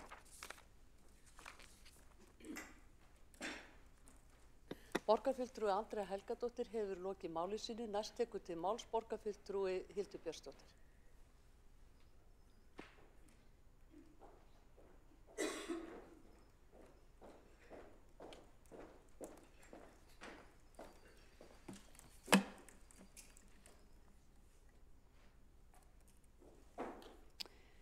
Forseti, ágæta borgarstjórn, það kemur nú kannski ekkert sérstaklega á óvart að fulltrúar Sjálfstæðisflokks og Sósíalistaflokks séu á öndverðu meiði í þessu máli. En áður en lengra er haldið vil ég leiðrétta einn grundvallar misskilning eða rökvillu í málflutningi borgarfulltrúa Andreu Helgadóttur þegar hún talar að hér sé verið að kynna áherslur sem snúa að einkavæðingu skólakerfisins. En það er mjög mikilvægt að fólk skilji muninn á annars vegar einkavæðingu og hins vegar auknum einkarekstri. En við erum að tala fyrir því að hér séu studdar lausnir sem snúa því að fjölga sjálfstætt starfandi leikskólum og daggæslu á vegum vinnustaða. Við erum að tala fyrir blönduðu kerfi, áfram verði leikskólar reknir hér langflestir útlit fyrir á vegum borgarinnar, hins opinbera. Nú, tillögur okkar spretta auðvitað ekki úr tómarúmi og frumkvæði Arion banka og Alvotech spretta ekki heldur úr tómarúmi. Þetta eru lausnir sem koma vegna þess að við erum að glíma við viðvarandi vanda. Við erum að sjá það að á hausti hverju er á bilinu 700 til 1000 börn á biðlista eftir leikskólaplási 12 mánaða og eldri. Hver einustu mánaðamót bætast svona það bil 100 börn við biðlistan sem ná þessum 12 mánaða aldri, þó það geti verið breytilegt milli mánaða. Við horfum líka á það hvernig nokkur 100 pláss eru ónótæf ár eftir ár vegna viðhaldsvanda og svo sjáum við líka hvernig mannekla hefur leitt til þess að fjöldi barna er sendur heim í viku hverri. Það hefur gengið mjög illa að fjölga leikskólarýmum á þessu kjörtímabili. En árið 2023 var boðað að hér myndu leikskólaplássum fjölga 252 en þeim fjölgaði aðeins 60 og árið 2024 var boðað að þau myndu fjölga 650 en fjölgaði aðeins 50. Þannig að það er alveg ljóst að meirihlutinn hér í borginni, honum er ekki að takast vel að glíma við þennan vanda og að leita lausna sem snúa því að fjölga hér plássum. Þannig að reynslan hefur sýnt okkur að Reykjavíkurborg undir stjórn þessa meirihluta hefur ráðið illa við verkefnið og Sjálfstæðisflokkurinn hefur árabil bent á þann veruleika að leikskólavandinn hann verði aðeins leystur með fjölþættum lausnum. og ein þeirra lausna verði þáttaka atvinnulífs í verkefninu, svo sem daggæsla á vinnustöðum foreldra eða fleiri sjálfstætt starfandi leikskólar. Sjálfstætt starfandi leikskólar hafa auðvitað þegar sannað gildi sitt innan borgarkerfisins og þeir voru umdeildir upphaflega og hér inni eru flokkar sem hafa talað gegn þessum sjálfstætt starfandi leikskólum en svo kannski mildast með árunum og jafnvel skráð börnin sín á þessa tilteknu leikskóla. En þeir hafa margir reynst litrík viðbót við skólaflóruna og kynnt kannski nýja hugmyndafræði og nýjar framsæknar skólastefnur og jafnvel hafa borgarreknu leikskólarnir og skólarnir hafi síðan tekið ýmsar hugmyndir áfram frá þeim. Þeir hafa líka veitt foreldrum þá auðvitað fleiri valkosti og tækifæri til að velja milli ólíkra áherslna í uppeldi og menntun barna sinna. Í dag þá sækja 1249 börn sjálfstætt starfandi leikskóla í Reykjavík og það er stefnt að því að þessum plássum fjölgi á næsta ári og það þarf auðvitað ekkert að tíunda hversu risavaxinn leikskólavandinn væri ef að sjálfstætt starfandi leikskóla nyti ekki við. Við erum að tala 1250 börn. Í ljósi þessa umfangsmikla leikskólavanda sem að kemur ekki bara niður á fjölskyldum, heldur auðvitað líka vinnuveitendum og stórfjölskyldunni og baklandi fólks sem að fólk á mismikið af auðvitað, þá hafa stórfyrirtæki sýnt aukin áhuga á að bjóða starfsfólki sínu lausnir í kjölfar fæðingarorlofs. Nú á haustdögum þá kynnti Arion banki áformum að opna daggæslu fyrir börn starfsmanna á vinnustaðnum og nú fyrir áramót kynnti Alvotech fyrirhugaða opnun 3 leikskóla fyrir börn starfsmanna. Og við auðvitað fögnum þessu frumkvæði atvinnulífsins og teljum mikilvægt að borgin stígi núna nauðsynleg skref til að skerpa á regluverki og tryggja sveigjanlegan og aðgengilegan ramma fyrir fleiri að geta boðið slíkar lausnir. Enda er það afstaða okkar sjálfstæðismanna að umönnunarbilið verði að brúa með fjölbreyttum leiðum sem mætt geti fjölbreyttum þörfum fjölskyldna í borginni. Sem fyrr segir þá kynnti Alvotech þessi áform uppbyggingu 3 leikskóla á höfuðborgarsvæðinu og í tilkynningu sagði Alvotech að þau staðið frammi fyrir því að skortur á leikskólamöguleikum hefði áhrif á starfsfólk félagsins. Eftir ítarlega greiningu hafa þau komist að þeirri niðurstöðu að besta lausnin væri að stuðla að stofnun fleiri leikskóla. Það myndi gera fyrirtækjunum kleift að bæta aðstöðu starfsmanna með börn á leikskólaaldri en verkefnið, takið eftir, sósíalistar, væri líka hugsað sem hluti af samfélagslegri ábyrgð og stuðningur í verki við nærumhverfið. Það eru nefnilega mörg fyrirtæki nú til dags sem að huga að samfélagslegri ábyrgð en ekki bara gróðavon. Aukið framboð af leikskólaplássum gæti þannig leyst sameiginlegan vanda og létt undir með foreldrum í viðkomandi hverfum. Reykjavíkurborg hefur gert þjónustusamning við sjálfstætt starfandi leikskóla borgarinnar og nýr samningur tók gildi nú áramótin. Og það skýtur svolítið skökku við þegar borgarstjóri segist hafa átt í miklu samtali við Alvotech þessar lausnir að Framsóknarflokkurinn sem fer með skólamálin hér í borginni hafi kynnt og innleitt þennan nýja þjónustusamning sem að kemur í veg fyrir að til að mynda ef Landspítalinn vildi opna leikskóla fyrir börn sinna starfsmanna að þau gætu forgangsraða börnum inn á leikskólan sem eru einmitt börn starfsmanna. Nú þarf að forgangsraða inn eftir kennitöluröð. Og þó að það hafi einhver framfaraskref verið stigin í þessum þjónustusamningum að þá samt verið að þrengja þann ramma sem að sjálfstætt starfandi skólar hafa og kannski komi í veg fyrir að fleiri bjóði slíkar lausnir. Við teljum að það þurfa að gera þá viðeigandi breytingar á þessum samningum svo það megi rúma þessar nýju lausnir sem atvinnulífið býður og leggjum til þær breytingar sem að koma fram í tillögu okkar sem snúa að því að sjálfstætt starfandi leikskólar sem reknir eru á vinnustað geti veitt börnum starfsmanna viðkomandi vinnustaðar forgang við innritun. Varðandi daggæslu í heimahúsi að þá gildir dagforeldrakerfið reglugerð daggæslu barna í heimahúsi og reglugerðin nær í rauninni bara yfir daggæslu sem fer einmitt fram í heimahúsi eða í undantekningatilfellum, húsnæði sem sérstaklega leigt undir starfsemina og líkist heimili fólks. Nú á dögunum kynnti Arion banki áformum að opna daggæslu fyrir börn starfsmanna og sú dagvistun á ekki að vera staðsett í heimahúsi heldur í þar tilgerðu húsnæði við hliðina á Arion banka sem á að innrétta af miklum metnaði og við fögnum líka verulega þessu frumkvæði og höfum auðvitað talað fyrir nákvæmlega svona lausnum árabil en það þarf að gera regluverkið aðeins aðgengilegra og við í tillögu okkar skorum á borgina að leita samstarfs við félags- og vinnumarkaðsráðuneytið annarkvort að breyta reglugerð daggæslu í heimahúsi eða hreinlega innleiða nýja reglugerð sem heldur utan þetta nýja úrræði. Borgarfulltrúi sósíalista Andrea Helgadóttir talaði skólakerfið í Bandaríkjunum. Hér enginn að tala að innleiða skólakerfi líkt því sem í Bandaríkjunum, en ég geti vísað á Norðurlöndin. Samkvæmt tölfræði Hagstofu Íslands eru nú rúm 14% leikskólabarna hérlendis í sjálfstætt starfandi leikskólum. Í Noregi er hlutfallið 57% og í Danmörku og Svíþjóð, samkvæmt fyrirliggjandi upplýsingum sem ég hef, er hlutfallið 20%. Þannig að við erum undir þessum Norðurlandaþjóðum hvað þetta varðar. Þá má líka nefna að við erum eftirbátar þessara sömu Norðurlandaþjóða þegar kemur að því að tryggja börnum pláss við 12 mánaða aldur. Ég vil við þetta tækifæri minna líka á tillögur okkar sjálfstæðismanna sem við höfum ítrekað lagt fram sem snúa að jöfnum tækifærum barna til menntunar hér í borginni og snúa að því að öllum börnum séu tryggð jöfn menntunarframlög óháð rekstrarformi þeirra skóla sem þau sækja.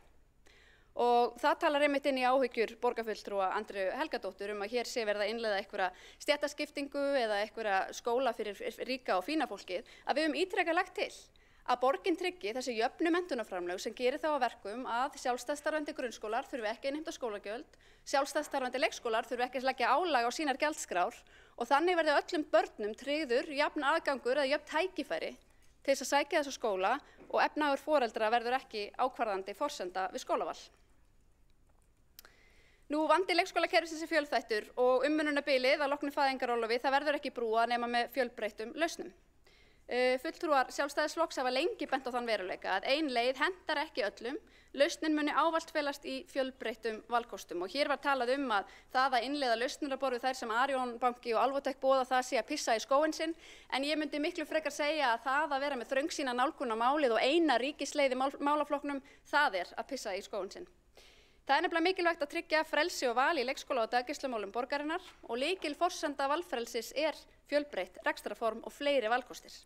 Með fjölbreyttu rekstrarformi skapast svigrúm til framþróunar og tækifæri til nýsköpunar og með fleiri valkostum getur hver fjölskylda betur valið lausnir sem hæfir þeirra hversdegi.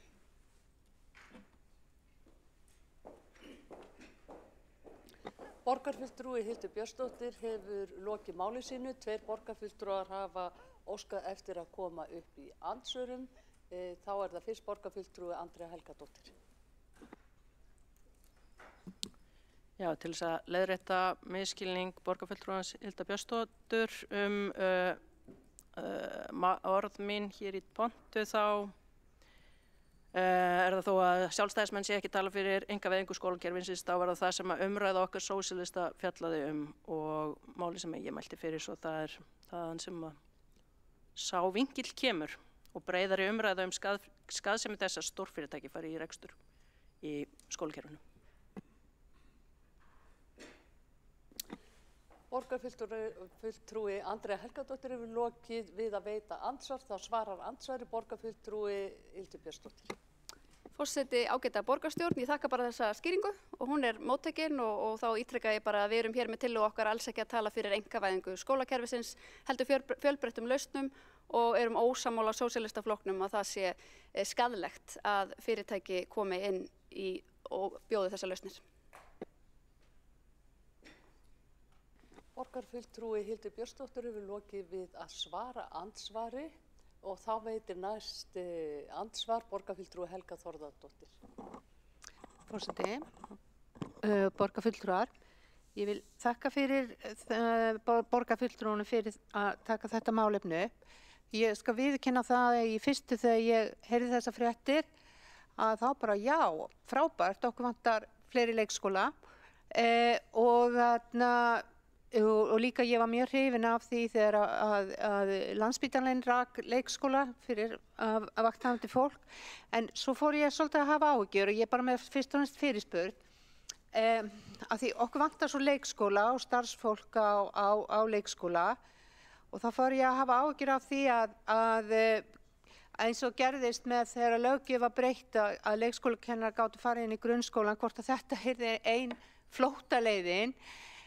Svona, bara þetta eru mínar áhyggjur og þetta er svona bara spurning hvort að einhver annar deilir þessum áhyggjum, hvað við getum gert. Já, hef ég svo sem skoðun að við þurfum að fjölga leikskólakennurum og bæta kjörin, en annað, það sem að líka, ég er ekki alveg búin að fá svör við, kannski getur Einar svarað því, ég kem með það á eftir. Takk. Borgarfulltrúi Helga Þórðardóttir hefur lokið við að veita andsvar, þá svarar andsvari borgarfulltrúi Hildur Björnsdóttir.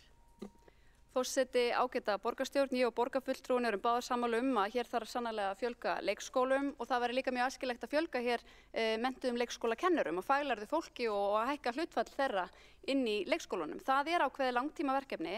Ég hins vegar lít svo á að aðilar á borð við Alvotech eða aðra aðilar sem vilja vera með sjálfstætt starfandi leikskóla, þeir geta verið hjálpað okkur í því að fjölga hér leikskólum og ef það skapar meiri samkeppni starfsfólk þá lít ég það bara jákvæðum augum því að samkeppni starfsfólk getur leitt til þess að kjör allra verða betri.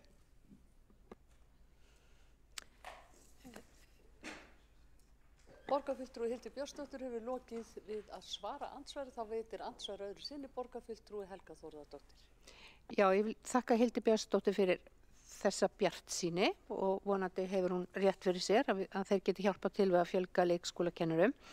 En annað sem ég langaði að það var þetta, ég veit ekki hvort Einar eða Einar borgarstjóri getur svarað því eða Hildur Björns á eftir í ræðu sinni, að það er þessi leikskóli þá eingöngu fyrir starfsfólk eða, já, þetta er spurning mín. Takk. Borgarfulltrúi Helga Þórðardóttir hefur lokið við að veita andsvar, þá svarar andsvari borgarfulltrúi Hildur Björnsdóttir. Forseti, ágæta borgarstjórn, eins og Alvotech hefur kynnt fyrirætlanir sínar að opna 3 leikskóla á höfuðborgarsvæðinu, þá er hugmyndin sú að helmingur plássana verði fyrir börn bara í nærumhverfinu, ekki börn starfsmanna. Þannig að það ætti líka að vera ákveðin varnagli ef að fólk hefur ágjörð af því að foreldri missi starfið, að barnið missi plássið, þá gæti það auðvitað bara færst yfir í eitt af plássunum sem eru fyrir nærumhverfið. Þannig en það er auðvitað eftir sem áður bara okkar hér í borginni að semja við þessa aðila, gera við þá þjónustusamning og þá getum við auðvitað gert ákveðna kröfur og sett ákveðin ramma, en ég óttast ekki að þessir aðilar ætli sér að gera þetta illa og ég hef fulla trú á að þeir ætli sér að gera þetta vel og koma mjög vel fram við þau börn sem þetta ætla að vera og gera þetta af metnaði og inn í þessari umræðu hefur komið svo spurning hvað næst ætla þeir að opna grunnskóla. Mér þetta er bara frábært ef Alvotech myndi vilja opna grunnskóla með einhverju vísindanálgun og annarri nálgun á hlutina. Ég fagna svona frumkvæði. Borgarfulltrúi Hildur Björnsdóttir hefur lokið við að svara andsvari, þá telst andsvörum lokið. Næstur tekur til máls borgarstjóri Einar Þorsteinsson.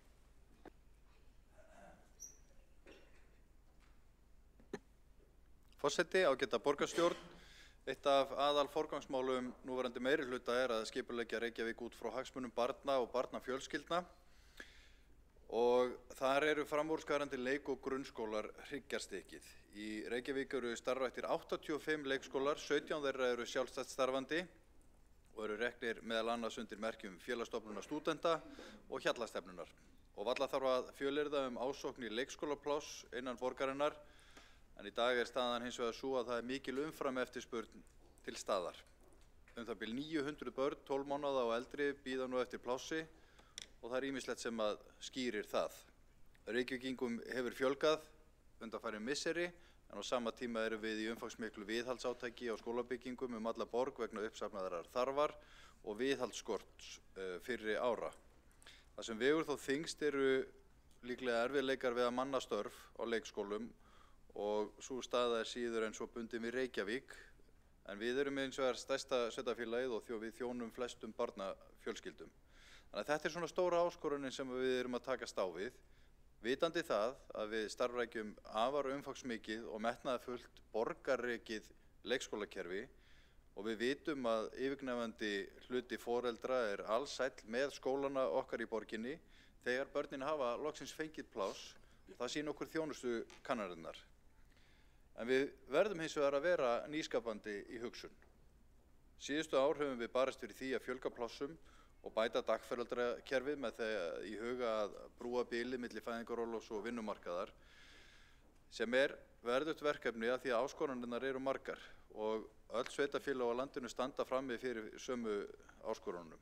Ég held að við verðum að horfast í augu við það að það eru ekki neinar töfralausnir sem að leysa þennan vanda eða brúa bilið, heldur verðum við að búa til fjölbreyttar lausnir og taka ákvarðanir og grípa til aðgerða, bæði í leikskólamálunum og dagforeldramálunum. Ein af þeim lausnum sem við höfum unnið að síðan í sumar er að fjölga sjálfstætt starfandi leikskólum í samvinnu við fyrirtæki og stofnanir.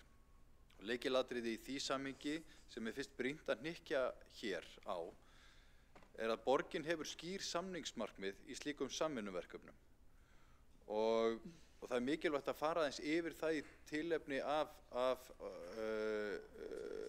umræðu sósíalista hér í borgarstjórn sem á fullkomin rétt á sér. Þessi samningsmarkmið birtast til dæmis í nýjum samningi Reykjavíkurborgar við sjálfstætt starfandi leikskóla sem samþykktur var í borgarráði 21. nóvember og tók núna gildi bara áramótin. Og í stuttu máli fer Reykjavík fram á í samningum sínum við sjálfstætt starfandi leikskóla að allir skólar sem eru með þjónustusamning við borgina taki mið af mennta- og mannréttindastefnu Reykjavíkurborgar og séu reknir á forsendum menntunar barna. Allir leikskólar í Reykjavík, borgarreknir sem sjálfstætt reknir, falla undir gæða- og eftirlitskerfin okkar og þetta alveg ófrávíkjanleg krafa. Borgin stuðlar að traustum starfsskilyrðum í sjálfstætt starfandi leik- og grunnskólum sem að skapa fyrirsjáanleika, gagnsæi, jafnræði og stöðugleika í rekstri og gerir skólunum kleift að haga starfi í samræmi við lög, reglugerðir og kjarasamninga. Og þá stefnir borgin á að taka upp samræmt umsóknar- og innritunarkerfi fyrir bæði borgarrekna og sjálfstætt starfandi skóla og gerir þá kröfu að börn með lögheimili í Reykjavík njóti forgangs umfram börn úr öðrum sveitarfélögum að lausum plássum. Eldri börn njóti forgangs umfram yngri börn í leikskólum nema þeirra sérstaklega ungbarna leikskóla að ræða. Og þá fylgja í þessum samningum launaliðir kjarasamningum og húsnæðisframlag miðast við ákveðna fjárhæð, hvern fermetra og taki breytingu eftir vísitölum. Og Reykjavíkurborg gerir líka kröfu að rekstrarafgang af starfsemi leikskóla sem sækja má til opinberra fjárveitinga skuli nýta til að þróa áfram leikskólaþjónustu í samræmi við reglur. Með öðrum orðum, það ekki heimilt að greiða út arð sem að myndast út frá opinberu fé. Borgin gerir líka þá kröfu að sjálfstætt starfandi skólar séu með viðeigandi tryggingu og skili endurskoðuðum ársreikningi og ársskýrslu í samræmi við lög og reglur. Og núna eru til skoðunar og í vinnslu samningar við fleiri fyrirtæki og stofnanir og frá einhverjum þeirra hefur verið greint frá í fjölmiðlum og talsverð umræða hefur skapast. En mín hugskoðun og okkar hér einfaldlega þessi: við þurfum bara að vinna saman. Vinna saman að því markmiði að brúa bilið. Börn hafa hagsmuni af því að komast á leikskóla. Atvinnulífið hefur hagsmuni af því að fá starfsfólk til starfa og foreldrar hafa hagsmuni af því að komast aftur til vinnu. Og borgin hefur hagsmuni af því að vinna með atvinnulífinu í því að hraða fjölgun leikskólaplássa og stytta biðlistana. Allt á þessum forsendum sem ég var að rekja hérna áðan, sem að liggja fyrir í nýsamþykktum samningum. Og í þessum samningaviðræðum hefur borgin haldið þessum fyrrgreindum atriðum til haga og alltaf haldið uppi þeirri kröfu að í leikskólanum séu pláss fyrir börn starfsfólks sem og börn úr hverfinu, sem borgarfulltrúinn Helga Þórðardóttir var að spyrja að hér áðan, að það uppleggið að það verði sem sagt forgangur fyrir börn starfsmanna eða fyrirtækisins eða stofnunarinnar og svo líka úr hverfinu. Þannig að það séu sameiginleg gæði sem að verða til úr þessu. Og það rétt sem borgarfulltrúi Hildur Björnsdóttir nefndi hér áðan að leikskólaplássið hangir ekki á ráðningarsambandi starfsmannsins sem væri þá foreldrið við vinnuveitanda sinn vegna þess að það væri þá eitthvað svona svigrúm að ef að starfsmaðurinn vildi hætta störfum eða yrði sagt upp að þá myndi tímabundið barnið færast yfir í borgarrekna hluta leikskólabarnanna og hlutfallir því síðan jafnað út við næstu innritun. Þetta bara því að þetta á forsendum barnanna og foreldrana. Nákvæmur samningur ennþá á teikniborðinu og eins og ég skilji það þá gera núverandi reglur ráð fyrir því að það sé hægt að veita undanþágur forgang barna eins og við gerum til dæmis til Félagsstofnunar stúdenta og þess vegna held ég að sé rétt að vísa frá tillögu Sjálfstæðisflokksins en koma bara að þessu máli síðar þegar samningsupplegg við Alvotech eða aðra koma til skoðunar á einum pólitíska vettvangi í borgarráði eða skóla- og frístundaráði eða hér í borgarstjórn tillögu 2 samstarfi félags- og vinnumarkaðsráðuneytið breytingu á reglugerð eða þá að gera nýja reglugerð dagforeldra á vinnustöðum. Þá held ég að því það merkileg vinna í gangi á vegum stjórnvalda þar sem oddviti Sjálfstæðisflokksins leiðir hópinn brúum bilið sem var settur á fót í aðdraganda eða í tilefni af kjarasamningum á almennum vinnumarkaði. Ég held að sé ráð að fara með þessa tillögu þangað inn því þar eru stjórnvöld með mikla vikt í þeirri vinnu en þannig að ég held hún eigi best heima þar. En í lokin þá langar mig að hnykkja bara á þessu að staðan í leikskólamálum eins og hún blasir við okkur hefur gert síðustu kjörtímabil, hún ekki góð og við horfumst bara í augu við það. Þetta eru of langir biðlistar, of mikil óvissa fyrir fjölskyldur í borginu og við viljum bæta úr því. Lausnirnar verða alltaf að verða fjölbreyttar og fleiri sjálfstætt starfandi leikskólar ein af lausnunum. Síðan annað stórt verkefni þessi yfirstandandi fjárfesting og framkvæmdir á leikskólahúsnæði vegna myglu og viðhalds. En á næstu árum erum við að verja alltaf 35 milljörðum í þetta risastóra verkefni, reyndar í grunnskóluna líka. Markmiðinu sannarlega ekki náð, en við sjáum fram á betri tíma. Við einfaldlega skuldum foreldrum það sem koma hérna reglulega að mótmæla af því að vantar leikskólapláss. Við skuldum þeim að prófa, leita nýrra leiða, jafnvel gera mistök, kannski gengur ekki eitthvað upp, en þá erum ef við erum ekki að gera mistök, þá erum við ekki nægilega nýskapandi í hugsun. Prófum þetta, sjáum hvert þetta leiðir okkur og lykilatriðið það að þegar við erum komin aðeins lengra með samningsupplegg, þá tökum við það til pólitískrar umræðu hér og þá koma inn öll þessi sjónarmið frá sósíalistum jafnrétti og jafnt aðgengi að menntun og allt þetta og tökum þá pólitísku umræðuna. En mitt sjónarmið og okkar í meirihlutanum alltaf þetta að við rekum leikskólakerfi á forsendum barna og menntunar þeirra og en það útilokar ekki nýjar lausnir.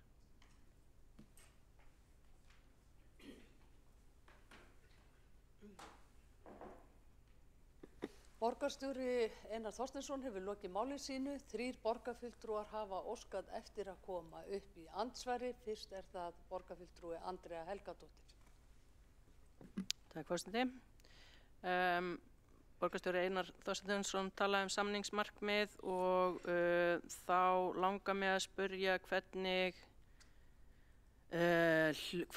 hvert hlutverk stórfyrirtækis í svona samningum og hvers konar aðkoma þarna að vegna þess að það hefur verið rætt einhvers konar samfélagsleg ábyrgð en eins og ég nefndi áðan að ef fyrirtæki setur inn einhvers konar stoppkostnað eða leggur út fyrir einhverjum kostnaði þá verður það allt sótt tilbaka þannig að mér finnst spursmál þessa samfélagslegu ábyrgð vera svolítið svona fölsk skreyting en mér langar til að vita hvernig hefur verið hugsað lóðamál, hvernig uppbyggingin verið að áætla byggingar, nýja byggingar og hvernig þessar hugmyndir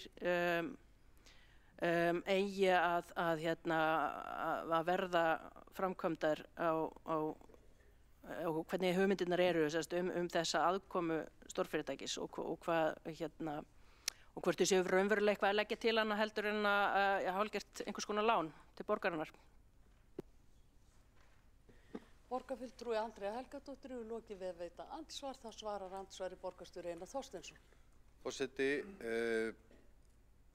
uppleggið það að stofnunin eða fyrirtæki leggja til húsnæði sem ég síðan við og fjárfesti þannig í því, geymi pening í húsnæði og leggi þannig til leikskólamálana með því að njóta þá ekki ávöxtunar á sínum fjármunum með því að binda það í húsnæði. Lóðir undir leikskóla sjálfstætt starfandi gerur ráð fyrir að það sé bara keypt eða þeir nýti lóðir sem þeir eiga eða aðstöðu. Þannig að það er svona uppleggið. En þessi fyrirtæki eða stofnanir, sérstaklega þeir sem myndu reka leikskóla, eins og í tilviki Alvotek, þá eru þeir að horfa til þess að semja við fyrirtæki í leikskólarekstri í dag að reka sjálfan leikskólan á faglegum forsendum. Þeirra aðkoma væri það að skapa þau gæði fyrir hluta síns starfsfólks og inn í samfélagið með samfélagslegri ábyrgð að fjárfesta í húsnæði undir þessa starfsemi. Borgarstjóri Einar Þorsteinsson hefur lokið við að svara andsvari. Þá veitir andsvar öðru sinni borgarfulltrúi Andrea Helgadóttir. Þakka svörin. Húsnæði nokkuð góð fjárfesting, almennt talað, og ég er ennþá að leita að þessari miklu þáttöku sem að verið að ræða hérna að fyrirtækin sé að sinna, vegna þess að ég vænti þess að borgin eða stofnunin sem þarna fer að reka leikskóla muni borga leigu, og það eru fyrirtæki sem eru bara í fasteignarekstri í hagnaðarskyni, svo ég er ennþá bara að leita að þessum ljósa punkti sem að verið að varpa upp í loftið varandi þessa tilhögun. Borgarfulltrúi Andrea Helgadóttir hefur lokið við að veita andsvar. Þá svarar andsvari borgarstjóri Einar Þorsteinsson. Forseti, ljósi punkturinn kannski fyrsta lagi það að þarna var að fá fleiri aðila til að hjálpa okkur að fjölga leikskólaplássum hratt og örugglega og setja börnin inn í faglegt skólastarf. Það styttir biðlistana hjá borginni og hjá öðrum skólum og þannig að það ljóspunktur í því. Það dálítið erfitt að tala nákvæma útfærslu á þessum samningum af því við erum ennþá í þessum samningaviðræðum. Þannig að ég bið svona skilningum það að geta kannski ekki útlistað þetta í smáatriðum. En svona megin línan kannski þessi að það eðlilegt af hálfu borgarinnar að mínu mati að við gerum kröfu til þessara aðila að þeir með einhverjum hætti þiggi örlítið lægri hugsanlega húsnæðisstuðning eða einhvers konar framlag frá borginni fyrir þann forgang sem þeir fá fyrir sín börn, starfsmannabörnin. Þannig að þetta ennþá eitthvað svona samtal sem við þurfum að eiga og ég er bara bjartsýnn á að við náum að lenda þessu. En þetta væri þá skapalón fyrir fleiri til þess að fara inn í svona starfsemi. Borgarstjóri Einar Þorsteinsson hefur lokið við að svara andsvari. Þá veitir andsvar næsti borgarfulltrúi Friðjón. Forseti, borgarstjóri sagði að því mér fannst nokkra fréttir í sinni ræðu þegar hann talaði fyrirtæki og stofnanir í fleirtölu. Getur borgarstjóri upplýst borgarstjórn það hvað það bil mörg fyrirtæki og stofnanir hann á í samtali við? Borgarfulltrúi Friðjón Friðjónsson hefur lokið við að veita andsvar. Þá svarar andsvari borgarstjóri Einar Þorsteinsson. Forseti, það gaman að svara forvitnasta borgarfulltrúanum sem hlustar af athygli. Nei, ég get það ekki. Ég hef upplýst það að við höfum átt í samtali við Alvotech. Við höfum líka átt í fund með Landspítalanum en þar eru einnig undir dagforeldraúrræði. Þannig að önnur samtöl eru það óformlega, ég kann ekki við að vera að nefna það. Mér finnst mikilvægt að flýta okkur hægt í þessu, þar að segja, ná samningsuppleggi sem að við erum sátt við út frá okkar menntastefnu, út frá okkar mælikvörðum öryggi í þessari starfsemi og sjá hvort að það gengur. Hugsanlega vilja einhverjir feti í kjölfarið, en ég horfi á þetta sem ákveðið tilraunaverkefni. Svona úrræði ekki til í dag og við þurfum að passa okkur dálítið á þessu, gera þetta rétt og vandlega, en hugsanlega myndu aðri vilja fylgja í kjölfarið. Hugsanlega ekki, það kemur bara í ljós. Borgarstjóri Einar Þorsteinsson hefur lokið við að svara andsvari. Þá veitir andsvar öðru sinni borgarfulltrúi Friðjón Friðjónsson. Forseti,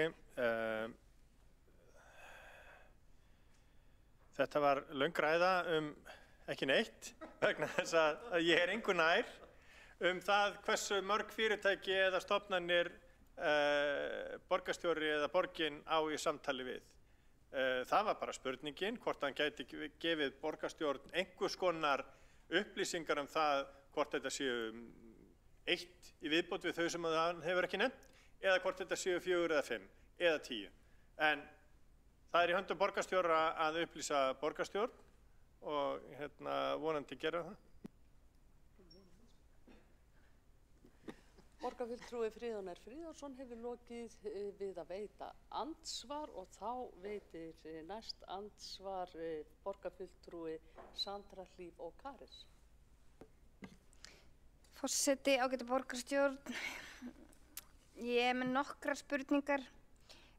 Skil ég rétt að það sé vinna því að gera öðruvísi samninga við fyrirtæki og svo sjálfstætt rekna? Ekki það, þeir leikskólar sem að fyrirtæki reka eru samt líka sjálfstætt reknir. Svo varðandi það, þú veist, þeir eru með nákvæmlega sömu kröfu, sama nákvæmlega sömu inntökureglum, ekki eðlilegt að séu svo grunnreglur og svona kröfur séu eins, en það er verið að gera basically nákvæmlega sama hjá borginni, en ekki rekja á borginni og minni peningur. Er það sem ég skilur rétt? Og af því að við erum að tala hérna um val og aukinn fjölbreytileika og fjölbreytta leikskóla, reknar á fjölbreyttum einstaklingum og fyrirtækjum og allt þetta. Mér finnst þetta ekkert kannski auka það. Varðandi þessar kröfur, varðandi faglegt skólastarf og afturvarandi samninga eru þeir öðruvísi við venjuleikskóla og ungbarnaleikskóla.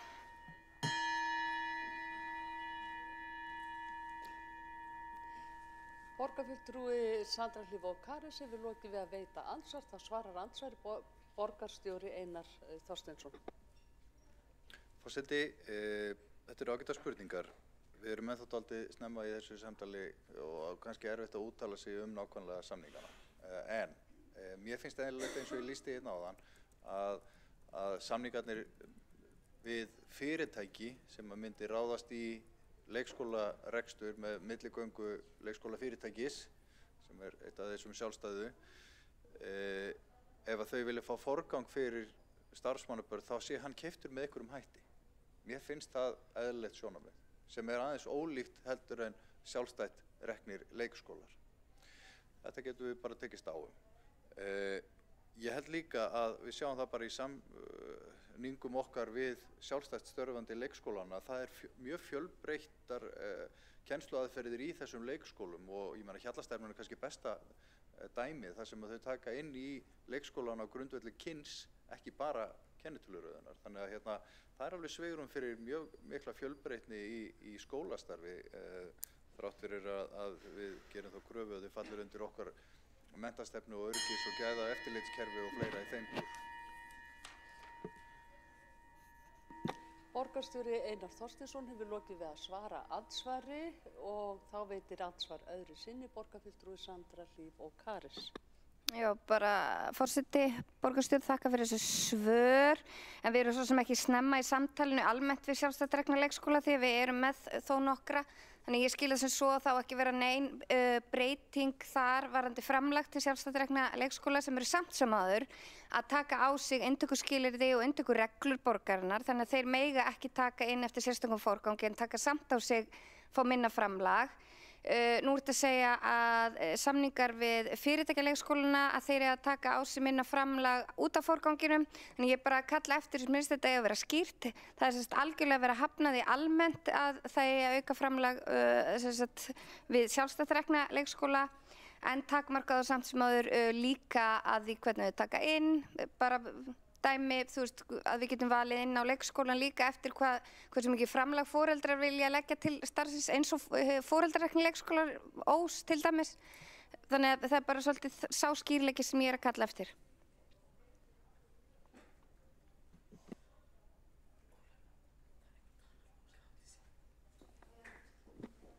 Borgarfulltrúi Sandra Hlíf Ókaris hefur lokið við að veita andsvar öðru sinni. Og áður en að borgarstjóri Einar Þorsteinsson svarar andsvari þá biður forseti borgarfulltrúa að ganga í salinn og fylgjast með umræðinni í stað þess að vera að kjaftasnakki frammi og trufla fundinn. Forseti, þakka þér. Ég held ég hafi aðeins misskilið þið áðan þegar ég var að svara þér. Nei, samningum við sjálfstætt rekna leikskóla og samtök þeirra, þeim lauk með eftirfarandi hætti sem við samþyktum í nóvember og tók í gildi núna í janúar. Það eru mismunandi skoðanir líka á því hvernig framlögin eiga að vera milli sjálfstætt starfandi leikskóla. Það er ekki bara ein skoðun þar hvort þeir eigi að fá fullt framlag eða ekki og þannig að þetta var nú niðurstaða samningaviðræðna sem tók dálítinn tíma. Varðandi leikskóla sem að reknir eru með milligöngu fyrirtækis eins og Alvotech, þá var það bara mín skoðun og sjónarmið að forgangur fyrir tiltekinn hóp eins og starfsfólk og börn þeirra að hann megi kaupa einhverju verði. Ég er ekki með sérstaklega mótaða skoðun hvað það á að vera mikið, en það er ekki stóra fjárhæðir í stóra samhenginu ef við horfum á mannauðsmál stóra fyrirtækja sem gera vel við starfsfólki sitt og vilja leggja eitthvað gott til þeirra, en líka til samfélagsins með að þá að í 100 barna leikskóla búið til 50 pláss fyrir starfsfólk og 50 pláss fyrir börnin í hverfinu. Þannig að held ég geti bara farið saman hagsmunir. Borgarstjóri Einar Þorsteinsson hefur lokið við að svara andsvari, þá telst andsvörum lokið. Næst tekur til máls borgarfulltrúi Sabine Leskov.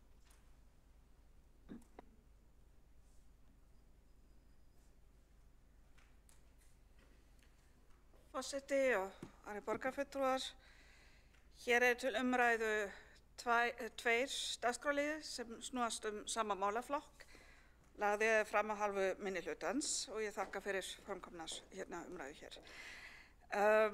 Báðir snúast leikskóla í borginni sem ekki eru reknir af hinu opinbera, borginni, en starfa undir regluverki og með umfangsmikilli fjármögnun borgarinnar. Hins vegar nálgast þeir málaflokkinn frá mismunandi sjónarhornum og með kannski frekar andstæðri nálgun sem líklega eðlilegt er. En ég ætla að einbeita mig hér að meira þeim tæknilegum úrlausnum sem skipta máli hér. Það er skýrt tekið fram í meirihlutasáttmálanum að við leitum fjölbreyttra leiða til að fjölga leikskólaplássum. Aðrir en borgin hafa rekið leikskóla frá upphafi daggæslu, ég nota þetta orð bara í þessu samhengi hér svona, í borginni langflestir eiga sér hafa farsæla sögu. Sem dæmi má nefna Barnavinafélagið Sumargjöf sem var stofnað árið 1924 af reykvískum konum og hefur unnið þrekvirki þar og ljóst er að frumkvöðurlega starf þeirra bjó til þann grunn sem við erum að byggja á í dag.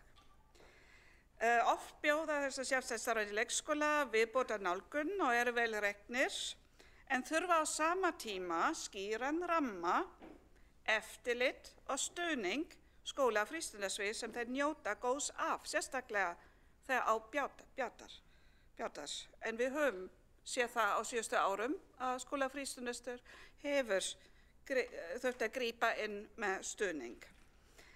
Og gerir það og er þessu vel þegið yfirleitt, get ég sagt. Það er líka algjörlega ljóst að í þessum ramma hafa nú þegar rúmast undantekningar, ekki síst varðandi undantekningar frá meginreglum við innritun eftir kennitölu, eins og Einar Þorsteinsson borgarstjóri hefur nefnt hér í tilfelli námsmanna eða varðandi starfsmanna. Forseti hér hefur á síðustu missirum átt sér afar ítarlegt samráð samninga og samningsmarkmiða við sjálfstætt starfandi leikskóla var samþykkt núna 21. november á síðasta ári að félagsviðstjóra skóla frístundasviðs að gera samninga við sjálfstætt starfandi leikskóla af því að útfærsla er öðruvísi fyrir hvern leikskóla. Þótt ramminn er þarna til staðar og var mikið vinna sem fór í að búa til þennan ramma og mikið samtal. Þetta er sem sagt fyrirmynd fyrir þessa samninga sem nú einmitt stendur yfir að útfæra fyrir hvern leikskóla og það er áfram kveðið afdráttarlaust á að börn innritast í leikskóla eftir kennitölu þau elstu fyrst.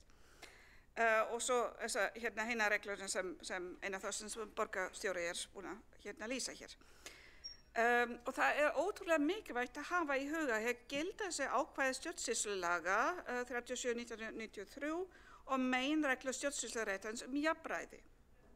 Á sama tíma kemur fram í grein 612 að þessu fyrirmyndi fyrir samninga að ef til staðar eru málefnalega ástæður hægt að leyfa því að vikið sé frá ákvæði kennitöluröð.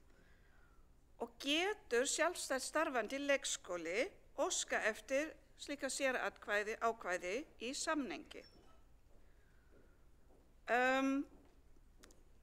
Sveitarstjórnum sem sagt í leikskólalögum heimild að setja þessar reglur innritun í leikskóla þar sem sveitarfélagið veitir framlag.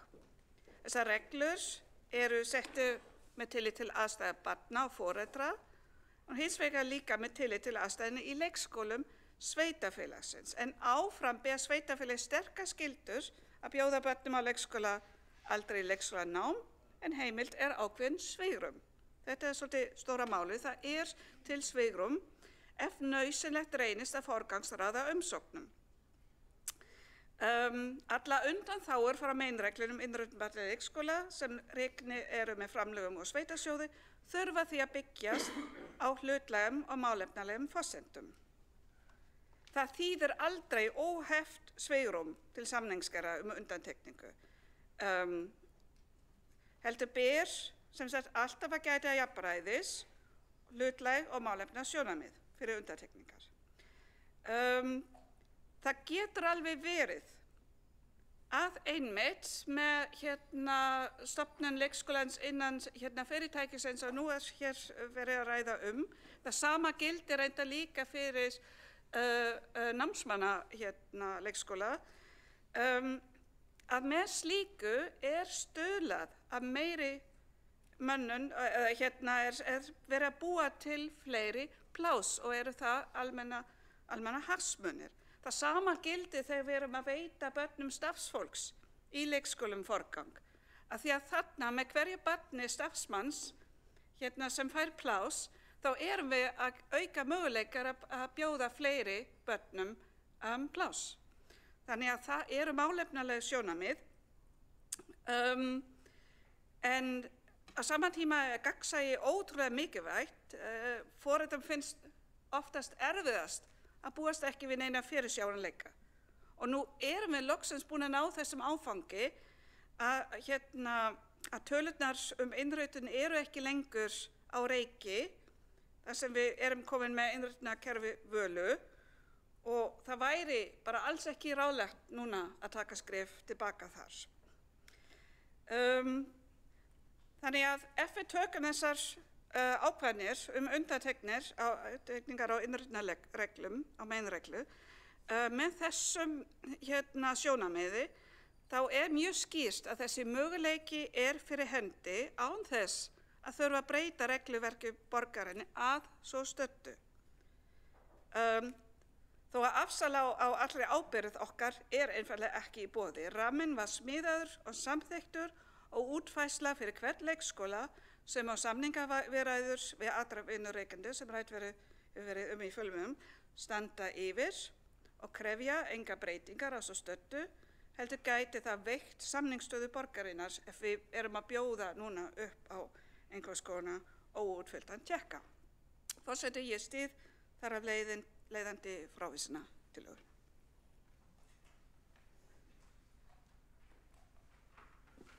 Borgarfulltrúi Sabine Leskov hefur lokið máli sínu. Næstur tekur til máls borgarfulltrúi Kjartan Magnússon.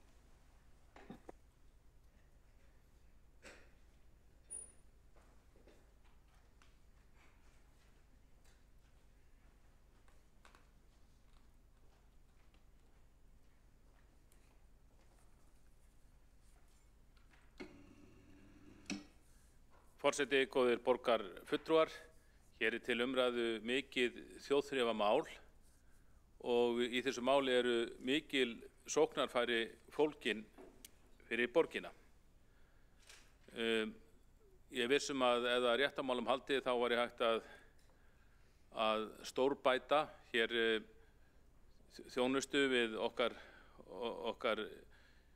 yngstu þegna í borginni og það sem skiptir miklu máli að auka verulega framboðið á dagvistarrýmum og það er auðvitað gert með því að fá sem flesta í lið með okkur í þeirri baráttu að tryggja sem flestum litlum börnum dagvistarrými. Nú og aðalatriðið að það verið tryggt að borgin hún vinni að því að efla fjölbreytni í rekstrarformi leikskóla og daggæslu, gera sem flestum ábyrgum aðilum seint að kleift að sinna því hlutverki, auðvitað í samvinnu og samstarf við borgina og þannig held ég að sé hægt að leysa minnst kosti að töluveri leiti þann vanda sem nú er uppi. Og eitt vandamálið það að við höfum njörfað þessa þjónustu of mikið niður. Dæmi það eru þetta samstarf borgarinnar við dagforeldra sem það var þrengt lengi að þeim. Ég held að hafa nú verið snúið við einhverju leyti, einmitt í því menn sáu það á endanum að það yrði að stuðla fjölbreytilegum lausnum til þess að leysa vandann. Og ég fagna ræðu borgarstjóri í þessu skyni því að það virðist vera sem hann átti sig á þessu. Það sé æskilegt að við stuðlum að fjölbreytilegum lausnum í staðinn fyrir að vera allt með alla þessa starfsemi í einhverju miðstýrðu kerfi því að þó okkar kerfi séu margt gott þá þarf meira til ef það að leysa þetta almennilega. Við sjáum að sumir flokkar hér í borgarstjórn þeir hafa lofað í kosningar eftir kosningar að leysa dagvistarvandann og tryggja börnum dagvistarrými frá ákveðnum aldri, nokkra mánaða aldri jafnvel, en það hefur aldrei tekist. Og það er sem meiri von með þessum fjölbreytilegu lausnum og ég held að sé bara einstakt fagnaðarefni að það skuli vera vinnuveitendur hér í borginni og vinnustaðir sem eiga frumkvæði því að koma þessari starfsemi á fót, auðvitað í samstarfi við okkur og við höfum að fagna því og bjóða þá velkomna og vinna vel að því að þetta komist í gagnið sem fyrst. Það má ekki gleyma því að í borginni eru núna starfandi 17 einkareknir leikskólar, 6 grunnskólar, 18 tónlistarskólar að ógleymdum öllum dagforeldrunum. Því ekki að leyna að það hafa verið uppi fordómar með sig hér í borgarstjórn gagnvart einkarekstri í skólakerfinu, en mér er nú samt sýnst að það hafi smá saman dregið úr henni. Einkareknir grunnskólar og leikskólar fengu á tímabili munu minni stuðning frá borginni heldur en borgareknir og að tímabili var það svo að grunnskólar nokkri voru komnir að þolmörkum og voru komnir í mikla hættu og þá var svolítið snúið við og ég held að hafi ekki verið vegna af umhyggju fyrir þessum einkarekstri, heldur því að menn sáu að til dæmis ef að skóli hér í gamla Vesturbænum er það hætta sem það munna ekki mikla tímabili, þá væri borgin ekki neinum færum til að taka við þeim börnum sem þar voru. Þannig að líflínan var framlengd og svo held ég að menn hafi smám saman séð að þessir einkaskólar þeir höfðu margt fram að færa og er bara nauðsynlegur hluti af svona rekstrarlegu landslagi borgarinnar. Og maður hefur séð þetta að borgarfulltrúar meira að segja á vinstri kantinum, þeir hafa ekki hikað við að senda börnin sín í þessa einkaskóla og þannig kynnstarfsemi þeirra og verið held ég jákvæðir eftir. Þannig svona heildina liti held ég að borgarstjórnin sé jákvæðari gagnvart slíkum einkarekstri heldur en hún var. Nú það eru dæmi um þetta á tímabili minnsta kosti, þá ráku Hagkaup, þau ráku deild eða sem var vísir að held ég dagvistun og ég man á sínum tíma þá komst sú starfsemi í fréttirnar vegna þess að þeir leikskólakennarar eða fóstrur sem unnu þar voru hinnar hæstlaunuð í borginni, voru með sennilega hærri laun en borgin greiddi sem þótti auðvitað athyglisvert. Landspítalinn, hann rak á sínum tíma dagheimili og við mikla ánægju og eftirspurn frá starfsfólki og því var einhvern veginn hætt og ég held að það hafi allir litið á það sem hafa fjallað þessi mál, eða flestir, hafi fjallað það sem eitthvað svona klúður bæði á borginni og ríkinu, hvernig þessi starfsemi var glutrað niður því að þetta var mikilvægur þáttur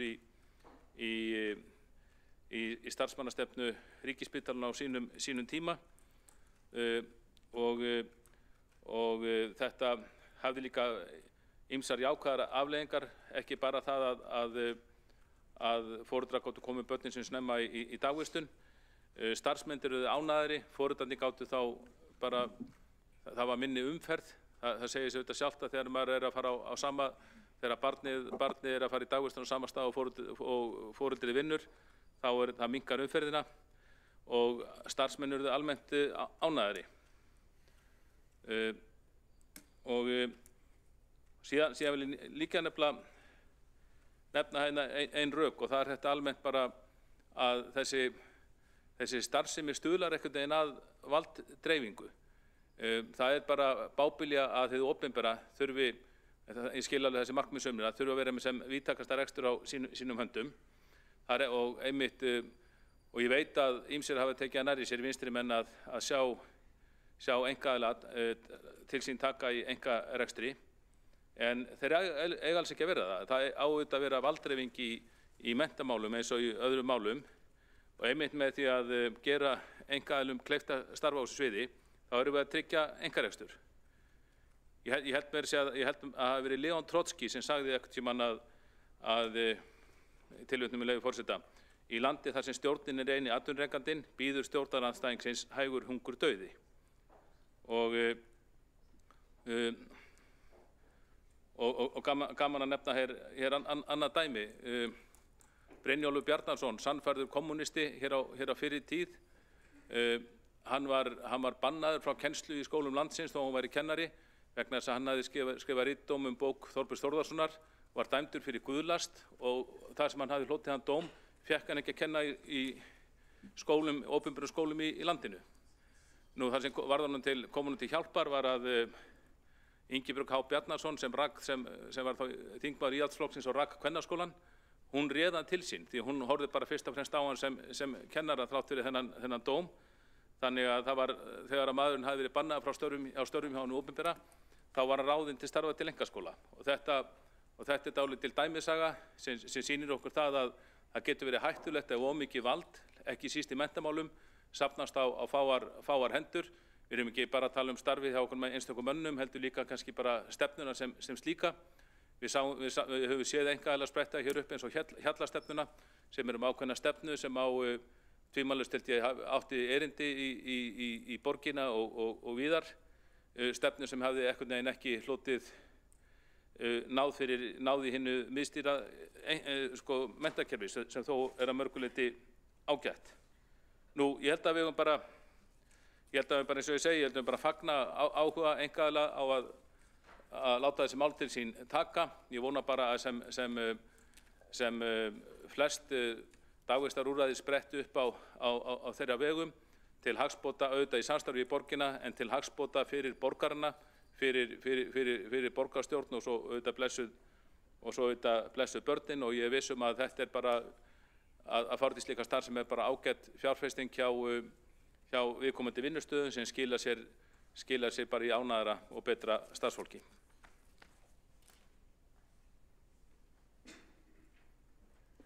Borgarfulltrúi Kjartan Magnússon hefur lokið máli sínu. Næst tekur til máls borgarfulltrúi Líf Magnúsdóttir.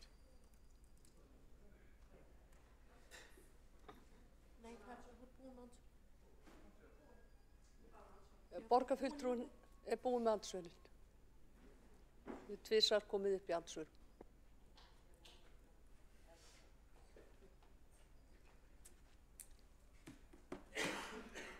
Forseti, ágæta borgarstjórn, það er bara margt mjög óljóst við þessar hugmyndir sem eru til umræðu hérna í dag og það liggur ekkert fyrir útfærslu annað. Þetta er bara eitthvað svona, við erum bara hérna, dálítið svolítið að þyrla upp. Þannig Mér finnst bara hálf kjánulegt að heyra tiltekna borgarfulltrúa sem hér hafa talað fullvissa okkur það að engum börnum verði mismunað í fyrirhuguðum fyrirtækjaskólum.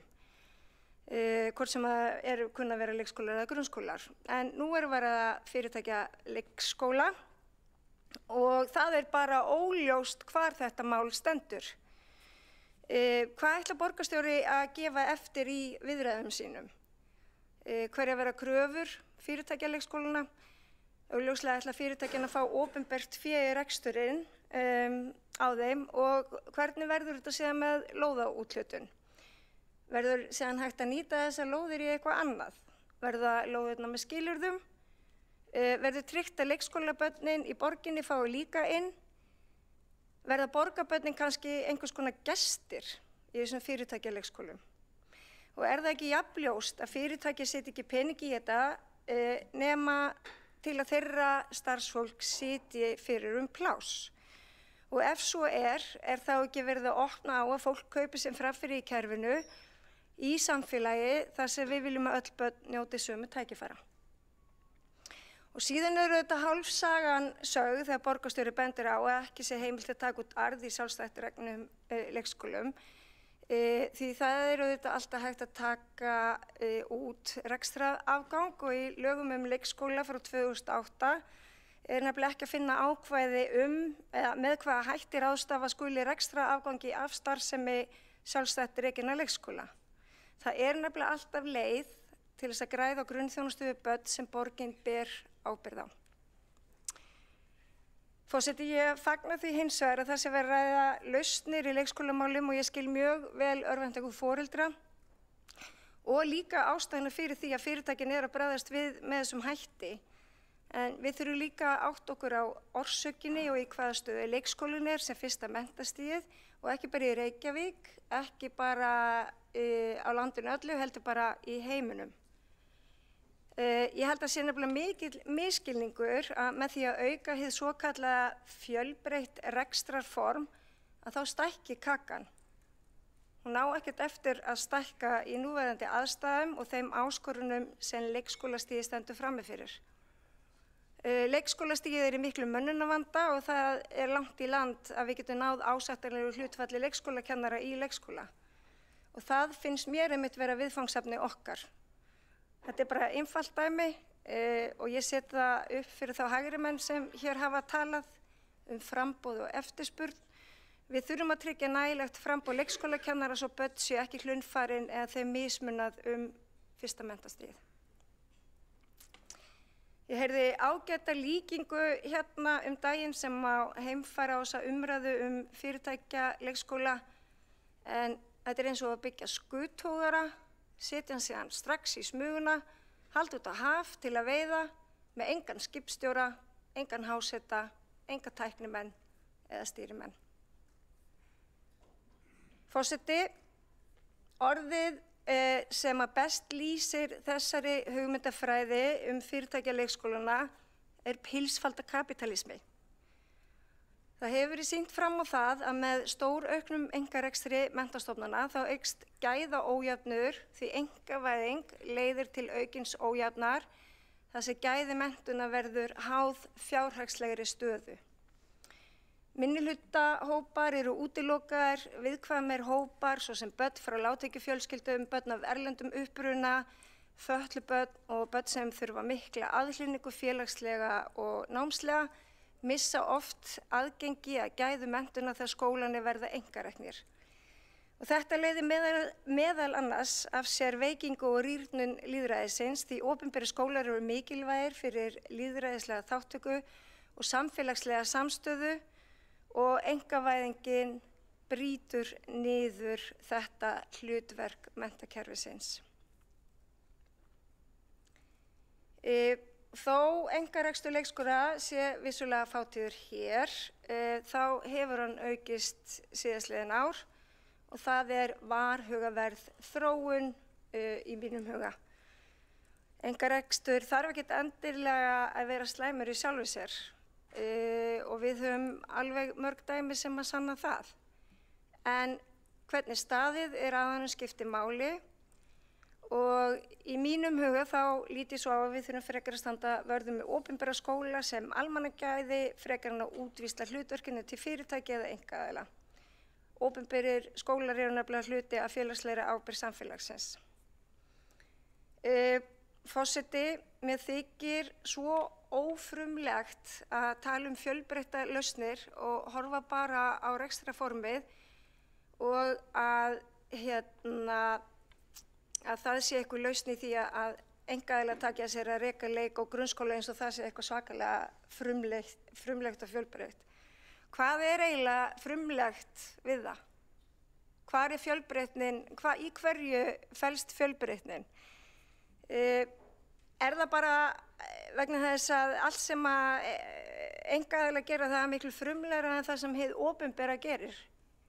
Eru ekki frumlegheit og fjölbreyttar lausnir í opinbera skólakerfinu, í leikskólum og grunnskólum? Mega einkaaðilar bara vera frumlegir?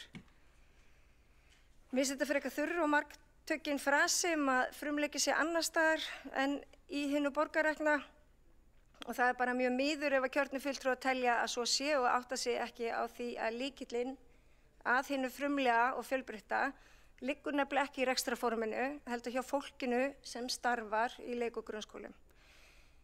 Leikskólar eiga að vera fyrir öll börn og engum skal mismuna en ég átta mig líka á því að það er ekki staðan sem við búum við í dag. Við búum við misrétti milli borgarhluta og við verðum að jafna aðstöðumunin og það er okkar hlutverk að tryggja jafnræði og jöfnuð. Það er margt sem að ég gæti haldið áfram að tala hér í dag en það sem mér finnst vert að halda hér til haga það er að börn sem búa í borginni þau ekki vera gestir í fyrirtækja leikskólum verði þeir stofnaðir og fyrst og fremst þá þurfum við að hlúa hinu borgarrekna og gera vel við það starfsfólk sem heldur því starfi uppi sem er fyrsta menntast í barna. Við þurfum að tryggja að það veri gert og við þurfum eins að tryggja fjármagn til þess en ekki útvista ábyrgðin okkar til einhvers sem er aldeilis óútfært og við vitum ekki hverju skilar samfélagslega í betrum bótum. Borgarfulltrúi Líf Magnúsdóttir hefur lokið við mál sitt og þá tekur næstur til máls borgarfulltrúi Skúli Þór Helgason.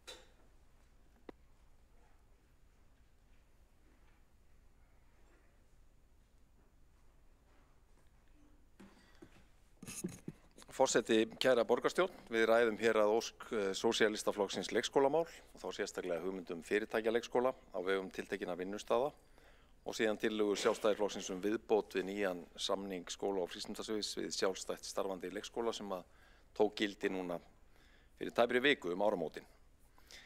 Við erum að brúa bilið í Reykjavík með fjölbreyttum lausnum eins og hér hefur komið fram í umræðunni og er vel útlistað í meirihlutasáttmálanum með fjölbreyttum lausnum, með nýbyggingum, með samningum við fasteignafélög leigu á atvinnuhúsnæði sem að breytt í leikskólahúsnæði, með stækkunum á starfandi leikskólum, með svokölluðum ævintýraborgum, með færanlegum deildum, með samningum við sjálfstætt starfandi leikskóla fjölgun plássa, oftast með stækkunum en líka með spá nýjum leikskólum eins og til dæmis hjá Félagsstofnun stúdenta sem opnaði leikskólan Sólgarð fyrir örfáum misserum síðan.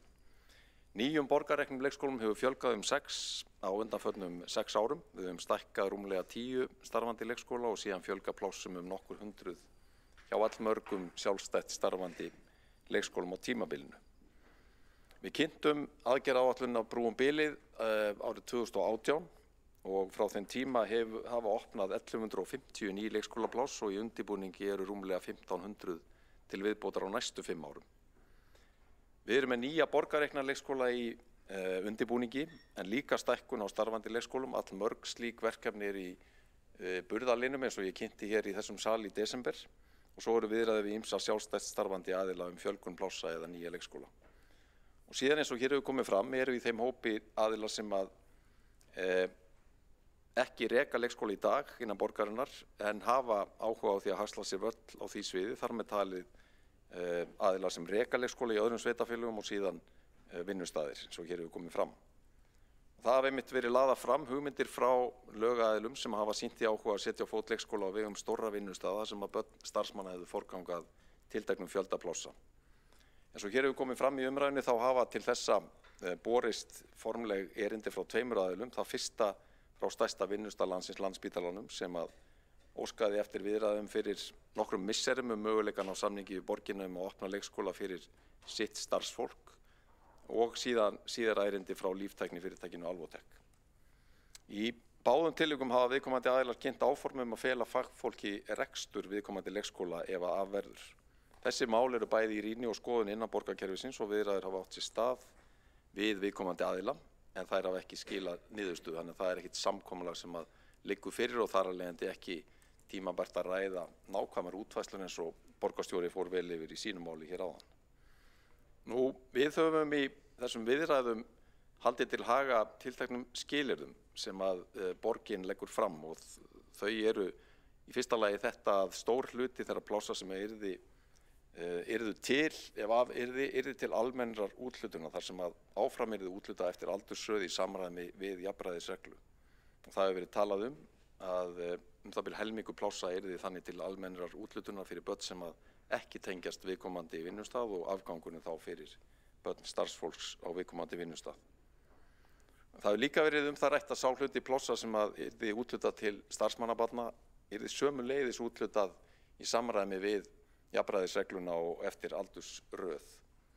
Nú, vinnustaðaleikskólar fengju sömu framlög fyrir pláss sem verða til almennar úthlutunar og aðrir sjálfstætt starfandi leikskólar en hins vegar væri lagt upp með það að framlög borgarinnar yrðu lægri í þeim tilvikum þegar það verið að úthluta til starfsmannabarna.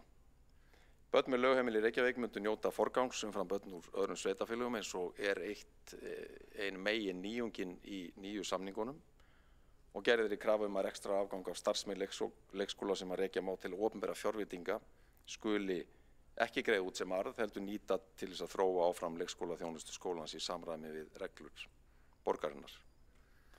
Með þessum skilyrðum yrði tryggt að allir stæðu betur eftir ef svo má segja. Það verða fleiri almenn leikskólapláss til úthlutunar fyrir börn á leikskólaaldri í borginni sem að koma barnafjölskyldum almennt til góða en líka fjölgaplássum fyrir börn starfsmanna tiltekinna vinnustaða sem að þó verði tekin inn samkvæmt sömu viðmiðum og gildir við innritun í leikskólana almennt. Við þekkjum að það hefur verið forgangur fyrir til dæmis börn háskólastúdenta í gegnum leikskóla sem að Félagsstofnun stúdenta rekur og síðan stóra fordæmið þetta forgangur barna starfsfólks í leikskólum borgarinnar sem hefur verið í senn mikilvægur hluti af starfskjörum starfsfólks leikskólana en ekki síður mikilvæg forsenda fyrir mönnun þeirra undanfærin ár, ekki síst eftir að aðsókn í kennaranám fór mjög hratt dvínandi í kjölfar lengingar kennaranámsins fyrir rúmum 15 árum síðan. En kjarni málsins er þessi, þetta eru áhugaverðar viðræður sem að standa ennþá yfir. Það er ekki komin niðurstaða en við gerum okkur vonir að það sjáu til lands í þeim efnum á allra næstu vikum. Sameiginlegir hagsmunir borgarinnar, foreldra og umræddra aðila eru þetta að fjölga börnum sem njóta þeirra lífsgæða að vera í leikskólum í borginni. Við rekum sannarlega öflugt leikskólastarf í Reykjavík. Ítrekaðar viðhorfskannanir með að foreldrar sýna almenna ánægju þeirra með starfið í leikskólunum. Okkar leikskóla fylgja menntastefnunni látum draumana rætast og þar er kjarninn þessi mikla áhersla á 5 þætti sem að sameiginlega stuðli að velferð og þroska barna, það er að segja sjálfsefling, félagsfærni, heilbrigði, sköpun og læsi og það er og verður okkar leiðarljós hér eftir sem hingað til. Samhliða síðan nýtt tækifæri til þess að setja aukinn kraft í samstarfi ríkisvaldið lengingu fæðingarorlofs og innleiðingu aðgerða til þess að bæta mönnun, fjölga fagmenntuðum leikskólakennurum, til dæmis með fleiri hvötum til þeirra sem að leggja stund á kennaranám og svo framvegis. Og ég teki eftir því að til dæmis nýr heilbrigðisráðherra hefur verið að ýja að slíkum hvötum í samhengi við fjölgun heilbrigðisstarfsfólks en nákvæmlega sömu rök eigum við að nota og beita til þess að reyna að fjölga fagmenntuðum kennurum því að það er þörf á þeim út allt land.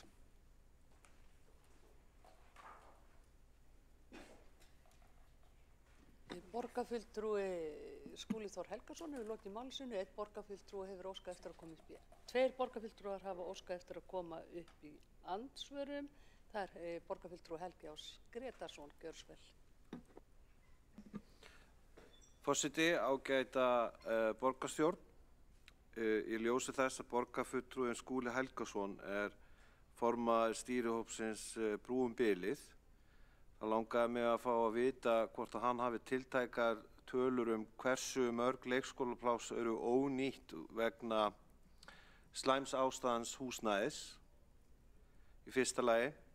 Og í öðru lagi langaði mig að afla upplýsinga hjá honum stöðu framkvæmda á Brákaborg og þá í samhengi við það hvort að fyrirhugað sé til lengri tíma að nýta húsnæði á Ármúla 28-30 sem leikskólahúsnæði. Borgarfulltrúi Helgi Ás Gretarsson hefur lokið við að veita andsvar, þá svarar andsvari borgarfulltrúi Skúli Þór Helgason. Forseti, ágæta borgarstjórn, þakka fyrir þessa fyrirspurn. Ég þekki það að fjöldi þeirra plássa sem eru ónýtanleg vegna framkvæmda, hann var ansi mikill hér fyrir nokkrum árum síðan. Hann hefur farið mjög minnkandi. Nýjustu tölur sem ég heyrði var að þetta væri á bilinu 100-200, en ég ekki með allra nýjustu tölur handbærar í þeim efnum. Framkvæmdir við Brákaborg, þær hafa verið í undirbúningi undanfarna mánuði og eiga að klárast mitt ár, ef ég þekki það rétt. En ég hef ekki upplýsingar að það standi til að nota Ármúlahúsnæði undir leikskóla. En það helgast nú af því að ég, ólíkt fyrirspyrjanda, ekki í ráðin, skóla- og frístundaráði, þó að ég sannarlega sé önnum kafinn við að vinna að uppbyggingu nýra leikskóla. Borgarfulltrúi Skúli Þór Helgason hefur lokið við að svara andsvari, þá veitir andsvaraður sinni borgarfulltrúi Helgi Ás Gretarsson. Forseti, ágæta borgarstjórn, umræða þessa tillögu okkar sjálfstæðismanna lítur náttúrulega að þeim skorti sem á leikskólaplássum, en ólíkt því sem að ágæti kollegi minn borgarfulltrúi Skúli Helgason fulltrúi, þá vissi ég að fyrir einhverjum 6 mánuðum eða hvað það var að skortur á leikskólaplássum vegna skorts á byggingum eða viðhaldi á þeim var í kringum held í 369, ef ég minni rétt, en ég held að hann væri kannski með nákvæmari tölur. Brákaborg þá þannig að það náttúrulega mjög stórt húsnæði og mjög mörg pláss og það liggur þá fyrir að það verði ekki nýtt fyrir í fyrsta lagi haustið 2025. Það ágætt að fá þessar upplýsingar og gögn fram vegna þess að þau lýsa einhverju leyti hver staðan í hinu opinbera leikskólakerfi. Auðvitað það svo að foreldrar sem eru með börn í leikskólum eru almennt séð ánað þegar börnin komast í leikskóla. Það vandinn fyrst og fremst hjá foreldrum sem fá ekki börnin sín í leikskóla. Það verður ágætt að fá viðhorfskönnun það. Borgarfulltrúi Helgi Ás Gretarsson hefur lokið við að veita andsvar, þá svarar andsvari borgarfulltrúi Skúli Þór Helgason. Já, forseti, ágæta borgarstjórn, það alveg rétt að þetta svona stóri skýringaþátturinn á því af hverju öll þessi nýju leikskólapláss hafa ekki valdið meiri breytingum en eins og til var stofnað, og það bara eins og við höfum margoft farið yfir hér í þessum sal og munum gera áfram.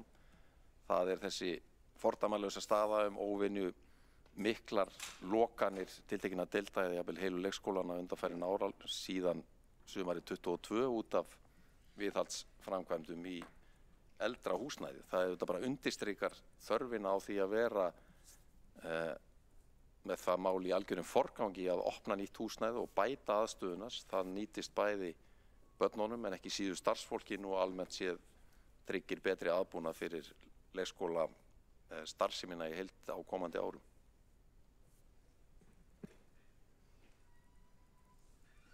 Borgarfulltrúi Skúli Þór Helgason hefur lokið við að svara andsvari, þá veitir andsvar borgarfulltrúi Líf Magneiðdóttir. Já, forseti, fleiri almenn pláss nefndi Skúli Þór Helgason borgarfulltrúi í ræðu sinni. En spurning mín til hans hver á að gæta barnanna þegar það nú þegar erfitt að fá leikskólakennara og halda í starfsfólki í borgarreknum leikskólum?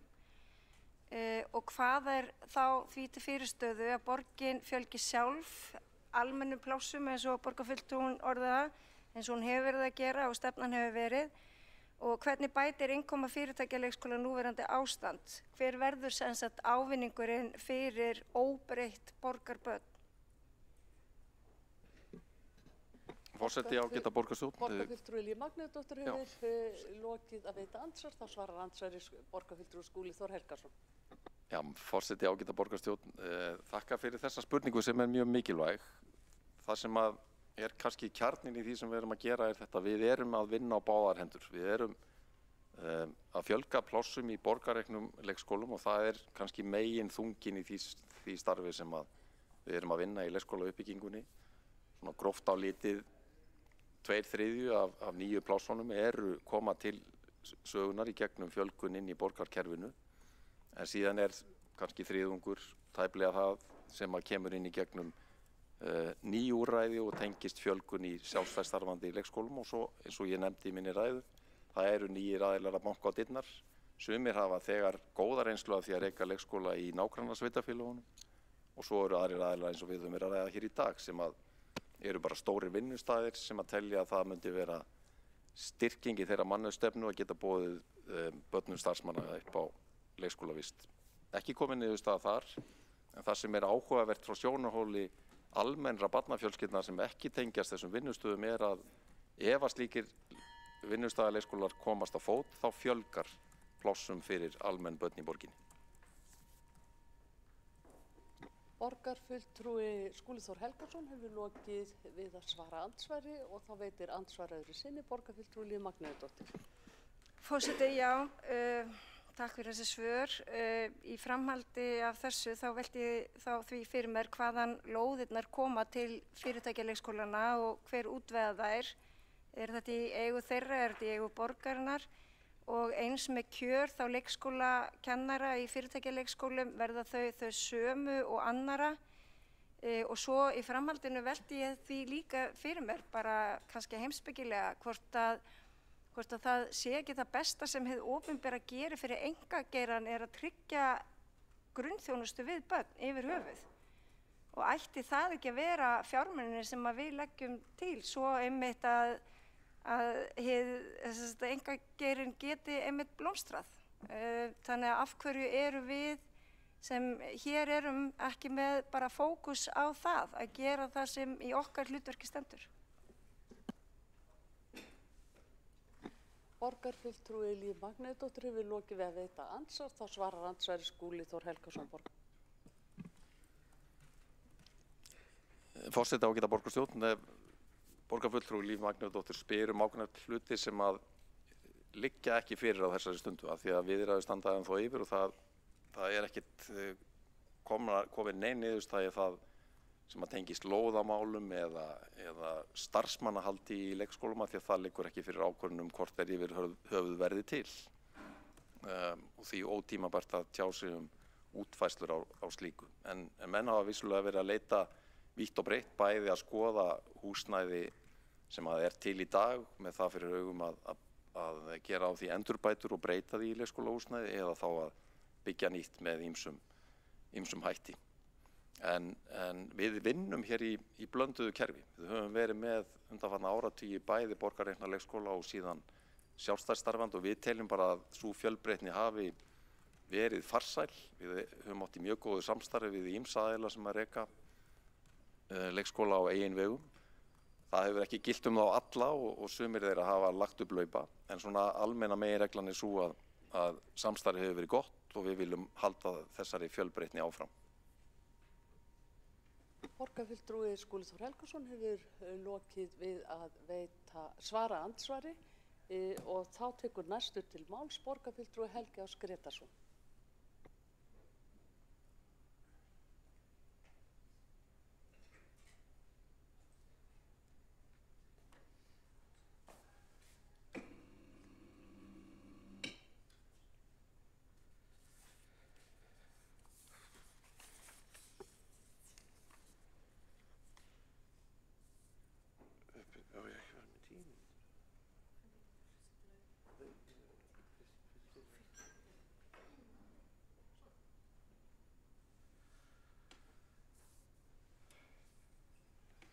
Forseti, ágæta borgarstjórn. Fyrir liggur hér tillaga borgarfulltrúa Sjálfstæðisflokksins að gerðar eru tilteknar ráðstafanir svo skapa megi aðgengilegra og sveigjanlegra umhverfi fyrir sjálfstæðan rekstur, daggæslu og leikskóla og vinnustöðum sem eru í borginni, með því að markmiði að styðja enn frekar við fjölbreytt rekstrarform leikskóla og daggæslu í Reykjavík. Nú, eins og hér hefur komið fram í umræðum þá sýnist sitt hverjum slíka þróun og ég held að það sé bara málefnalegur ágreiningur út frá grunngildum í pólitík, annars vegar þeir sem að vilja að hið opinbera sé fyrst og fremst með á hendi sinni þjónustu í þágu borgaranna eða hvort að það eigi að leyfa einkaaðilum að sinna ýmiss konar þjónustu sem að oft á tíðum hefur verið í hendi hins opinbera. Þannig að það kristallast ákveðin hugmyndafræðilegur ágreiningur. Hvernig svo sem á málið litið, þá það vandinn sem þarf að leysa. Og vandinn hefur langt árabil í þessum málaflokki verið nokkuð stór, í ljósi líka þeirra loforða sem að stjórnmálahreyfingar og þátttakendur í stjórnmálum hafa gefið í málaflokknum. Sem dæmi hefur Samfylkingin hvað eftir annað gefið mikið af gylliboðum með aðdraganda borgarstjórnarkosninga og síðast var það að öll börn 12 mánaða aldri myndu fá dagvistunarpláss bara strax eiginlega haustið 2022, bara 1, 2 og 3. En því fer nú víðs fjarri að svo sé raunin. Sem dæmi ég þetta með svar frá skóla- og frístundaráði 11. september 2024 og þar kemur fram í því svari að meðalaldur barna sem hafa hafið vistun í borgarreknum og sjálfstætt leikskólum síðastliðina 3 mánuði áður en svarið birt, það er að segja 3 mánuði fyrir 11. september, sé 21,6 mánuður. Boðun í vistun til barna þá meðalaldurinn 20 mánuðir. Þetta eru tölur sem hafa verið hérna á öllu þessu kjörtímabili. Samfylkingin lofaði, og það stendur held ég líka í sáttmálanum, meirihlutasáttmálanum að þetta yrði frá og með bara strax og það yrði 12 mánaða meðalaldur. Þannig að þetta í raun og veru vandinn sem við erum að glíma. Að það eru mörg hundruð börn á biðlista eftir leikskólaplássi. Nú, ég líka hérna með svar frá skóla- og frístundaráði sem er dagsett 5. september 2024. Ég veit ekki nákvæmlega hver staðan en mér heyrðist í ræðu borgarstjóra hér fyrr í dag að hann væri núna eitthvað í kringum 900. Ég þori ekki alveg að fara með þá tölu, en allavega samkvæmt þessu svari að þá var biðlistinn haustið 2024 661 barn á biðlista, árið áður var þetta 658. Svo það annað atriði í þessum málaflokki og það staða dagforeldra. En dagforeldrakerfið hefur tekið við æ færri börnum allar götur síðan 2013. Í kringum aldamótin voru þetta 1400 börn, 2013 voru þetta í kringum 800 börn, en núna þetta vel undir 400 börn og samkvæmt minnisblaði skóla- og frístundaráðs dagsett 22. ágúst 2024. Það voru í janúar 2023 83 dagforeldrar, en fram eftir öldinni alveg til 2015 voru þeir yfir 200. En í janúar núna 2024, fyrir árið síðan, voru 74 dagforeldrar með leyfi til daggæslu.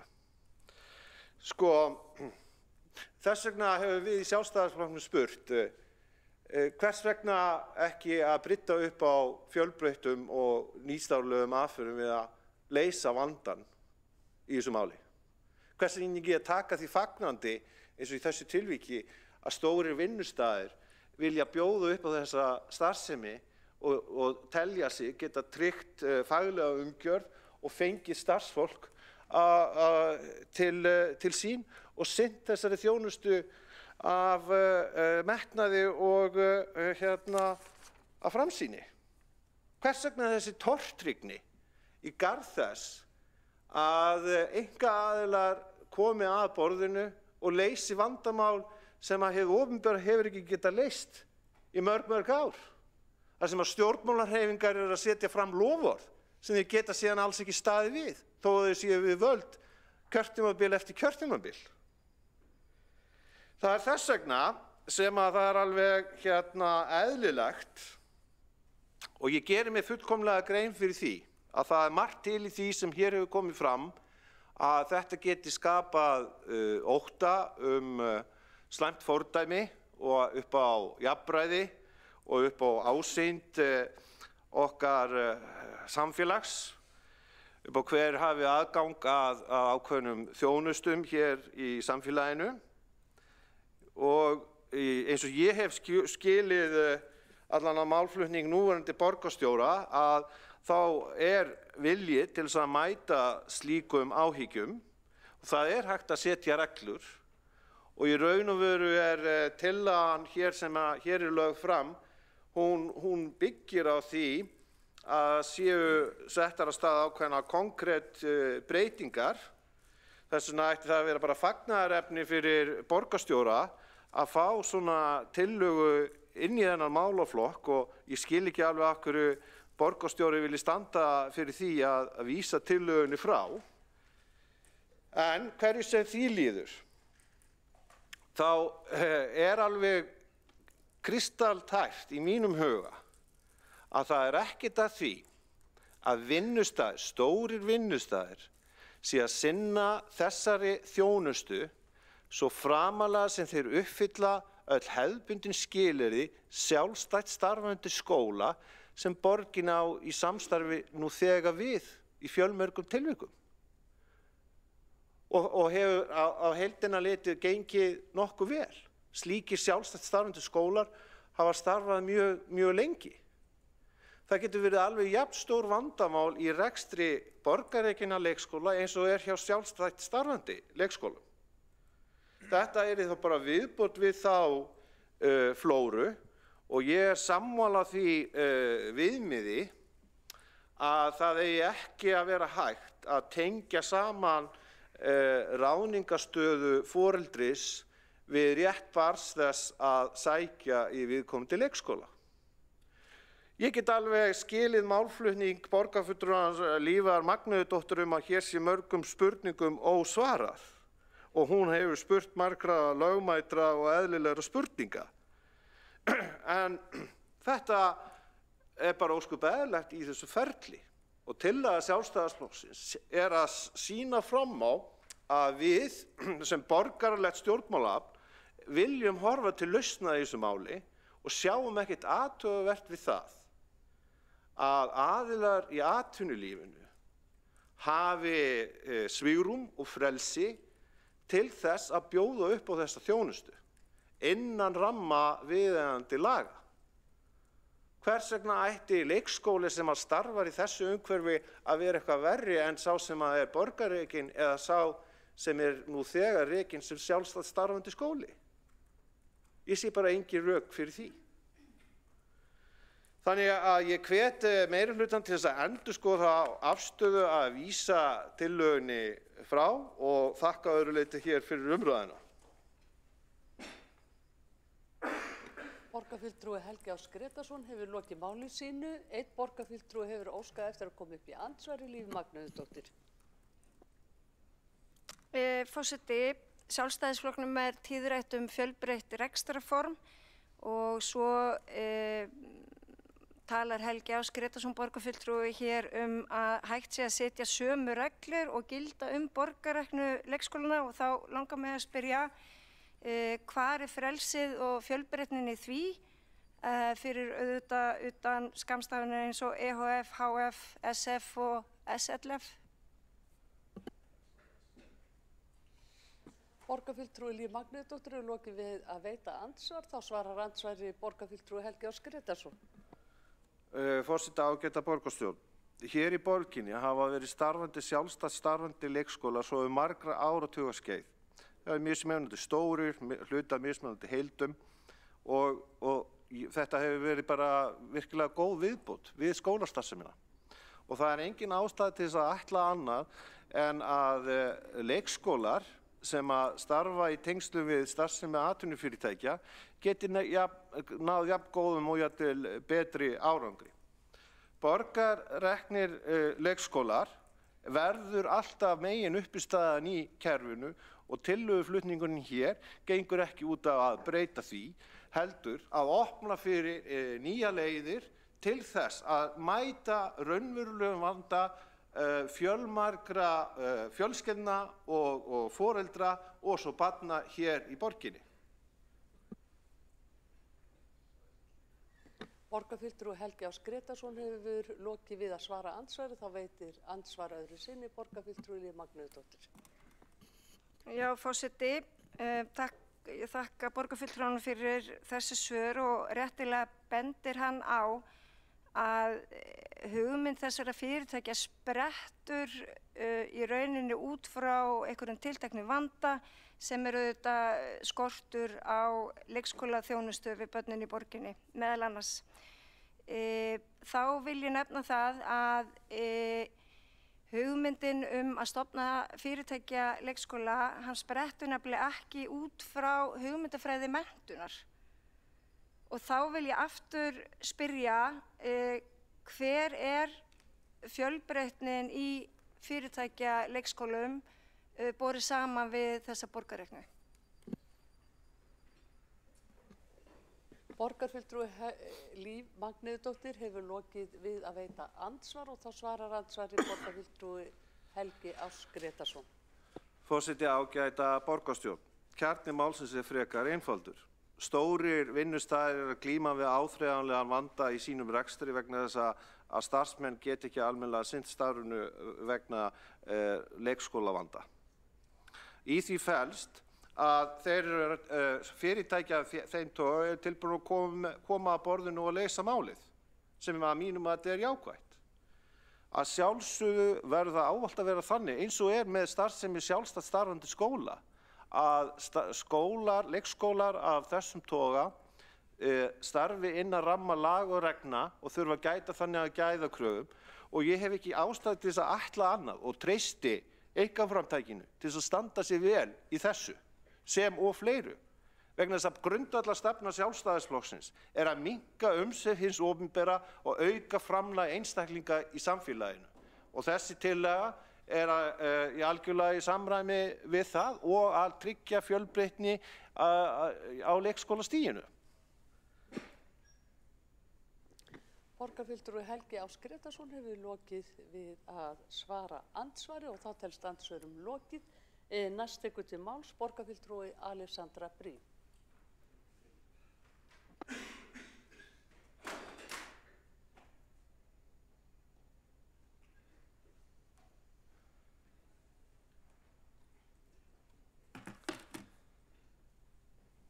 Forseti, borgarstjórn, aðrir áheyrendur. Búið að vera virkilega áhugaverð umræða hérna í salnum í dag. Það heyrist svo skýrt hvað við höfum ólíka sýn og í raun ólíka eðlis ávísun þegar að kemur að því hvernig samfélagið á að vera, hverjum er treystandi, hvar hættan liggur, hvar frelsið liggur, hvar jafnréttið liggur. Borgarfulltrúinn Kjartan Magnússon og félagar hans í Sjálfstæðisflokknum tala hættuna á of mikilli miðstýringu. Borgarfulltrúinn rifjar upp sögur af því þegar að kennarar fengu ekki vinnu í opinberum skólum eftir að hafa ljóstrað upp skoðanir sem ekki voru ríkisvaldinu þóknanlegar. Og það er eðlilegt sjónarmið. Reynslan af mannkynssögunni er klárlega þannig að ofríki miðstýrs valds getur verið bara mjög hættulegt. Enda horfa hægri menn til markaðarins til þess að búa til jafnvægi og auka þannig rétt íbúana þá á kostnað kerfisins og á kostnað miðstýringarinnar. Sósíalistar, eins og frummælandi Andrea Helgadóttir benda þá á móti að það að fyrirtæki á markaði, þau hafa í raun engan annan húsbónda heldur en hagnað hluthafa sinna. Þeir hafi kannski einhverja lágmarksviðleitni til þess að eiga í jákvæðum samskiptum við samfélagið, en svo viðleitni nær aldrei lengra en það hversu mikið þau geta á endanum grætt á því að eiga auðveldara með að ráða starfsfólk, auðveldara með að bæta framleiðsluna, auðveldara með að bæta ímynd sína til að selja vöruna sína, eða geti á annan hátt réttlætt viðleitnina með tilliti til vænts ágóða. Þau á móti líta til hins opinbera sem sameiginlegar stofnunar okkar allra til þess að veita hlutlausa þjónustu án mismununar. Og það á rétt á sér. Hvort tveggja af þessum sjónarmiðum á rétt á sér. Ofríki ríkisins hefur sannarlega oft verið hættulegt, en markaðsöflin eru líka kaldlynd. Þau varðar ekki okkur nema upp að því marki sem þau nauðsynlega þurfa. Ég lít svo á, og ég held að Píratar líti svo á, og ég held reyndar að flestir stjórnmálaflokkar sem eru ekki mjög hart til hægri eða vinstri, og þar með held ég í raun þorri Íslendinga líti svo á, að sannleikurinn sé einhvers staðar þarna á milli. Þegar ríkisvaldið er of alltumlíkjandi og ráðríkt, þá þarf mótvægi sem getur komið frá atvinnulífinu. Þegar atvinnulífið er allsráðandi er það hlutverk ríkisins að vera málsvari íbúana og tryggja réttindi þeirra og jafnrétti þeirra á milli. Og ég er í grunninn þannig þenkjandi að ég tel markaðinn gagnlegan til þess að ná ákveðnum markmiðum, hann er góður í því, en það sé hlutverk hins opinbera að setja markaðnum skorður, passa að það verði ekki markaðsbrestir, að hann sæki ekki of harkalega sín gæði á kostnað íbúana, að hann finnir sér ekki einhverja glufu til þess að láta kostnaðinn liggja einhvers staðar þar sem hann þarf ekki sjálfur að takast á við hann. Hið opinbera þarf að setja skýran ramma og passa svo að afleiðingarnar af því að fara út fyrir ramman séu meiri en gróðin af því að fara út fyrir hann og að eftirlitið sé þannig að þeim afleiðingum sé beitt. Alveg sérstaklega er það nauðsynlegt til að ræða viðkvæman rekstur og rekstur þar sem markmiðið er bara alls ekki gróði, eða allan ekki nema í langa samhenginu og í stóru myndinni. Það eru til dæmis heilbrigðisþjónusta og menntun. Það sem að hagur samfélagsins í heild af því að sú þjónusta sé góð, sé almenn, sé öllum opin án mismununar, er meiri heldur en samanlagður hagur þeirra sem veita þjónustuna og þeirra sem að þiggja þjónustuna. Ég er sjálf aðeins meira þeim megin að á síðari árum tel ég að það séu stórfyrirtækin og fjármagnsöflin sem að fara með ægivaldið. Fyrirtæki eru orðin alþjóðleg, þau flakka á milli landa eftir því hvar eru þægilegustu laga- og skattaumhverfin og meðan ríkin eru bundin af sínum landamærum. Við sjáum að afskipti auðkýfinga af stjórnmálum í heiminum verða sífellt meiri og ósvifnari. Nú nýlegast krafðist Elon Musk þess að Karl Bretlandskonungur leysti upp þingið, en skömmu þar á undan studdi hann opinberlega þýskan öfgahægri flokk sem sumir kalla nasistaflokk. Þar á undan beitti hann ráðum og dáð og milljónum dollara til þess að hafa áhrif á kosningar í Bandaríkjunum. Fékk niðurstöðuna sem hann reyndi að kaupa og þar er hann nú innsti koppur í búri. Og hann er ekkert eini auðkýfingurinn í veröldinni sem að reynir að kaupa sér áhrif, kaupa sér þóknanlegar niðurstöður, vill hafa áhrif á lýðræðið og vill taka stjórn á ríkisvaldinu og skoðanamyndun almennings. Mér finnst það hrikaleg þróun. Og þó að augljóslega hafi ríkisvaldið í sögunni verið mjög hættulegt og alltumlíkjandi og allsráðandi, þá erum við á þannig tímapunkti í mannkynssögunni að núna er það fjármagnið sem að fer með ægivaldið og það eru almenningur og hið opinbera sem málsvari almenning sem eiga í vök að verjast. Og af þessu öllu saman leiðir að ég er hikandi við þau skref sem við erum hér að ræða. Ég er hikandi við það að leyfa meiri rekstur fyrirtækja á leikskólum, sérstaklega rekstur þar sem þau hugsaða fyrst og fremst fyrir eigin starfsfólk. Ég óttast vissulega að það geti leitt til aukinnar stéttaskiptingar, ég óttast ýmislegt, ég óttast líka bara í stóra samhenginu þá vegferð sem að heimurinn virðist vera á. En ég held samt líka að þetta sé á endanum bara hluti af okkar viðfangsefni í öllu sem við erum að gera. Að tryggja sem mesta og besta þjónustu fyrir íbúana og við berum þá bara ábyrgð á því ef að á endanum þetta skref verður tekið að tryggja að ramminn utan það sé tryggur. Að við bara leyfum ekki að það leiði til ójöfnuðar og að það séu reglur, að það sé eftirlit að þá sá rammi sem að við kjósum að setja sé virtur. Það var til dæmis jákvætt skref sem við tókum nýlega þegar við vorum að endursemja við sjálfstætt starfandi leikskóla að passa það í samningunum að allir leikskólar í borginni notist við sama skráningakerfi. Þannig að það sé að tryggja að það sé að eftir kennitöluröð nema þar sem að málefnalegar ástæður er að ræða til að veita undanþágu. Það er nefnilega alveg óboðlegt að sjálfstætt starfandi skólar handvelji nemendur eftir sinni hendisemi. Og það getur verið eftir efnahag eða skoðunum eða hversu þjónustu þungir nemendurnir eru eða alls konar. Ég er ekkert að segja að þeir hafi endilega verið að gera það, en það er okkar ábyrgð að passa að það sé örugglega ekki verið að gera það. Og þetta er bara dæmi um það hversu mikilvægt það er að hafa skýran ramma og passa það að við höfum tólin sem við þurfum til að fylgja þeim ramma eftir. Ég er nefnilega alls ekkert spennt fyrir þessu. Mér finnst of mörg fyrirtæki á markaði sem að tjá sig leikskólamál, tala allt of mikið eins og eina hlutverk leikskóla sé barnapössun svo að foreldrar geti unnið sem mest.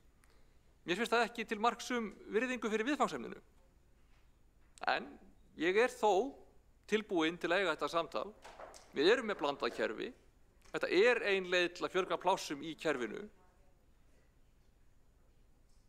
Má prófa þetta, en við verðum þá líka bara að vera afsakið, já, ekki fór þetta í orðbragði, við verðum bara að vera ansi viss það að ramminn sem við setjum sé skýr.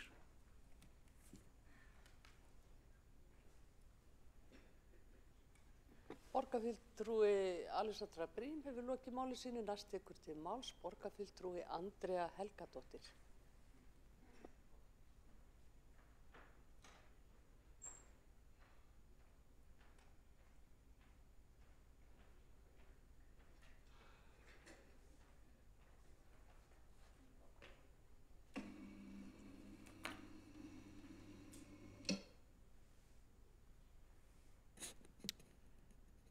Forseti, borgarstjórn. Já, þetta hefur verið áhugaverð umræða og gaman að sjá svona góða innsýn inn í hver skoðun fólks er hér og hver svona almenn stefna virðist vera. Það hefur náttúrulega ranglega verið talað umræðu okkar sem að hún spretti út frá fyrirtækjaleikskólanum þó ég vissulega hafi nefnt það til þess að nýta ræðutímann minn hér.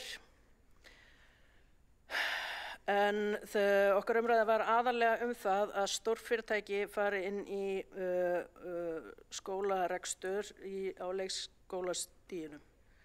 Og það er aðalatriðið í okkar málflutningi hér að vera meðvituð þær hættur sem að fylgja því og það er bara fullkomlega eðlilegt enda er rentusækni og það að komast í opinbert fé ekkert eitthvað sem er óþekkt að mönnum þykir ágætt þegar að þangað er komið. Krísur eru alveg sérstaklega notaðar til þess að komast í svona kökur.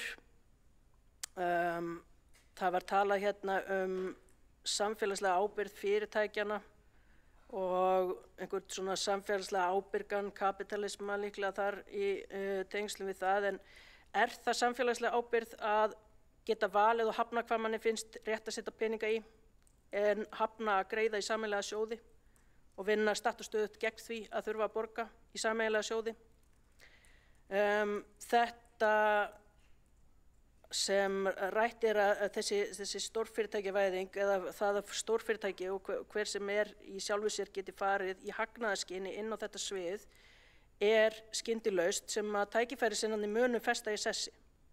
Það er bara þannig á Íslandi að og annars staðar þar sem að svona er gert, að það er gert í einhverjum góðum tilgangi, í einhverjum aðstæðum sem að svo er ekkert undið ofan af.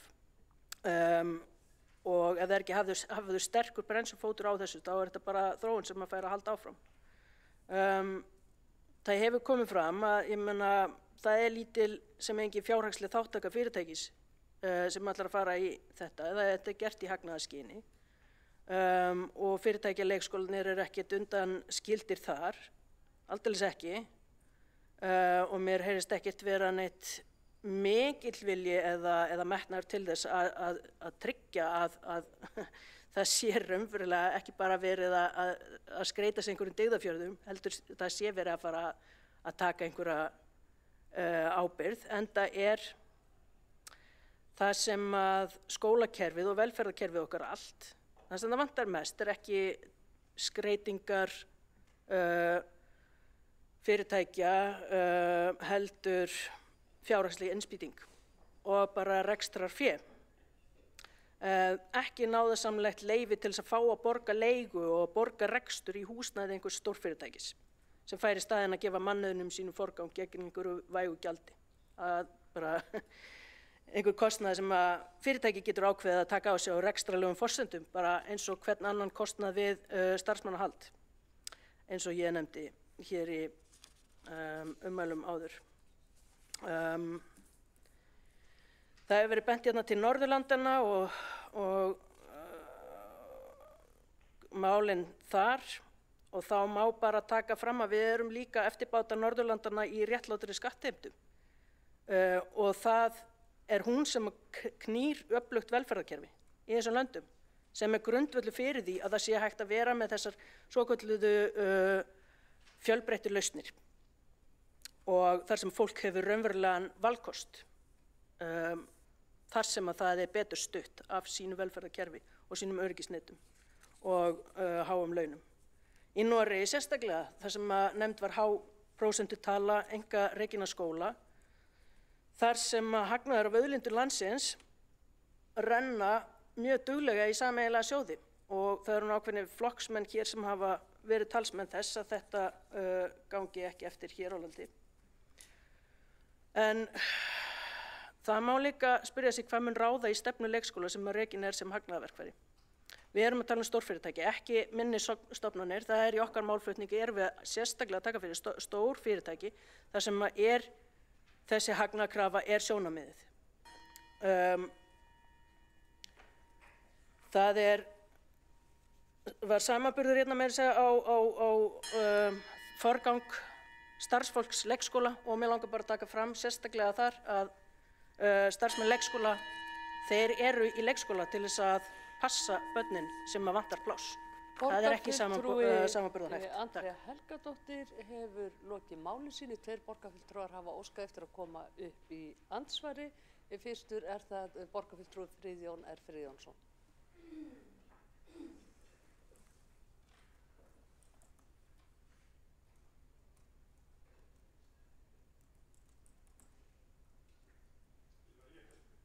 Já, gjör svo vel. Já, búin að...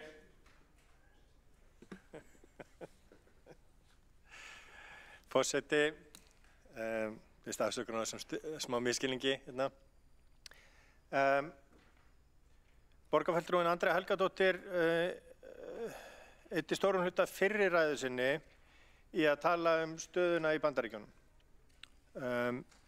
Mér langaði bara til þess að spyrja borgarfulltrúan, veit hún hversu mörg eða hátt hlutfall barna í Bandaríkjunum eru í einkaskóla?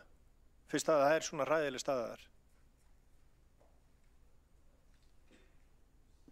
Borgarfulltrúi Friðjón R. Friðjónsson hefur lokið við að veita andsvar, þá svarar andsvari borgarfulltrúi Andrea Helgadóttir.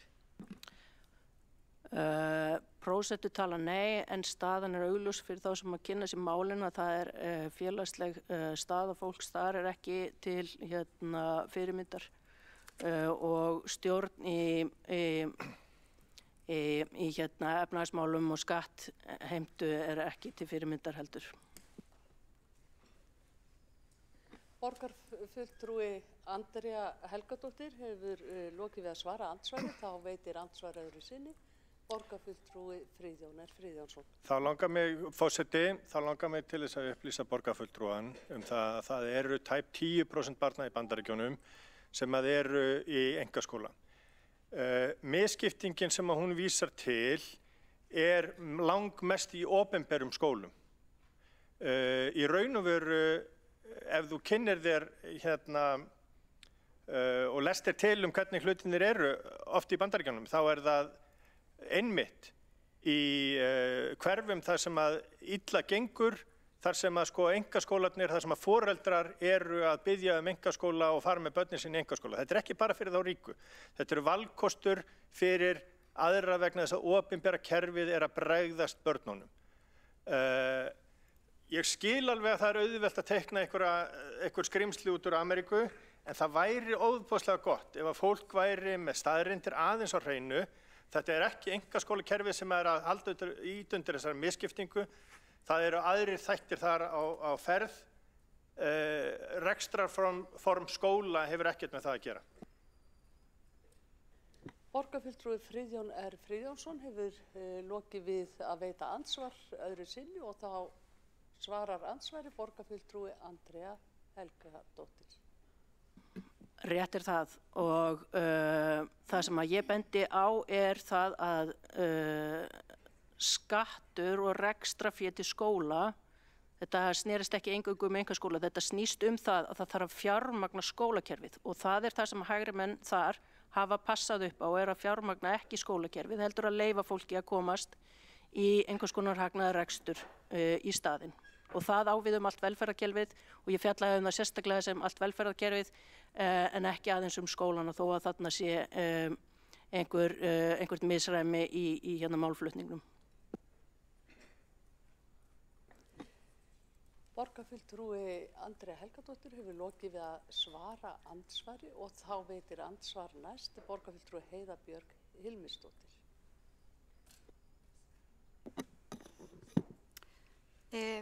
Forseti, ágætu borgarfulltrúar, ég ætlaði bara að þakka borgarfulltrúanum Andreu Helgadóttur fyrir að setja þetta mál á dagskrá og í rauninni bæta við það sem hún var að segja sem borgarfulltrúin var að segja.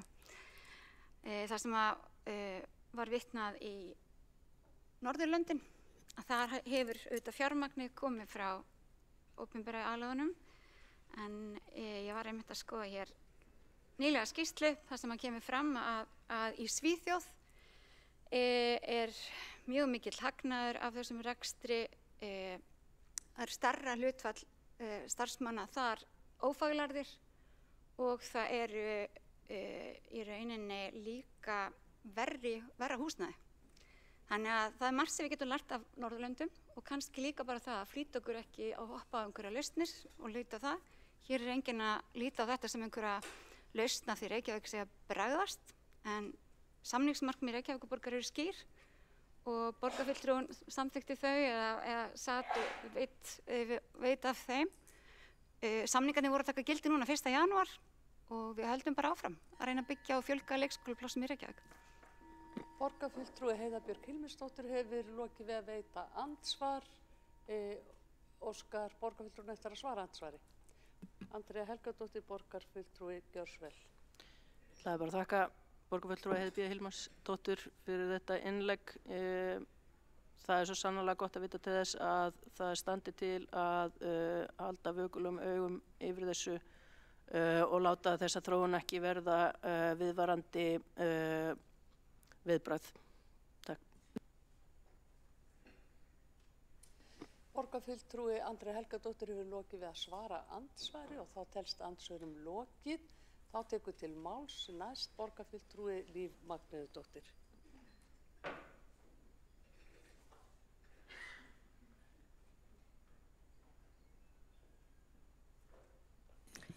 Ágæti forseti, ágæta borgarstjórn. Það sló mig allt í einu að borgarstjóri bar hér fram frávísunartillögu við afgreiðslu tillögu Sjálfstæðisflokksins og sagði að þetta væri nú þegar allt saman í gangi í kerfinu og á þeim forsendum skyldi vísa tillögunni frá.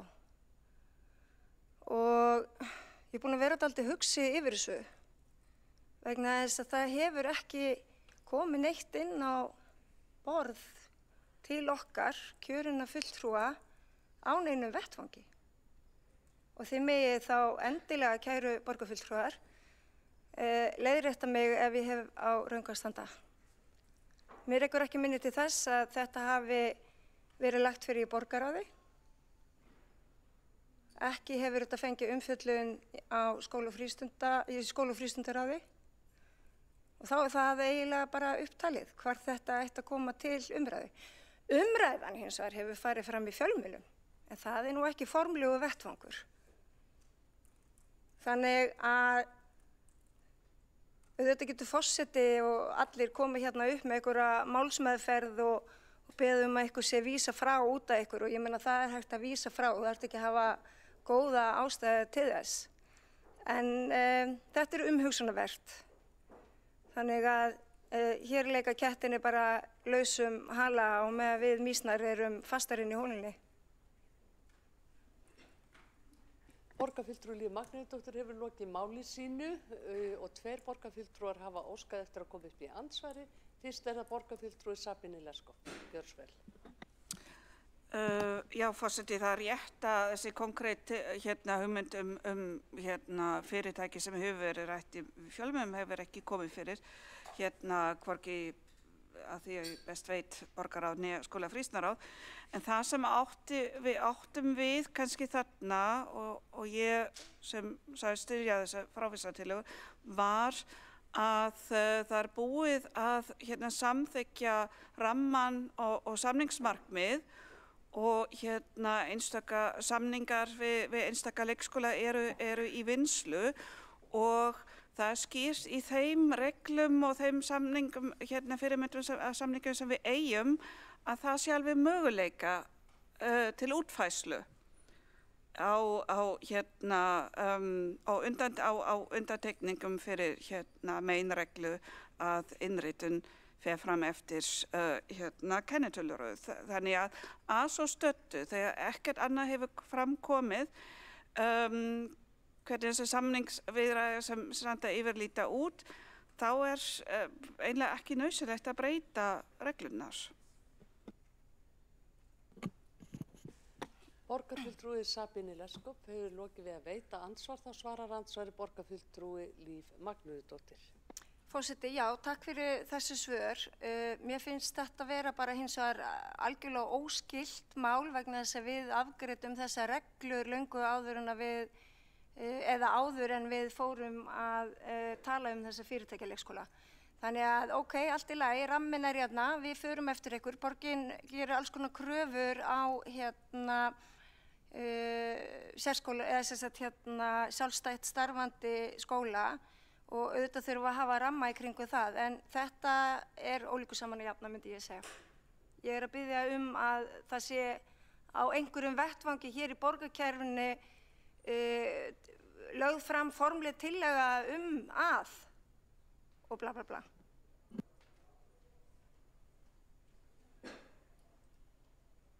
Borgarfulltrúi Líf Magnúsdóttir hefur lokið við að svara ansvar, þá veitir ansvar öðru sinni borgarfulltrúi Sabine Leskov. Já, ég væri þá mjög til að heyra aðeins meira hvað borgarfulltrúi Líf Magnúsdóttir á við með bla bla bla. Borgarfulltrúi Sabine Leskov hefur lokið við að veita ansvar og þá svarar ansvari borgarfulltrúi Líf Magnúsdóttir. Forseti, ég er að tala í rauninni að formgera einhverja tillögu svo hægt sé að vera í einhverjum viðræðum við einhver fyrirtæki að stofna hérna leikskóla. Þannig að þetta sé að minnsta kosti upp á borðum.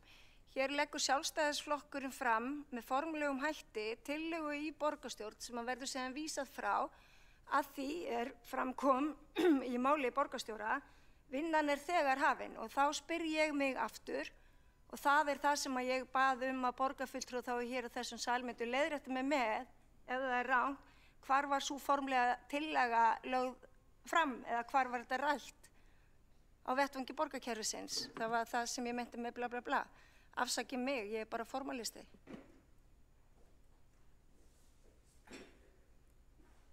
Borgarfulltrúi Líf Magnúsdóttir hefur lokið við að svara ansvari og þá veitir ansvar næst borgarfulltrúi Heiða Björg Hilmarsdóttir. Forseti, ágætu borgarfulltrúar, frá því 2022 hefur verið svona vinna í gangi innan borgarkerfisins til þess að skilgreina samningsmarkmið og þjónustu samninga sem að Reykjavíkurborg gæti gert í sjálfstætt starfandi skóla og það eru auðvitað margir sjálfstætt starfandi skólar nú þegar í borginni eins og fram hefur komið. Það sem við erum að tala og borgarfulltrúar hér er að samningsmarkmið borgarráðs eru skýrð. Þau voru rædd í borgarráði og samþykkt síðast 18. nóvember 2024. Þar er talað formið, þar er talað hvernig eigi að semja við mismunandi skóla, hvernig að greiða og einmitt vera að hnykkja á þessu með arðgreiðslur og inntöku barna og barna á Reykjavík og mannréttindastefnu og menntastefnu og svo framvegis. Þannig að eins og borgarfulltrúarnir hér hafa farið yfir, Skúli Helgason og Sabine Leskov. Þannig að ég myndi að segja að þetta mál hefur nú þegar verið afgreitt og þessi samningar tóku gildi 1. janúar fyrir 8 dögum. Borgarfulltrúi Heiða Björk Hilmisdóttir hefur lokið við að veita andsvar og þá svarar andsvari borgarfulltrúi Líf Magnúðardóttir.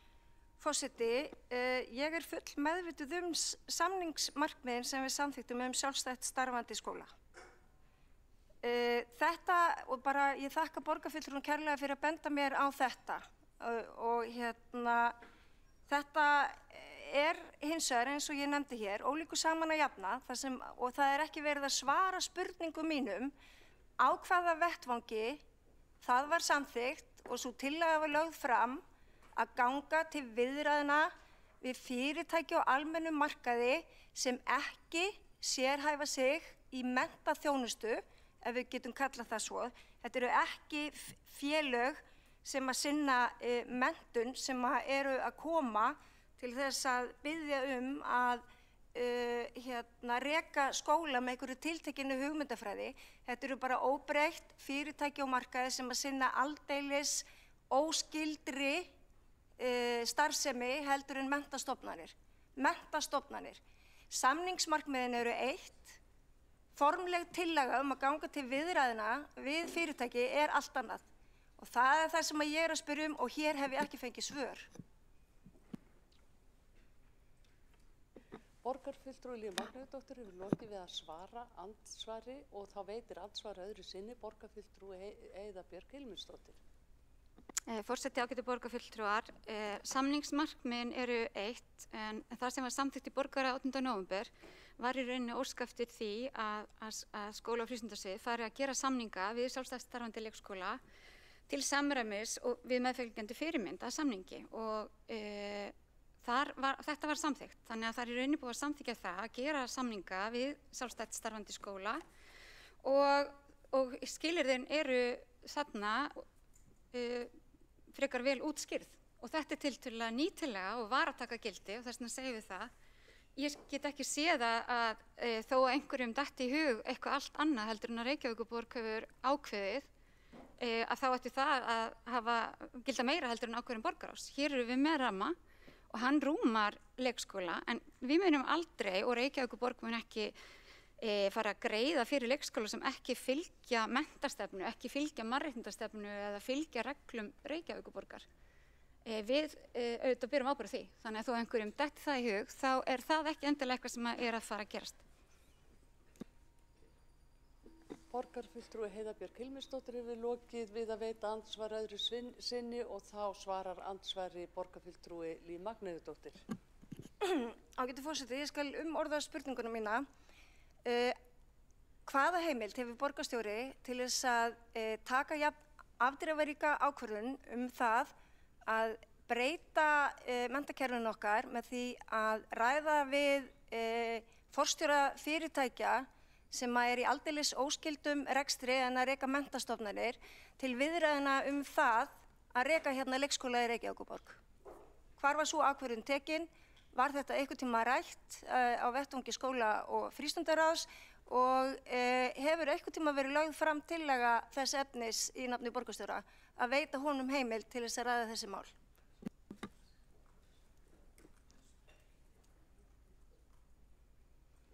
Borgarfulltrúi Líf Magnúðardóttir hefur lokið við að svara andsvari og þá veitir andsvar öðru sinni borgarfulltrúi Heiða Björk. Öðru sinni? Jú. Fyrirgefðu? Forseti? Varstu með spurningu til forsta? Nei. Nei. Forseti var ekki alveg búin að gefa þér orðið. Nei, ok, fyrir ekki. Þá veitir andsvar öðru sinni borgarfulltrúi Heiða Björk Hilmisdóttir. Afsökunar á þessu, forseti, en forseti ágætu borgarfulltrúar. Við erum hér að ræða tillögu Sjálfstæðisflokksins breytingu á reglum sem að nýlega tóku gildi. Borgarfulltrúin spyr hér eitthvað annað mál og eitthvað ákveðið fyrirtæki og það ekki það sem tillaga borgarstjórnarflokks Sjálfstæðisflokksins fjallaði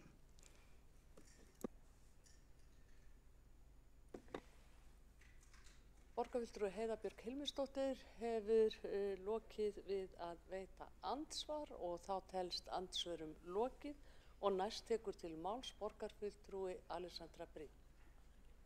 Og þá ætlar forseti að loka mælendaskrá þar með.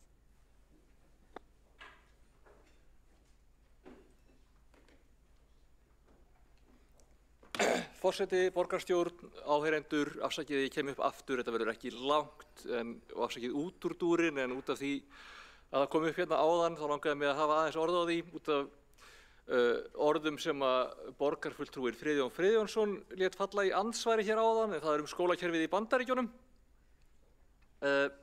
Í Bandaríkjunum hefur orðið alveg gífurleg misskipting milli hverfa og það á sér langar rætur lengra heldur en það sem kallaðist redlining, þar sem svörtu fólki var beinlínis bannað að kaupa húsnæði á betri svæðunum til áratuga og bara almennt þar mjög stéttaskipt húsnæðisþróun, mjög misskipt skattkerfi og mjög afgerandi sérhagsmunagæsla, svo kallaður nimbíismi, þeirra hópa sem hafa meira milli handana og þar hafa þau einmitt beitt sér mjög sterklega gegn því að jöfnuður milli skólasvæða sé aukinn, líta á það sem aðferð að sínum börnum og í þessu ótrúlega ósanngjarna og undirfjármagnaða skólakerfi hafa einkaskólar og í minna mæli heimakennsla orðið að einhvers konar leið undan því. Það að mínu viti kannski frekar til marks að opinbera skólakerfið sé svo herfilega brotið í Bandaríkjunum, misskipting svo ótrúlega mikil og viljinn til úrbóta og fjármagn til úrbóta svo ótrúlega lítill að í því samhengi verði einkareknir skólar betri kostur fyrir þau sem hafa efni á því og sem uppfylla skilyrði þess kerfis. Það til marks dapurlegt ástand opinbera menntakerfisins í Bandaríkjunum sem undirorpið langri sögu vanfjármögnunar, rasisma og pólitískra afskipta og meira til marks það heldur en einkarekna kerfið sé endilega í sjálfu sér gott. Það bara betra heldur en kerfið sem þeir eru með að öðru leyti. Og það setur einmitt völd í hendur þeirra sem að ráða einkarekna kerfinu.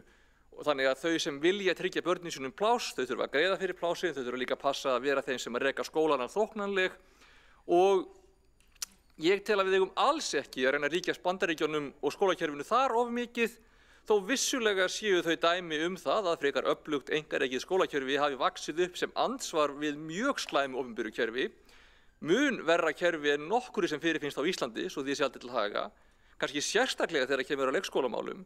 En þó svo vissulega megi benda á ýmislegt sem betur megi fara í leikskólamálum á Íslandi, þá myndu held ég langflestir Bandaríkjamenn sem ekki eru beinlínis auðkýfingar skipta á okkar leikskólakerfi og þeirra án þess að hugsa sig og ég held jafnvel öllu menntakerfinu fyrir utan mögulega háskólakerfinu, en afsakið út úr því, vildi bara halda þessu til haga.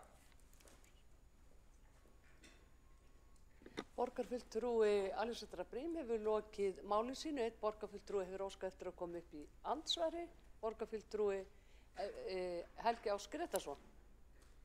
Borgarfulltrúin Friðjón Friðjónsson hefur lokið sínum andsvörum undir þessar umræðu. Má ég gera athugasemd við þá fundarstjórn? Já, gjörðu svo vel. Já, mér finnst það furða í reglum borgarinnar að þegar að vikið að einhverju sem maður hefur sagt að þá sé lokað fyrir að bregðast við því. Ég var aldrei að líkja eða mæra bandarískt skólakerfi eða einkaskólana þar. Því fer fjarri. Borgarfulltrúinn Hildur Björnsdóttir var einmitt að tala það að við horfum til hins skandinavíska kerfis. En ég ætla ekki að rökræða við borgarfulltrúinn Alexandru Briem nema kannski bara út á gangi Bandaríkin og leyfa henni að útskýra þau fyrir mér. Forseti bendi borgarfulltrúanum á það að hann getur beðið að gera stuttu athugasemd og bera af sér sakir. Þannig að það sé sagt, þá er það á hreinu. En að því sögðu þá komið að næsta borgarfulltrúa sem kemur upp í andsvari og það er borgarfulltrúi Helgi Ás Gretarsson. Forseti, ágæta borgarstjórn. Tillagan sem hér til umræðu, hún lýtur að íslensku samfélagi og lýtur að fjölbreyttari rekstrarformi leikskóla og daggæslu. Enginn sem hér inni hefur að mínu mati nægilega sérþekkingu til þess að ræða af yfirgripsmikilli þekkingu málefni skólakerfis í Bandaríkjunum. Þessi umræða er því á villigötum að mínu mati. Aðalatriði hér er að það er bara að með tillöguflutningnum er verið að reyna að útfæra eða þenja aðeins út það eðli leikskólakerfisins hér í Reykjavík að fleiri sjálfstætt skólar hefji starfsemi. Það er kjarni málsins og þá að halda öllum sömu gæðaviðmiðunum, halda öllum öðrum skilyrðum og út af það gengur tillagan og að fara að vísa til einhverjar umræðu Bandaríkin og svo framvegis tel ég að vera á mikilli villigötum og vera að reyna að búa til orðræðu sem ekki er málefnaleg. Borgarfulltrúi Helgi Ás Gretarsson hefur lokið við að veita andsvar, þá svarar andsvari borgarfulltrúi Alessandra Brím. Forseti, já, ég bara fyrsta lagi biðst forláts af því að ég náttúrulega vissi ekki að Fríðan Friðjónsson væri búinn með andsvörin sín, en ég reyndar lít svo á að ég fylgist ágætlega með pólitískri umræðu og þó ég myndi kannski ekki endilega vilja hoppa inn í menntamálaráðuneytið í Bandaríkjunum óundirbúið þá tel ég mig alveg geta fjallað það svona á allan yfirborðskenndan hátt þannig að það sé ekki beinlínis rangt og var að bregðast við orðræðu í andsvörum við ræðu hjá, minnir það hefði verið Andreu, borgarfulltrúa Helgadóttur en frekar heldur Friðjóni en það sem það var í andsvörum þeirra á milli þá gæti ég ekki brugðist við en mér langaði að koma með þennan punkt inn í þá umræðu.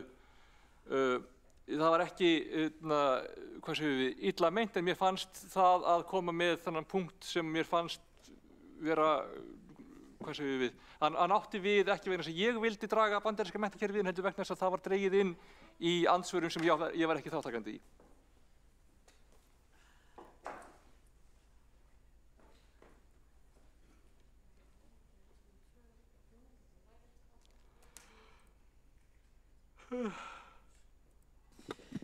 Borgarfulltrúin hefur lokið við andsvar og fer þá næst í andsvar borgarfulltrúin Helgi Ás Gretarsson.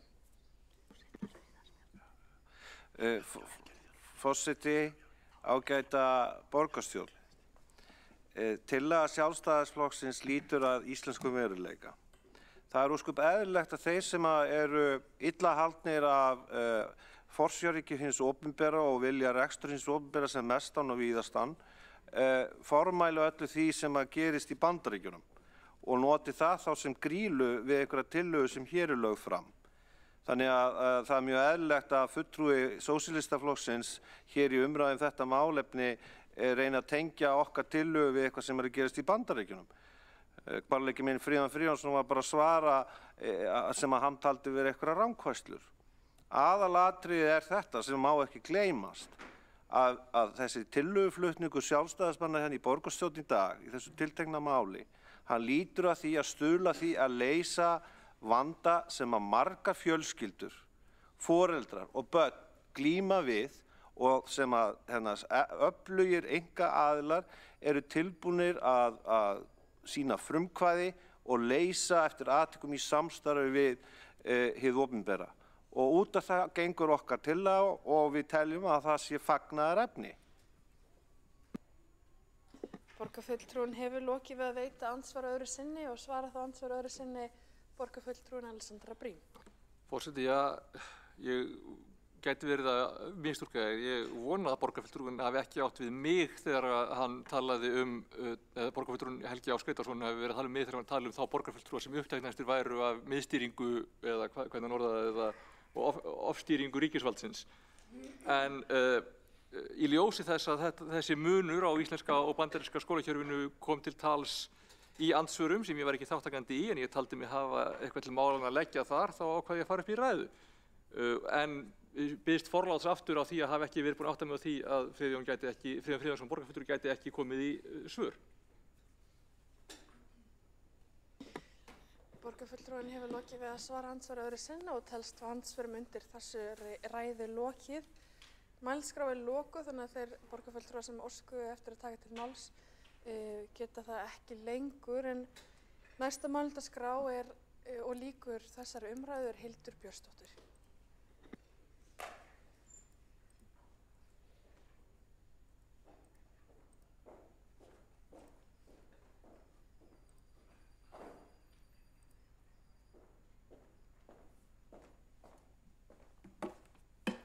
Forseti, ágæta borgarstjórn, ég þakka umræðuna hér í dag. Það eru vissulega margvísleg ólík sjónarmið frá hægri til vinstri hérna í salnum og hressandi að taka þá umræðu.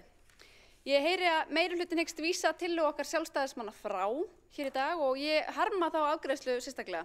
Ég sé ekki því til fyrirstöðu að tillagan verði samþykkt ef í þessu meirihluta væri raunverulegur vilji til að styðja áfram með lausnir af þessum toga.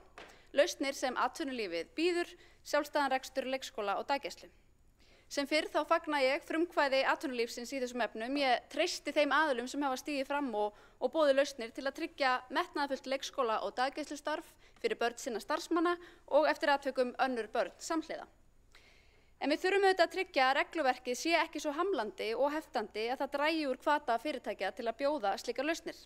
Borgarkerfið á að vera styðjandi, sveigjanlegt og hvetjandi öllum þeim sem vilja sækja fram hér í borginni. Sjálfstæður skólarekstur hefur enda reynst gríðarlega vel og heilt yfir mælst vel fyrir. Hér í dag hefur í ræðu frá Sósíalistaflokknum verið gert lítið úr stórfyrirtækjum sem vilja bæði tryggja starfsfólki sínu leikskólapláss fyrir börn sín en jafnframt samfélaginu á grundvelli samfélagsábyrgðar.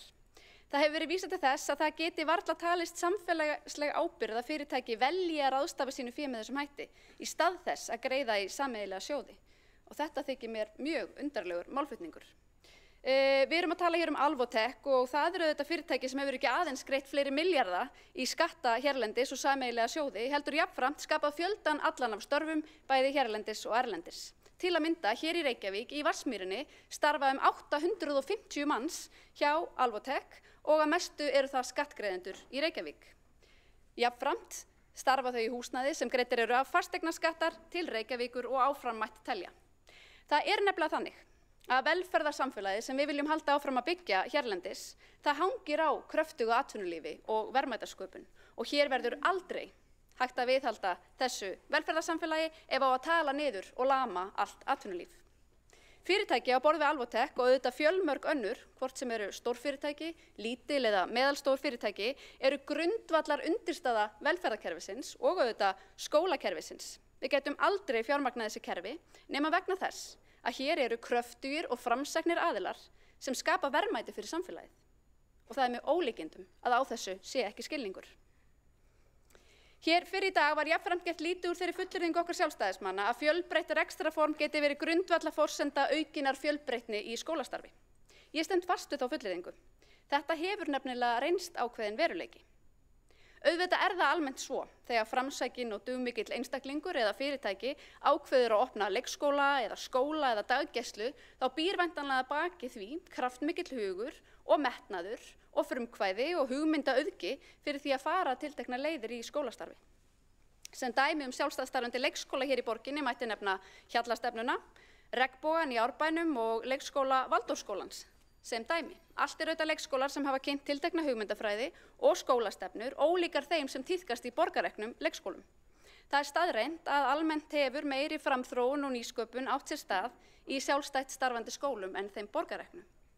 Og það er kannski líka umhugsunarefni, hvort við séum hreinlega ekki að gefa skólafólkinu okkar í opinbera kerfinu nægilegt frelsi og svigrúm og hvatningu til að sækja fram.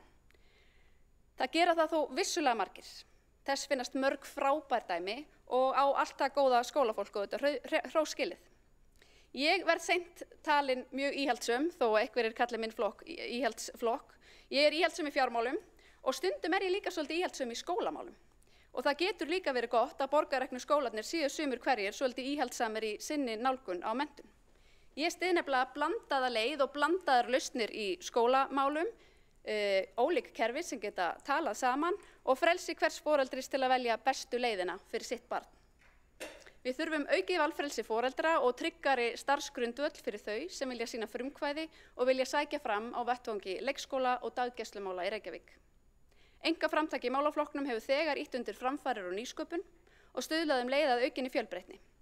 Og við fulltrúar Sjálfstæðisflokks, við erum þess fullviss að frekari framfaraskref í þessa átt muni reynast öllum til heilla. Borgarfulltrúinn hefur lokið mál sitt og nú umræðu þessa dagskrárliði lokið.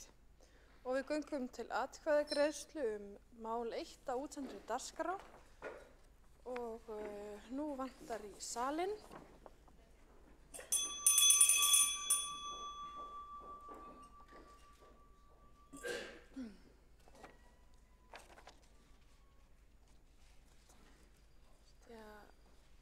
Borgarstjóri sé í viðtali.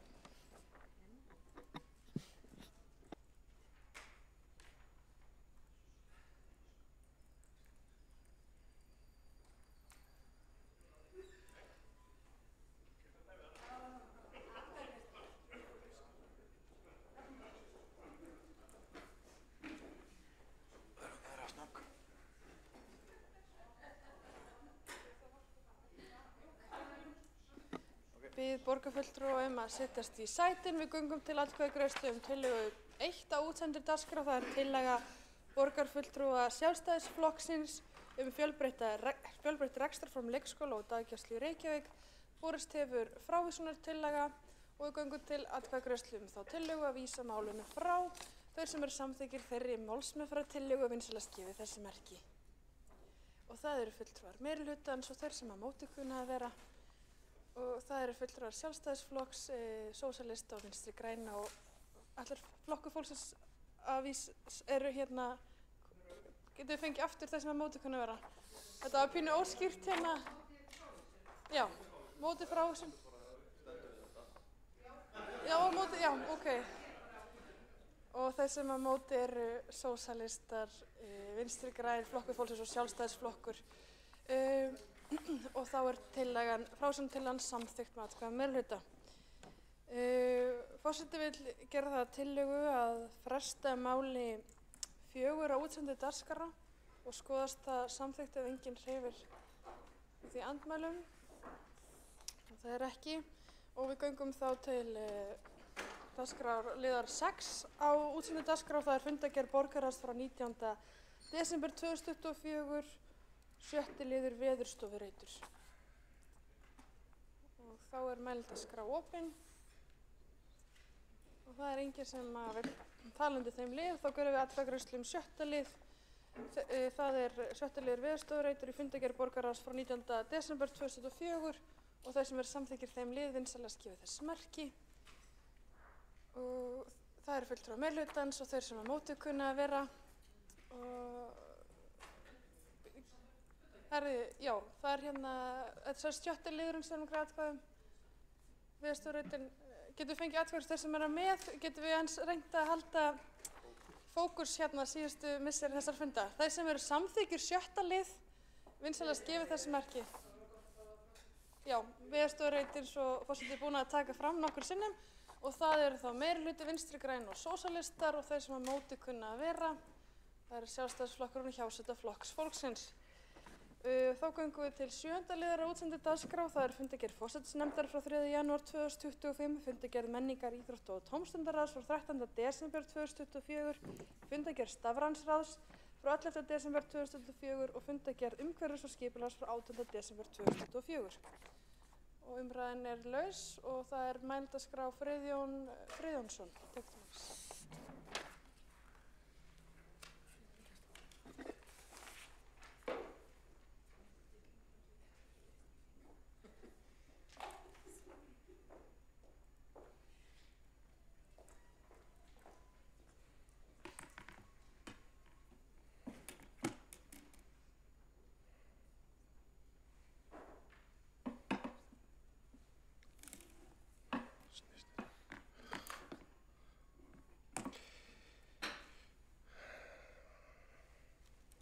Forseti,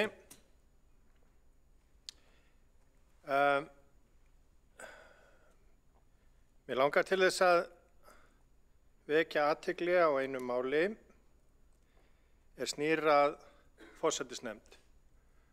Núna á 3. borgarstjórnarfundi frá alþingiskosningum hafa þeir borgarfulltrúar sem náðu kjöri til Alþingis en ekki beðist lausnar eða sýnt á spilin hvað það varðar. Fundargerð forsætisnefndar.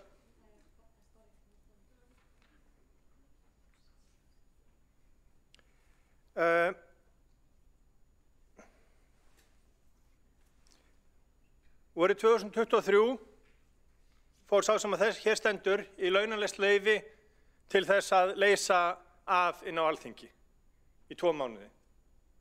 Í launalaust leyfi frá borgarstjórn. Því að mér kom ekki til hugar að vera á báðum stöðum. Núna erum við komin vel á 2. mánuð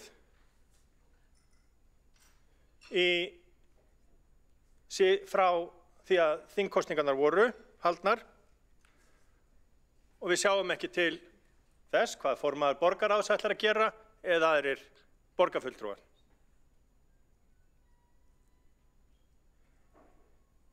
Í haust fór borgarfulltrúinn Helgi Ás Gretarsson í launalaust leyfi til þess að keppa í skák. En formaður borgarráðs sat á 2-földum launum og töldu við páfan yfir jólin. Núna áramótin fengu þingmenn 2 launagreiðslur, bæði desember og janúar. Það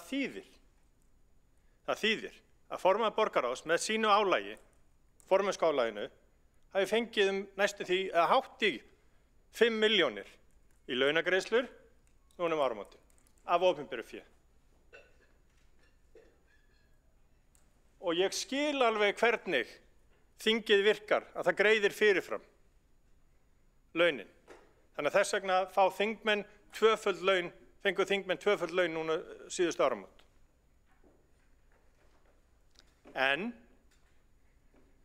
núna þegar það blasir við að formaður borgarráðs ætlar væntanlega að sitja út í janúar á 2-földum launum, að þá höfum við ekkert, þá hlýtur maður að spyrja sig hvað í gangi. Þegar þingmenn og ráðherrar hætta, þá bjóðast þeim biðlaun sem að falla svo niður vegna ef þeir byrja í öðru starfi hjá hinu opinbera. Formaður borgarráðs, hann að byrja á biðlaunum og þetta ekki í lagi.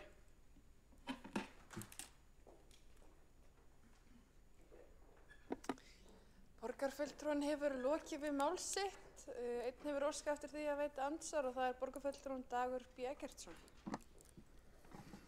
Forseti, ágæta borgarstjórn, mikið var þetta skemmtilegt innlegg frá borgarfulltrúa Friðjóni Friðjónssyni. Ég get upplýst það eins og ég hef gert á opinberum vettvangi að ég að láta af störfum hér og mun gera það á næsta fundi borgarstjórnar þegar að ég vil skilja vel við og hef verið að gera það. Hins vegar verið að kjósa flokkssystur borgarfulltrúans, formann bæjarráðs í Hafnarfirði, eða allavega skilst mér að hún hefur gefið yfirlýsingum að halda áfram út kjörtímabilið þar, eins og Björn Bjarnason, oddviti Sjálfstæðisflokksins, þegar hann var ráðherra og hélt áfram sæti sín í borgarstjórn. Það ætla ég ekki að gera. Ég ætla ekki að vera á 2 stöðum, þannig að ég verð búinn að víkja héðan áður en þing verður sett. Og það gaf ég strax út og mun ekki þiggja biðlaun.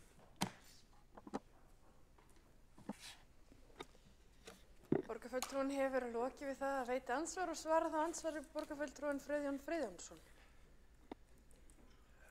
Það var svo sem við því að búast að vísað yrði í einhver áratuga gömul fordæmi.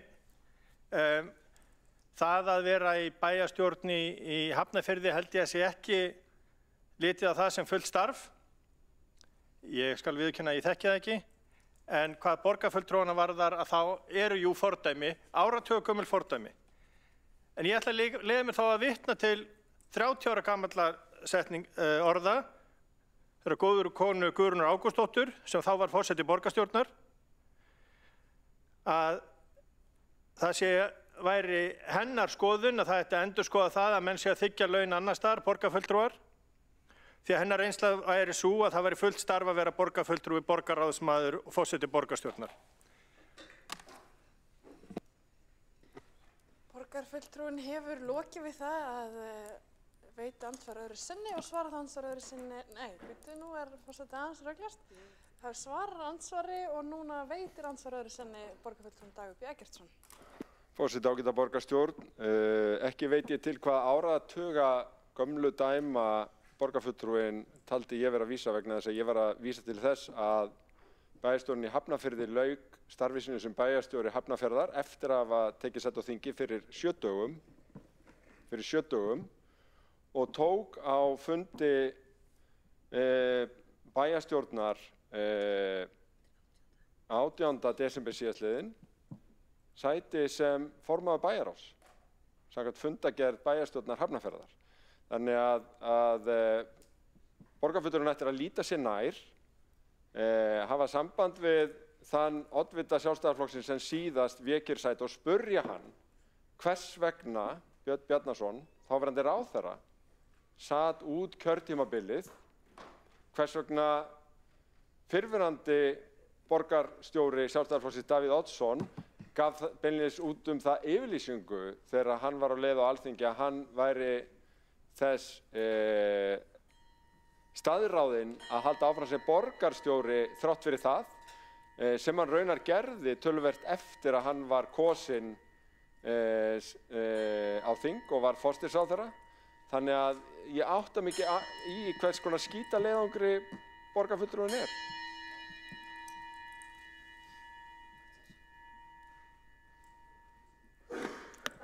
Borgarfulltrúinn hefur lokið við að veita andsvar öðru sinni, svara það andsvar öðru sinni borgarfulltrúinn Friðjón Friðjónsson.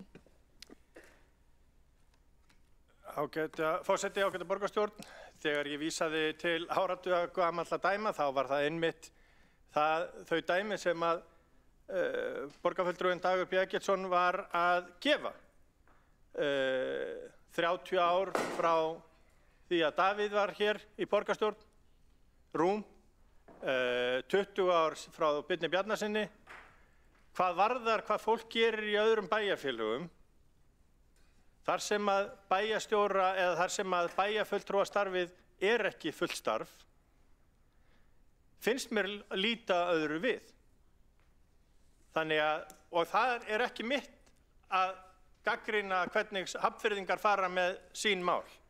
Ég get talað hvernig við gerum þetta í Reykjavík og það er gott að vita að formaður borgarráðs ætlar að sjá sóma sinn í því að hætta núna í lok mánaðar.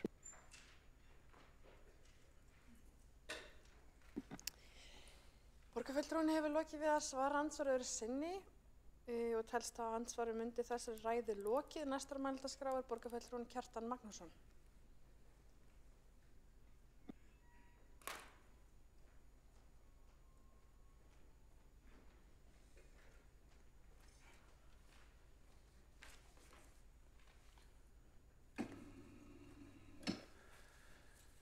Forseti, góðir borgarfulltrúar, ég kveð mér hljóðs undir fundargerð menningar, íþrótta og tómstundaráðs frá 13. desember síðastliðnum, 7. lið þar. Það snertir viðauka við samning knattspyrnufélagsins Fram og Reykjavíkurborgar frá sama mánuði og fjallar það hvernig eigi að efna samkomulag milli þessara aðila. Nú, ég ætla hér að kynna bókun okkar út af því máli og lesa bókuna með leyfi forseta. Borgarfulltrúar Sjálfstæðisflokksins styðja fyrirliggjandi viðauka við samning Knattspyrnufélagsins Fram og Reykjavíkurborgar. Viðaukinn efnislega í samræmi við tillögu Sjálfstæðisflokksins sem flutt var í menningar, íþrótt og tómstundaráð Reykjavíkur 8. desember 2023 en vísað frá að meirihlutanum 27. janúar síðastliðinn, þar að segja 24. Umrædd Sjálfstæðisflokksins fól í sér að þegar yrði hafinn undirbúningur að byggingu knatthús Fram ásamt áhaldahúsi, byggingaframkvæmdir hæfust árinu 2025 og að húsin yrði tilbúin til notkunar árinu 2026. Vinstri meirihlutinn kýs hins vegar að draga lappirnar í málinu en tillaga hans felur í sér að knatthúsið verði ekki tilbúið fyrir árið 2029. Borgarfulltrúar Sjálfstæðisflokksins hvetja því til þess að tímarammi samkomulagsins verði endurskoðaður til að flýta byggingu húsana í samræmi við framkvæmdaáætlun sem gerð var í tengslu við áðurnefnda samning árið 2017. Í þeirri áætlun var skýrt kveðið á að knatthúsið yrði byggt árinu 2019 til 20 og felur fyrirliggjandi viðauki því í sér seinkun næstum því áratug að umrædd mannvirki fram verið tekin í notkun. Löngu er orðið tímabært að Reykjavíkurborg standi við samningina að þessu leyti gagnvart Fram og íbúum í Grafarholti og Úlfarsárdal. Gerð athugasemd við að umræddur viðauki hafi ekki verið kynntur í menningar, íþrótta og tómstundaráði áður en hann var samþykkt afgreiddur í borgarráði 7. nóvember síðastliðinn. Til rétt að vekja athygli borgarstjórnar á þessu og eðlilegt að forsvarsmenn íþróttafélagsins og Fram velti fyrir sér hvaða gildi það hafi að gera hátíðlegan samning við Reykjavíkurborg byggingu knatthús rétt fyrir kosningar þegar að borgin ákveður síðan einhliða að seinka þeirri framkvæmdum 10 ár. Nú, ég ætla einnig að fjalla hér fundargerð umhverfis- og skipulagsráðs frá 18. desember. Þar er sem sagt, þar undir öðrum lið, þar sem var fjallað í ráðinu þróunaráætlun fyrir Háskóla Íslands, samvinnuverkefni Háskólans og Reykjavíkurborgar. En í fyrsta lagi bara fagna þróunaráætlun að því leyti þar kom fram margar góðar og metnaðarfullar hugmyndir. Það hafa þó vaknað líka spurningar og jafnvel efasemdir. Þarna verður að hafa í huga að háskólinn er líklega stærsti vinnustæður landsins með 14.000 nemendur og 2.000 starfsmenn og auk fjölda stunda kennara. Margt af þessu fólki sækir skóla langt að, til dæmis úr eystri hverfum borgarinnar og nágrannasveitarfélögum og jafnvel utan landi. Margir sækja skólan meðfram hann í vinnu og eiga því mikið undir því að komast greiðlega til og frá háskólasvæðinu og geta lagt bíl sínum þar. Ég held að við þurfum að velta fyrir okkur og jafnvel vara við hugmyndum að skerða aðgengi bíla að háskólasvæðinu stórlega eins og þarna uppi hugmyndir með þrengingum og jafnvel lokunum á einstöku götum. Með því að loka til dæmis Sæmundargötu fyrir bílaumferð var ekki einungis verið að skerða aðgengi stórlega að sjálfu háskólasvæðinu heldur einnig að stórum bifreiðastæðum sem eru mikið notuð þar núna af stúdentum og starfsmönnum. Ljóst er að stór hluti stúdenta og starfsmanna HÍ kýsa að nota bifreið og verður ekki séð að brýn þörf sé á því að vega stórlega þeim faramáta sem þeir kjósa sér til að komast í skólan. Þarna í þróunaráætluninni er ekkert fest en þar koma fram hugmyndir að afnema með öllu bílastæði á yfirborði á háskólasvæðinu og minnst kosti ljóst að það er mjög erfitt að gera það og væri óæskilegt fyrir aðrar lausnir eins og bílastæðahús sem þarna eru vissulega nefnd séu komnar til sögunar. Og þetta rétt fyrir okkur að hafa í huga, þarna ekki búið ákveða neitt, þetta allt í þróun og vinnslu en ég held að þarna verði borgarkerfið að staldra við og velta því fyrir sér hvaða afleiðingar það myndi hafa fyrir háskólastarfsemina ef að bara öll bílastæði sem eru nú á yfirborði og vissulega mörg væru tekin burt nánast með einu pennastriki. Borgarfulltrúinn hefur lokið mál sitt, einn hefur óskað því að veita andsvar og það er borgarfulltrúinn Hjálmar Sveinsson.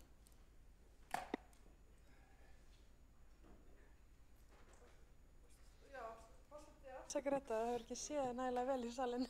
Það er Skúli Helgason sem við erum ansvar. Afsakar. Forseti ágæta borgarstjórn, ég vildi bregðast við orðum Kjartans Magnússonar borgarfulltrúa varðandi viðauka við samning knattspyrnufélagsins Fram og Reykjavíkurborgar. Aðeins bara að hnykkja á því að það er mikið fagnaðarefni að það tókst að landa niðurstöðu í þetta mál sem var fast í nokkrum ágreiningi milli borgarinnar og félagsins nokkura missera skeið. En það er mikið gleðiefni að menn hafi náð saman. Ástæðan fyrir því að upphafleg tímalína að dróst eða tafðist var auðvitað það að við lentum í heimsfaraldri sem var þungt högg fyrir rekstur borgarinnar og það er mikið metnaðarmál hjá okkur að skila fjármálum borgarinnar réttu megin við núllið. Við erum komin á þann stað núna, horfurnar fyrir næsta ár eru enn betri og það er kjarni málsins, svona samanburðið við til dæmis það hvernig ríkið hefur staðið að sínum málum undanfarin misseri. Það var gert ráð fyrir því að halli ríkisins á þessu ári yrði 43 milljarðar, 2 mánuðum seinna var svo tala komin upp í 75 milljarðar. Ólíkum saman að jafna. Borgarfulltrúinn hefur lokið að veita andsvar og svarar þá andsvari borgarfulltrúinn Kjartan Magnússon. Forseti, góðir borgarfulltrúar, ég vil þakka Skúla Þór Helgasyni fyrir svarið og það er alveg rétt hjá honum. Þetta er að mörguleyti, þetta er fagnaðarefni að þarna skulle hafa náð samningur eða nást samkomulag því að það er rétt að Framarar voru orðnir mjög ósáttir og ekki síður bara almennir íbúar í Grafarholti og Úlfarsárdal. Ég er viss að borgarfulltrúinn Skúli Þór Helgason hefur lagt mikið á sig til að reyna að leiða þetta í jörð og af sinni alkunnu prúð mennsku. En samt skilum maður að það er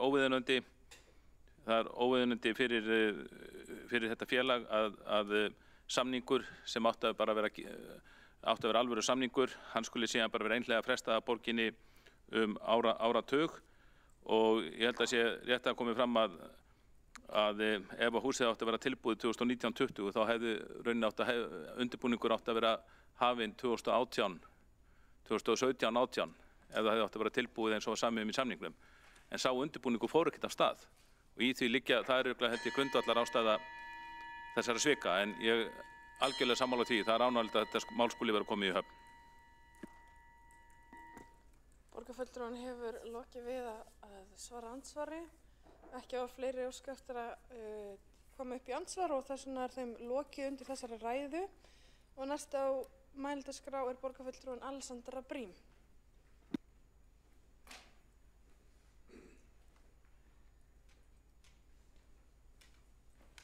Forseti, borgarstjórn, áheyrendur, ég vildi aðeins koma upp og ræða fundargerð forsætisnefndar vegna þess sem að Friðjón Friðjónsson borgarfulltrúi nefndi hérna áðan og umræðinu sem var þar.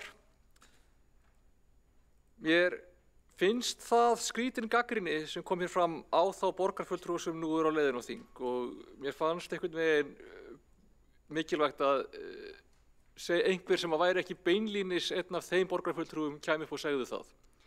Og það er þrátt fyrir það að auðvitað er ég sjálf ekkert eitthvað brjálæðislega ánægð með þessa þingkosningu og það væri alveg rosalega auðvelt fyrir mig að vera pínu bitur gagnvart þeim sem gekk betur en mér, sem eru núna á leiðin á þing, sem að vera í þingmeirihluta og ég vil ekki vera þannig, ég vil vera sanngjörn.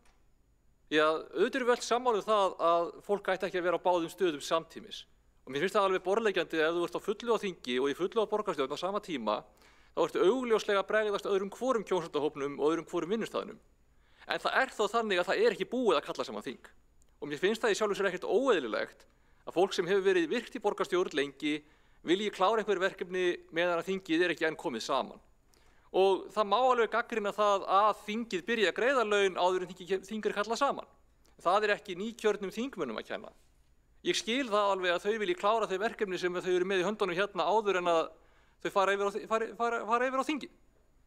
Mér finnst það pínu asnalegt og ég biðst forláts á orðbragðinu en það virkar svona eiginlega bara pínu smásálilegt á mig að fara hart fram í gagnrýni á það að borgarfulltrúar sem eru á leiðinni á þing fyrir það að ætla að sitja út janúar meðan að þing er ekki enn komið saman.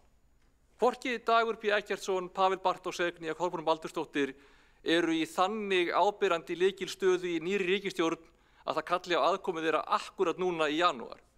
Ekkert þeirra er þingflokksformaður, ráðherra eða formaður í þannig stöðu að mér vitandi.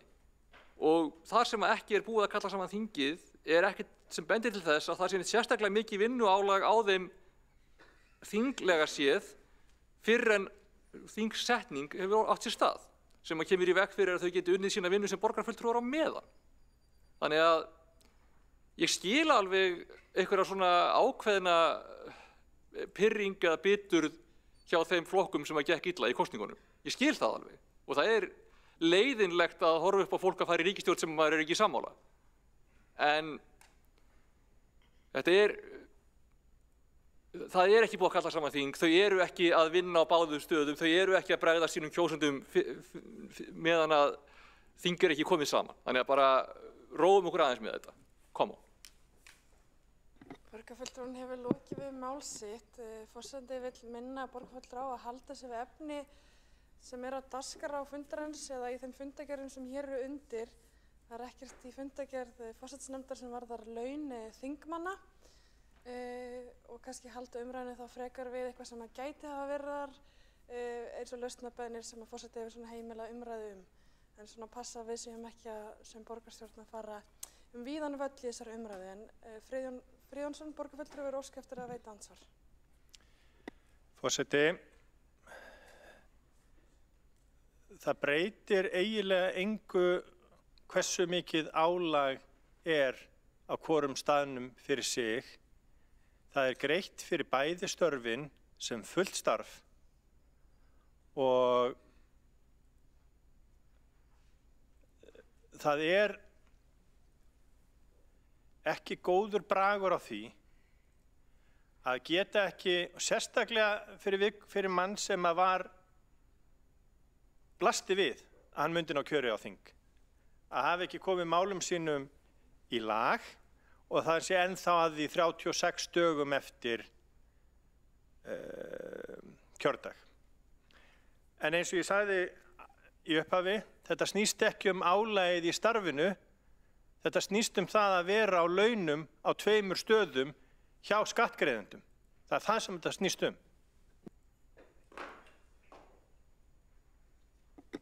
Borgarfulltrúinn hefur lokið við það að veita ansvar og svara þá ansvari borgarfulltrúinn Alessandra Brím. Við getum haft skoðanir á því, en fyrir mér er það augljóslega álagið sem að skiptir máli, hvort að fólk er að bregðast sínum kjósendum með því að vera á 2 stöðum eða ekki, og meðan annars starfið er ekki hafið, þá er ekkert því til fyrirstöðu að fólk geti sinnt hinu. Og ég myndi telja, og það reynslan er, báði borgarfulltrúarnir Friðjón Friðjónsson og Dagur Eggertsson hérna áðan nefndu ýmis dæmi fólk hefði verið á báðum stöðum, frá bæjarstjórn og borgarstjórn og fleiri gegnum söguna. Mér finnst þetta bara pínuskrítið, að þú veist, gagnrýnum þá frekar að þingið skuli haga sínum greiðslum eins og það gerir, ef okkur finnst þetta óeðlilegt. Borgarfulltrúinn hefur lokið við mál sitt, minni borgarfulltrúa að halda sig við efni fundargerðarinnar. Í fundargerð forsætisnefndar var dagskrá borgarstjórnar, en svarar þá andsvari, veitir annað ansvar borgarfulltrúinn Friðjón Friðjónsson. Forseti, ég skal reyna eftir öllu megni að halda mig við umræðu mögulega og ómögulega lausnarbeiðni, vegna þess að mér finnst það vera, eins og ég endurtaki mig aðeins, ef að starf er skilgreint sem fullt starf og borgarfulltrúi er farin í annað starf, hvernig svo sem hann sinnir því, þá á hann ekki að vera áfram í fullu starfi á fullum launum á þessum vettvangi. Það er mín skoðun og hefur verið skoðun mín lengi. Eitt er að þegar fólk hverfur inn og út í 2 vikur eða viku eða 10 daga eða hvernig svo sem það er, eða fer til fjalla á sumrin, en fullt starf er fullt starf. Borgarfulltrúinn hefur lokið við að veita andsvar öðru sinni og telst þá andsvörum undir þessari ræðu lokið. Og næsta mælendaskrá er borgarfulltrúin Sandra Hlíf Ókares.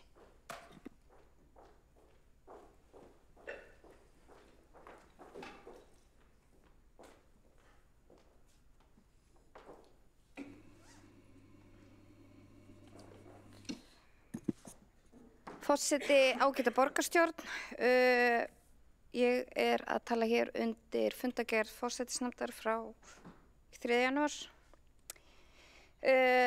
Ég tek undir með borgarfulltrúnum Friðjóni R. Friðjónsinni varðandi að mér þykir einkennilegt að ekki hafi legið fyrir lausnarbeiðni þeirra fulltrúa sem að sitja hér í borgarstjórn eftir að þeir aðilar hafi verið kosnir inn á þing. Fyrir mér er þetta líka bara prinsippmál af því að við erum ekki og þiggjum ekki launagreiðslur frá fyrirtækjamarkaði. Við erum laun borgarfulltrúa og fyrstu varaborgarfulltrúa sem eru föst laun koma úr vösum skattgreiðenda. Og mér finnst þetta bara prinsippmál og bara það að það sé einhvern veginn svörin sé að benda fingur á annan aðila, mér finnst það ekkert fyrir mig persónulega að gera hlutin eitthvað betur og vera að benda á einhverja aldagamla, þú veist, Davíð Oddsson 91, ég var 11 ára, en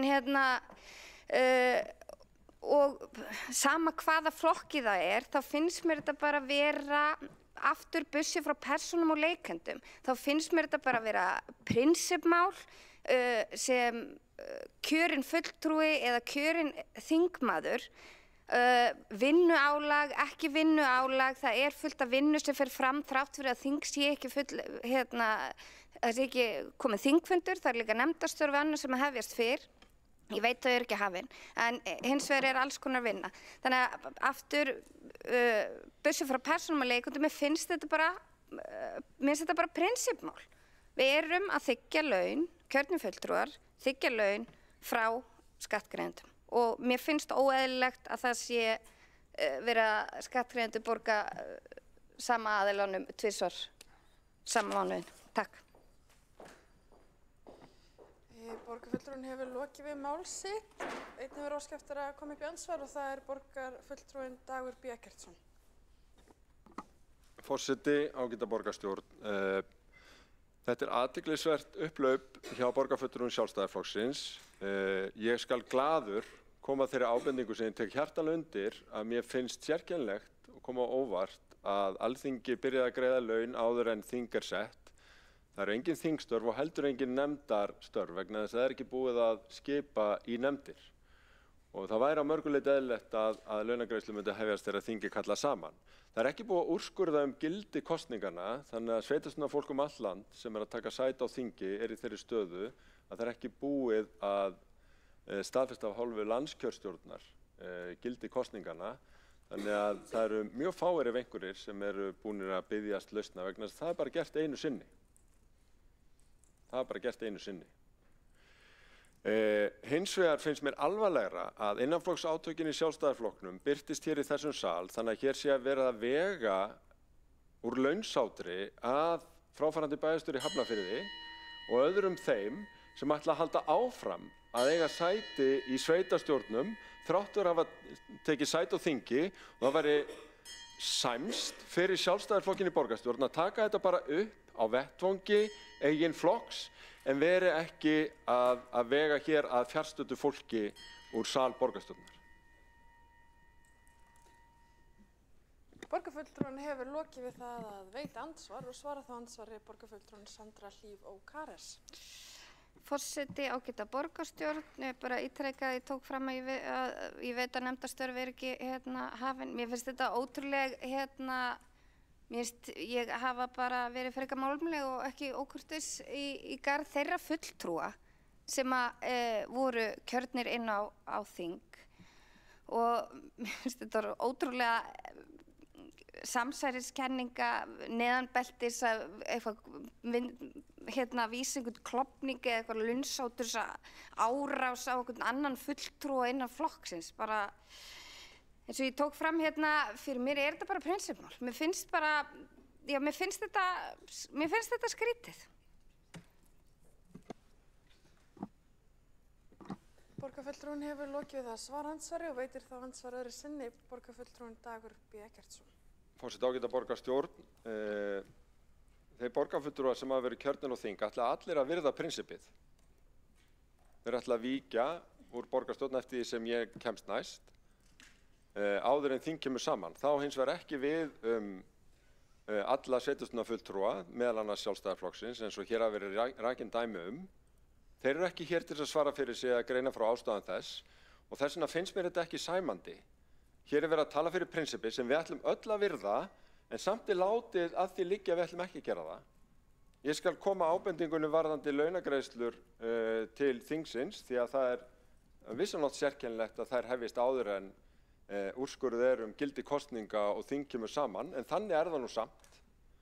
En hafi þessi leiðangur fyrst og fremst verið pólitísks eðlis fyrir þennan sal til að koma höggja á þá borgarfulltrúa sem að fara að taka sæti í þingmeirihluta viðtakandi ríkisstjórnar í þessum stærstu tapkosningum Sjálfstæðisflokksins í sögunni og þetta sé hluta einhverju svekkelsi, þá dæmið það sé bara sjálft.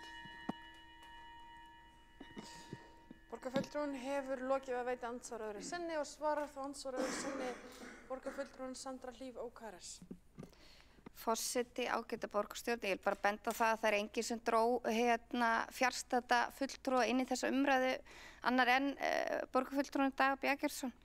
En bara það kannski sýnir þessa ofboðslegu viðkvæmni og særindi vegna þessara umræðu.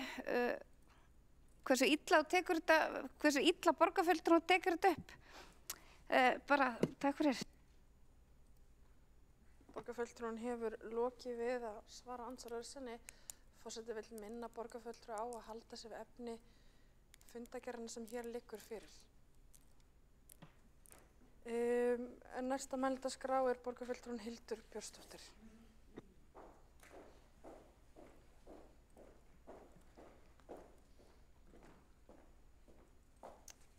Forseti ágæta borgarstjórn, ég kem líka hér upp undir fundargerð forsætisnefndar og sakna þess líka að sjá hér lausnarbeiðni þeirra borgarfulltrúa sem nú hafa verið kjörnir á Alþingi. Ég vil byrja á að minna borgarfulltrúa á að við hér í þessum sal erum ráðin í 100% fullt starf á vegum skattgreiðenda og það eru þingmenn líka, ráðnir í fullt starf hjá skattgreiðendum. Hér hafa bæjarfulltrúar í Hafnarfirði verið dregnir inn í umræðuna og þá má benda á að laun þeirra eru 1/4 af launum borgarfulltrúa. Bæjarfulltrúar í Hafnarfirði sinna sínum störfum samhliða öðrum aðalstörfum annars staðar. Fundir þeirra fara fram kannski 7 á morgnana eða eftir hefðbundinn vinnutíma. Þannig að það auðvitað allt annars eðlis og á engan hátt samanburðarhæft.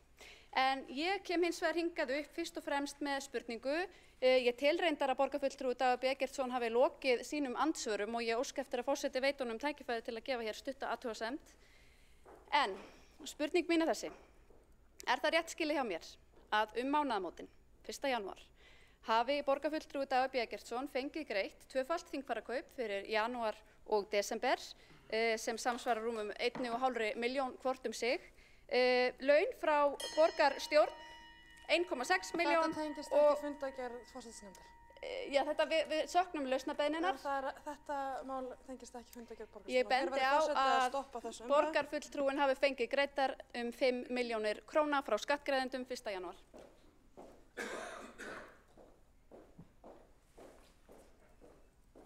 Ekki hafa fleiri óska eftir því að taka til máls undir þessum lið á dagskránni og er því umræðum hann lokið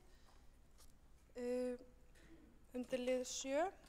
Og við slítum þá, allar bókanir komnar áður en að forseti slítir fundi, allar bókanir komnar inn, allt klárt og þá getum við slítið borgarstjórnarfundi klukkan 19:10. Það er ekki að lesa upp þær? Já. Lesa þar, já. Ætlar þú að... Já, en ég get slítið.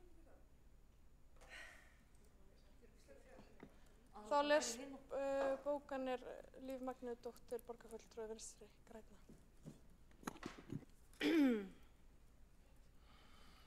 Hefst þá lesturinn.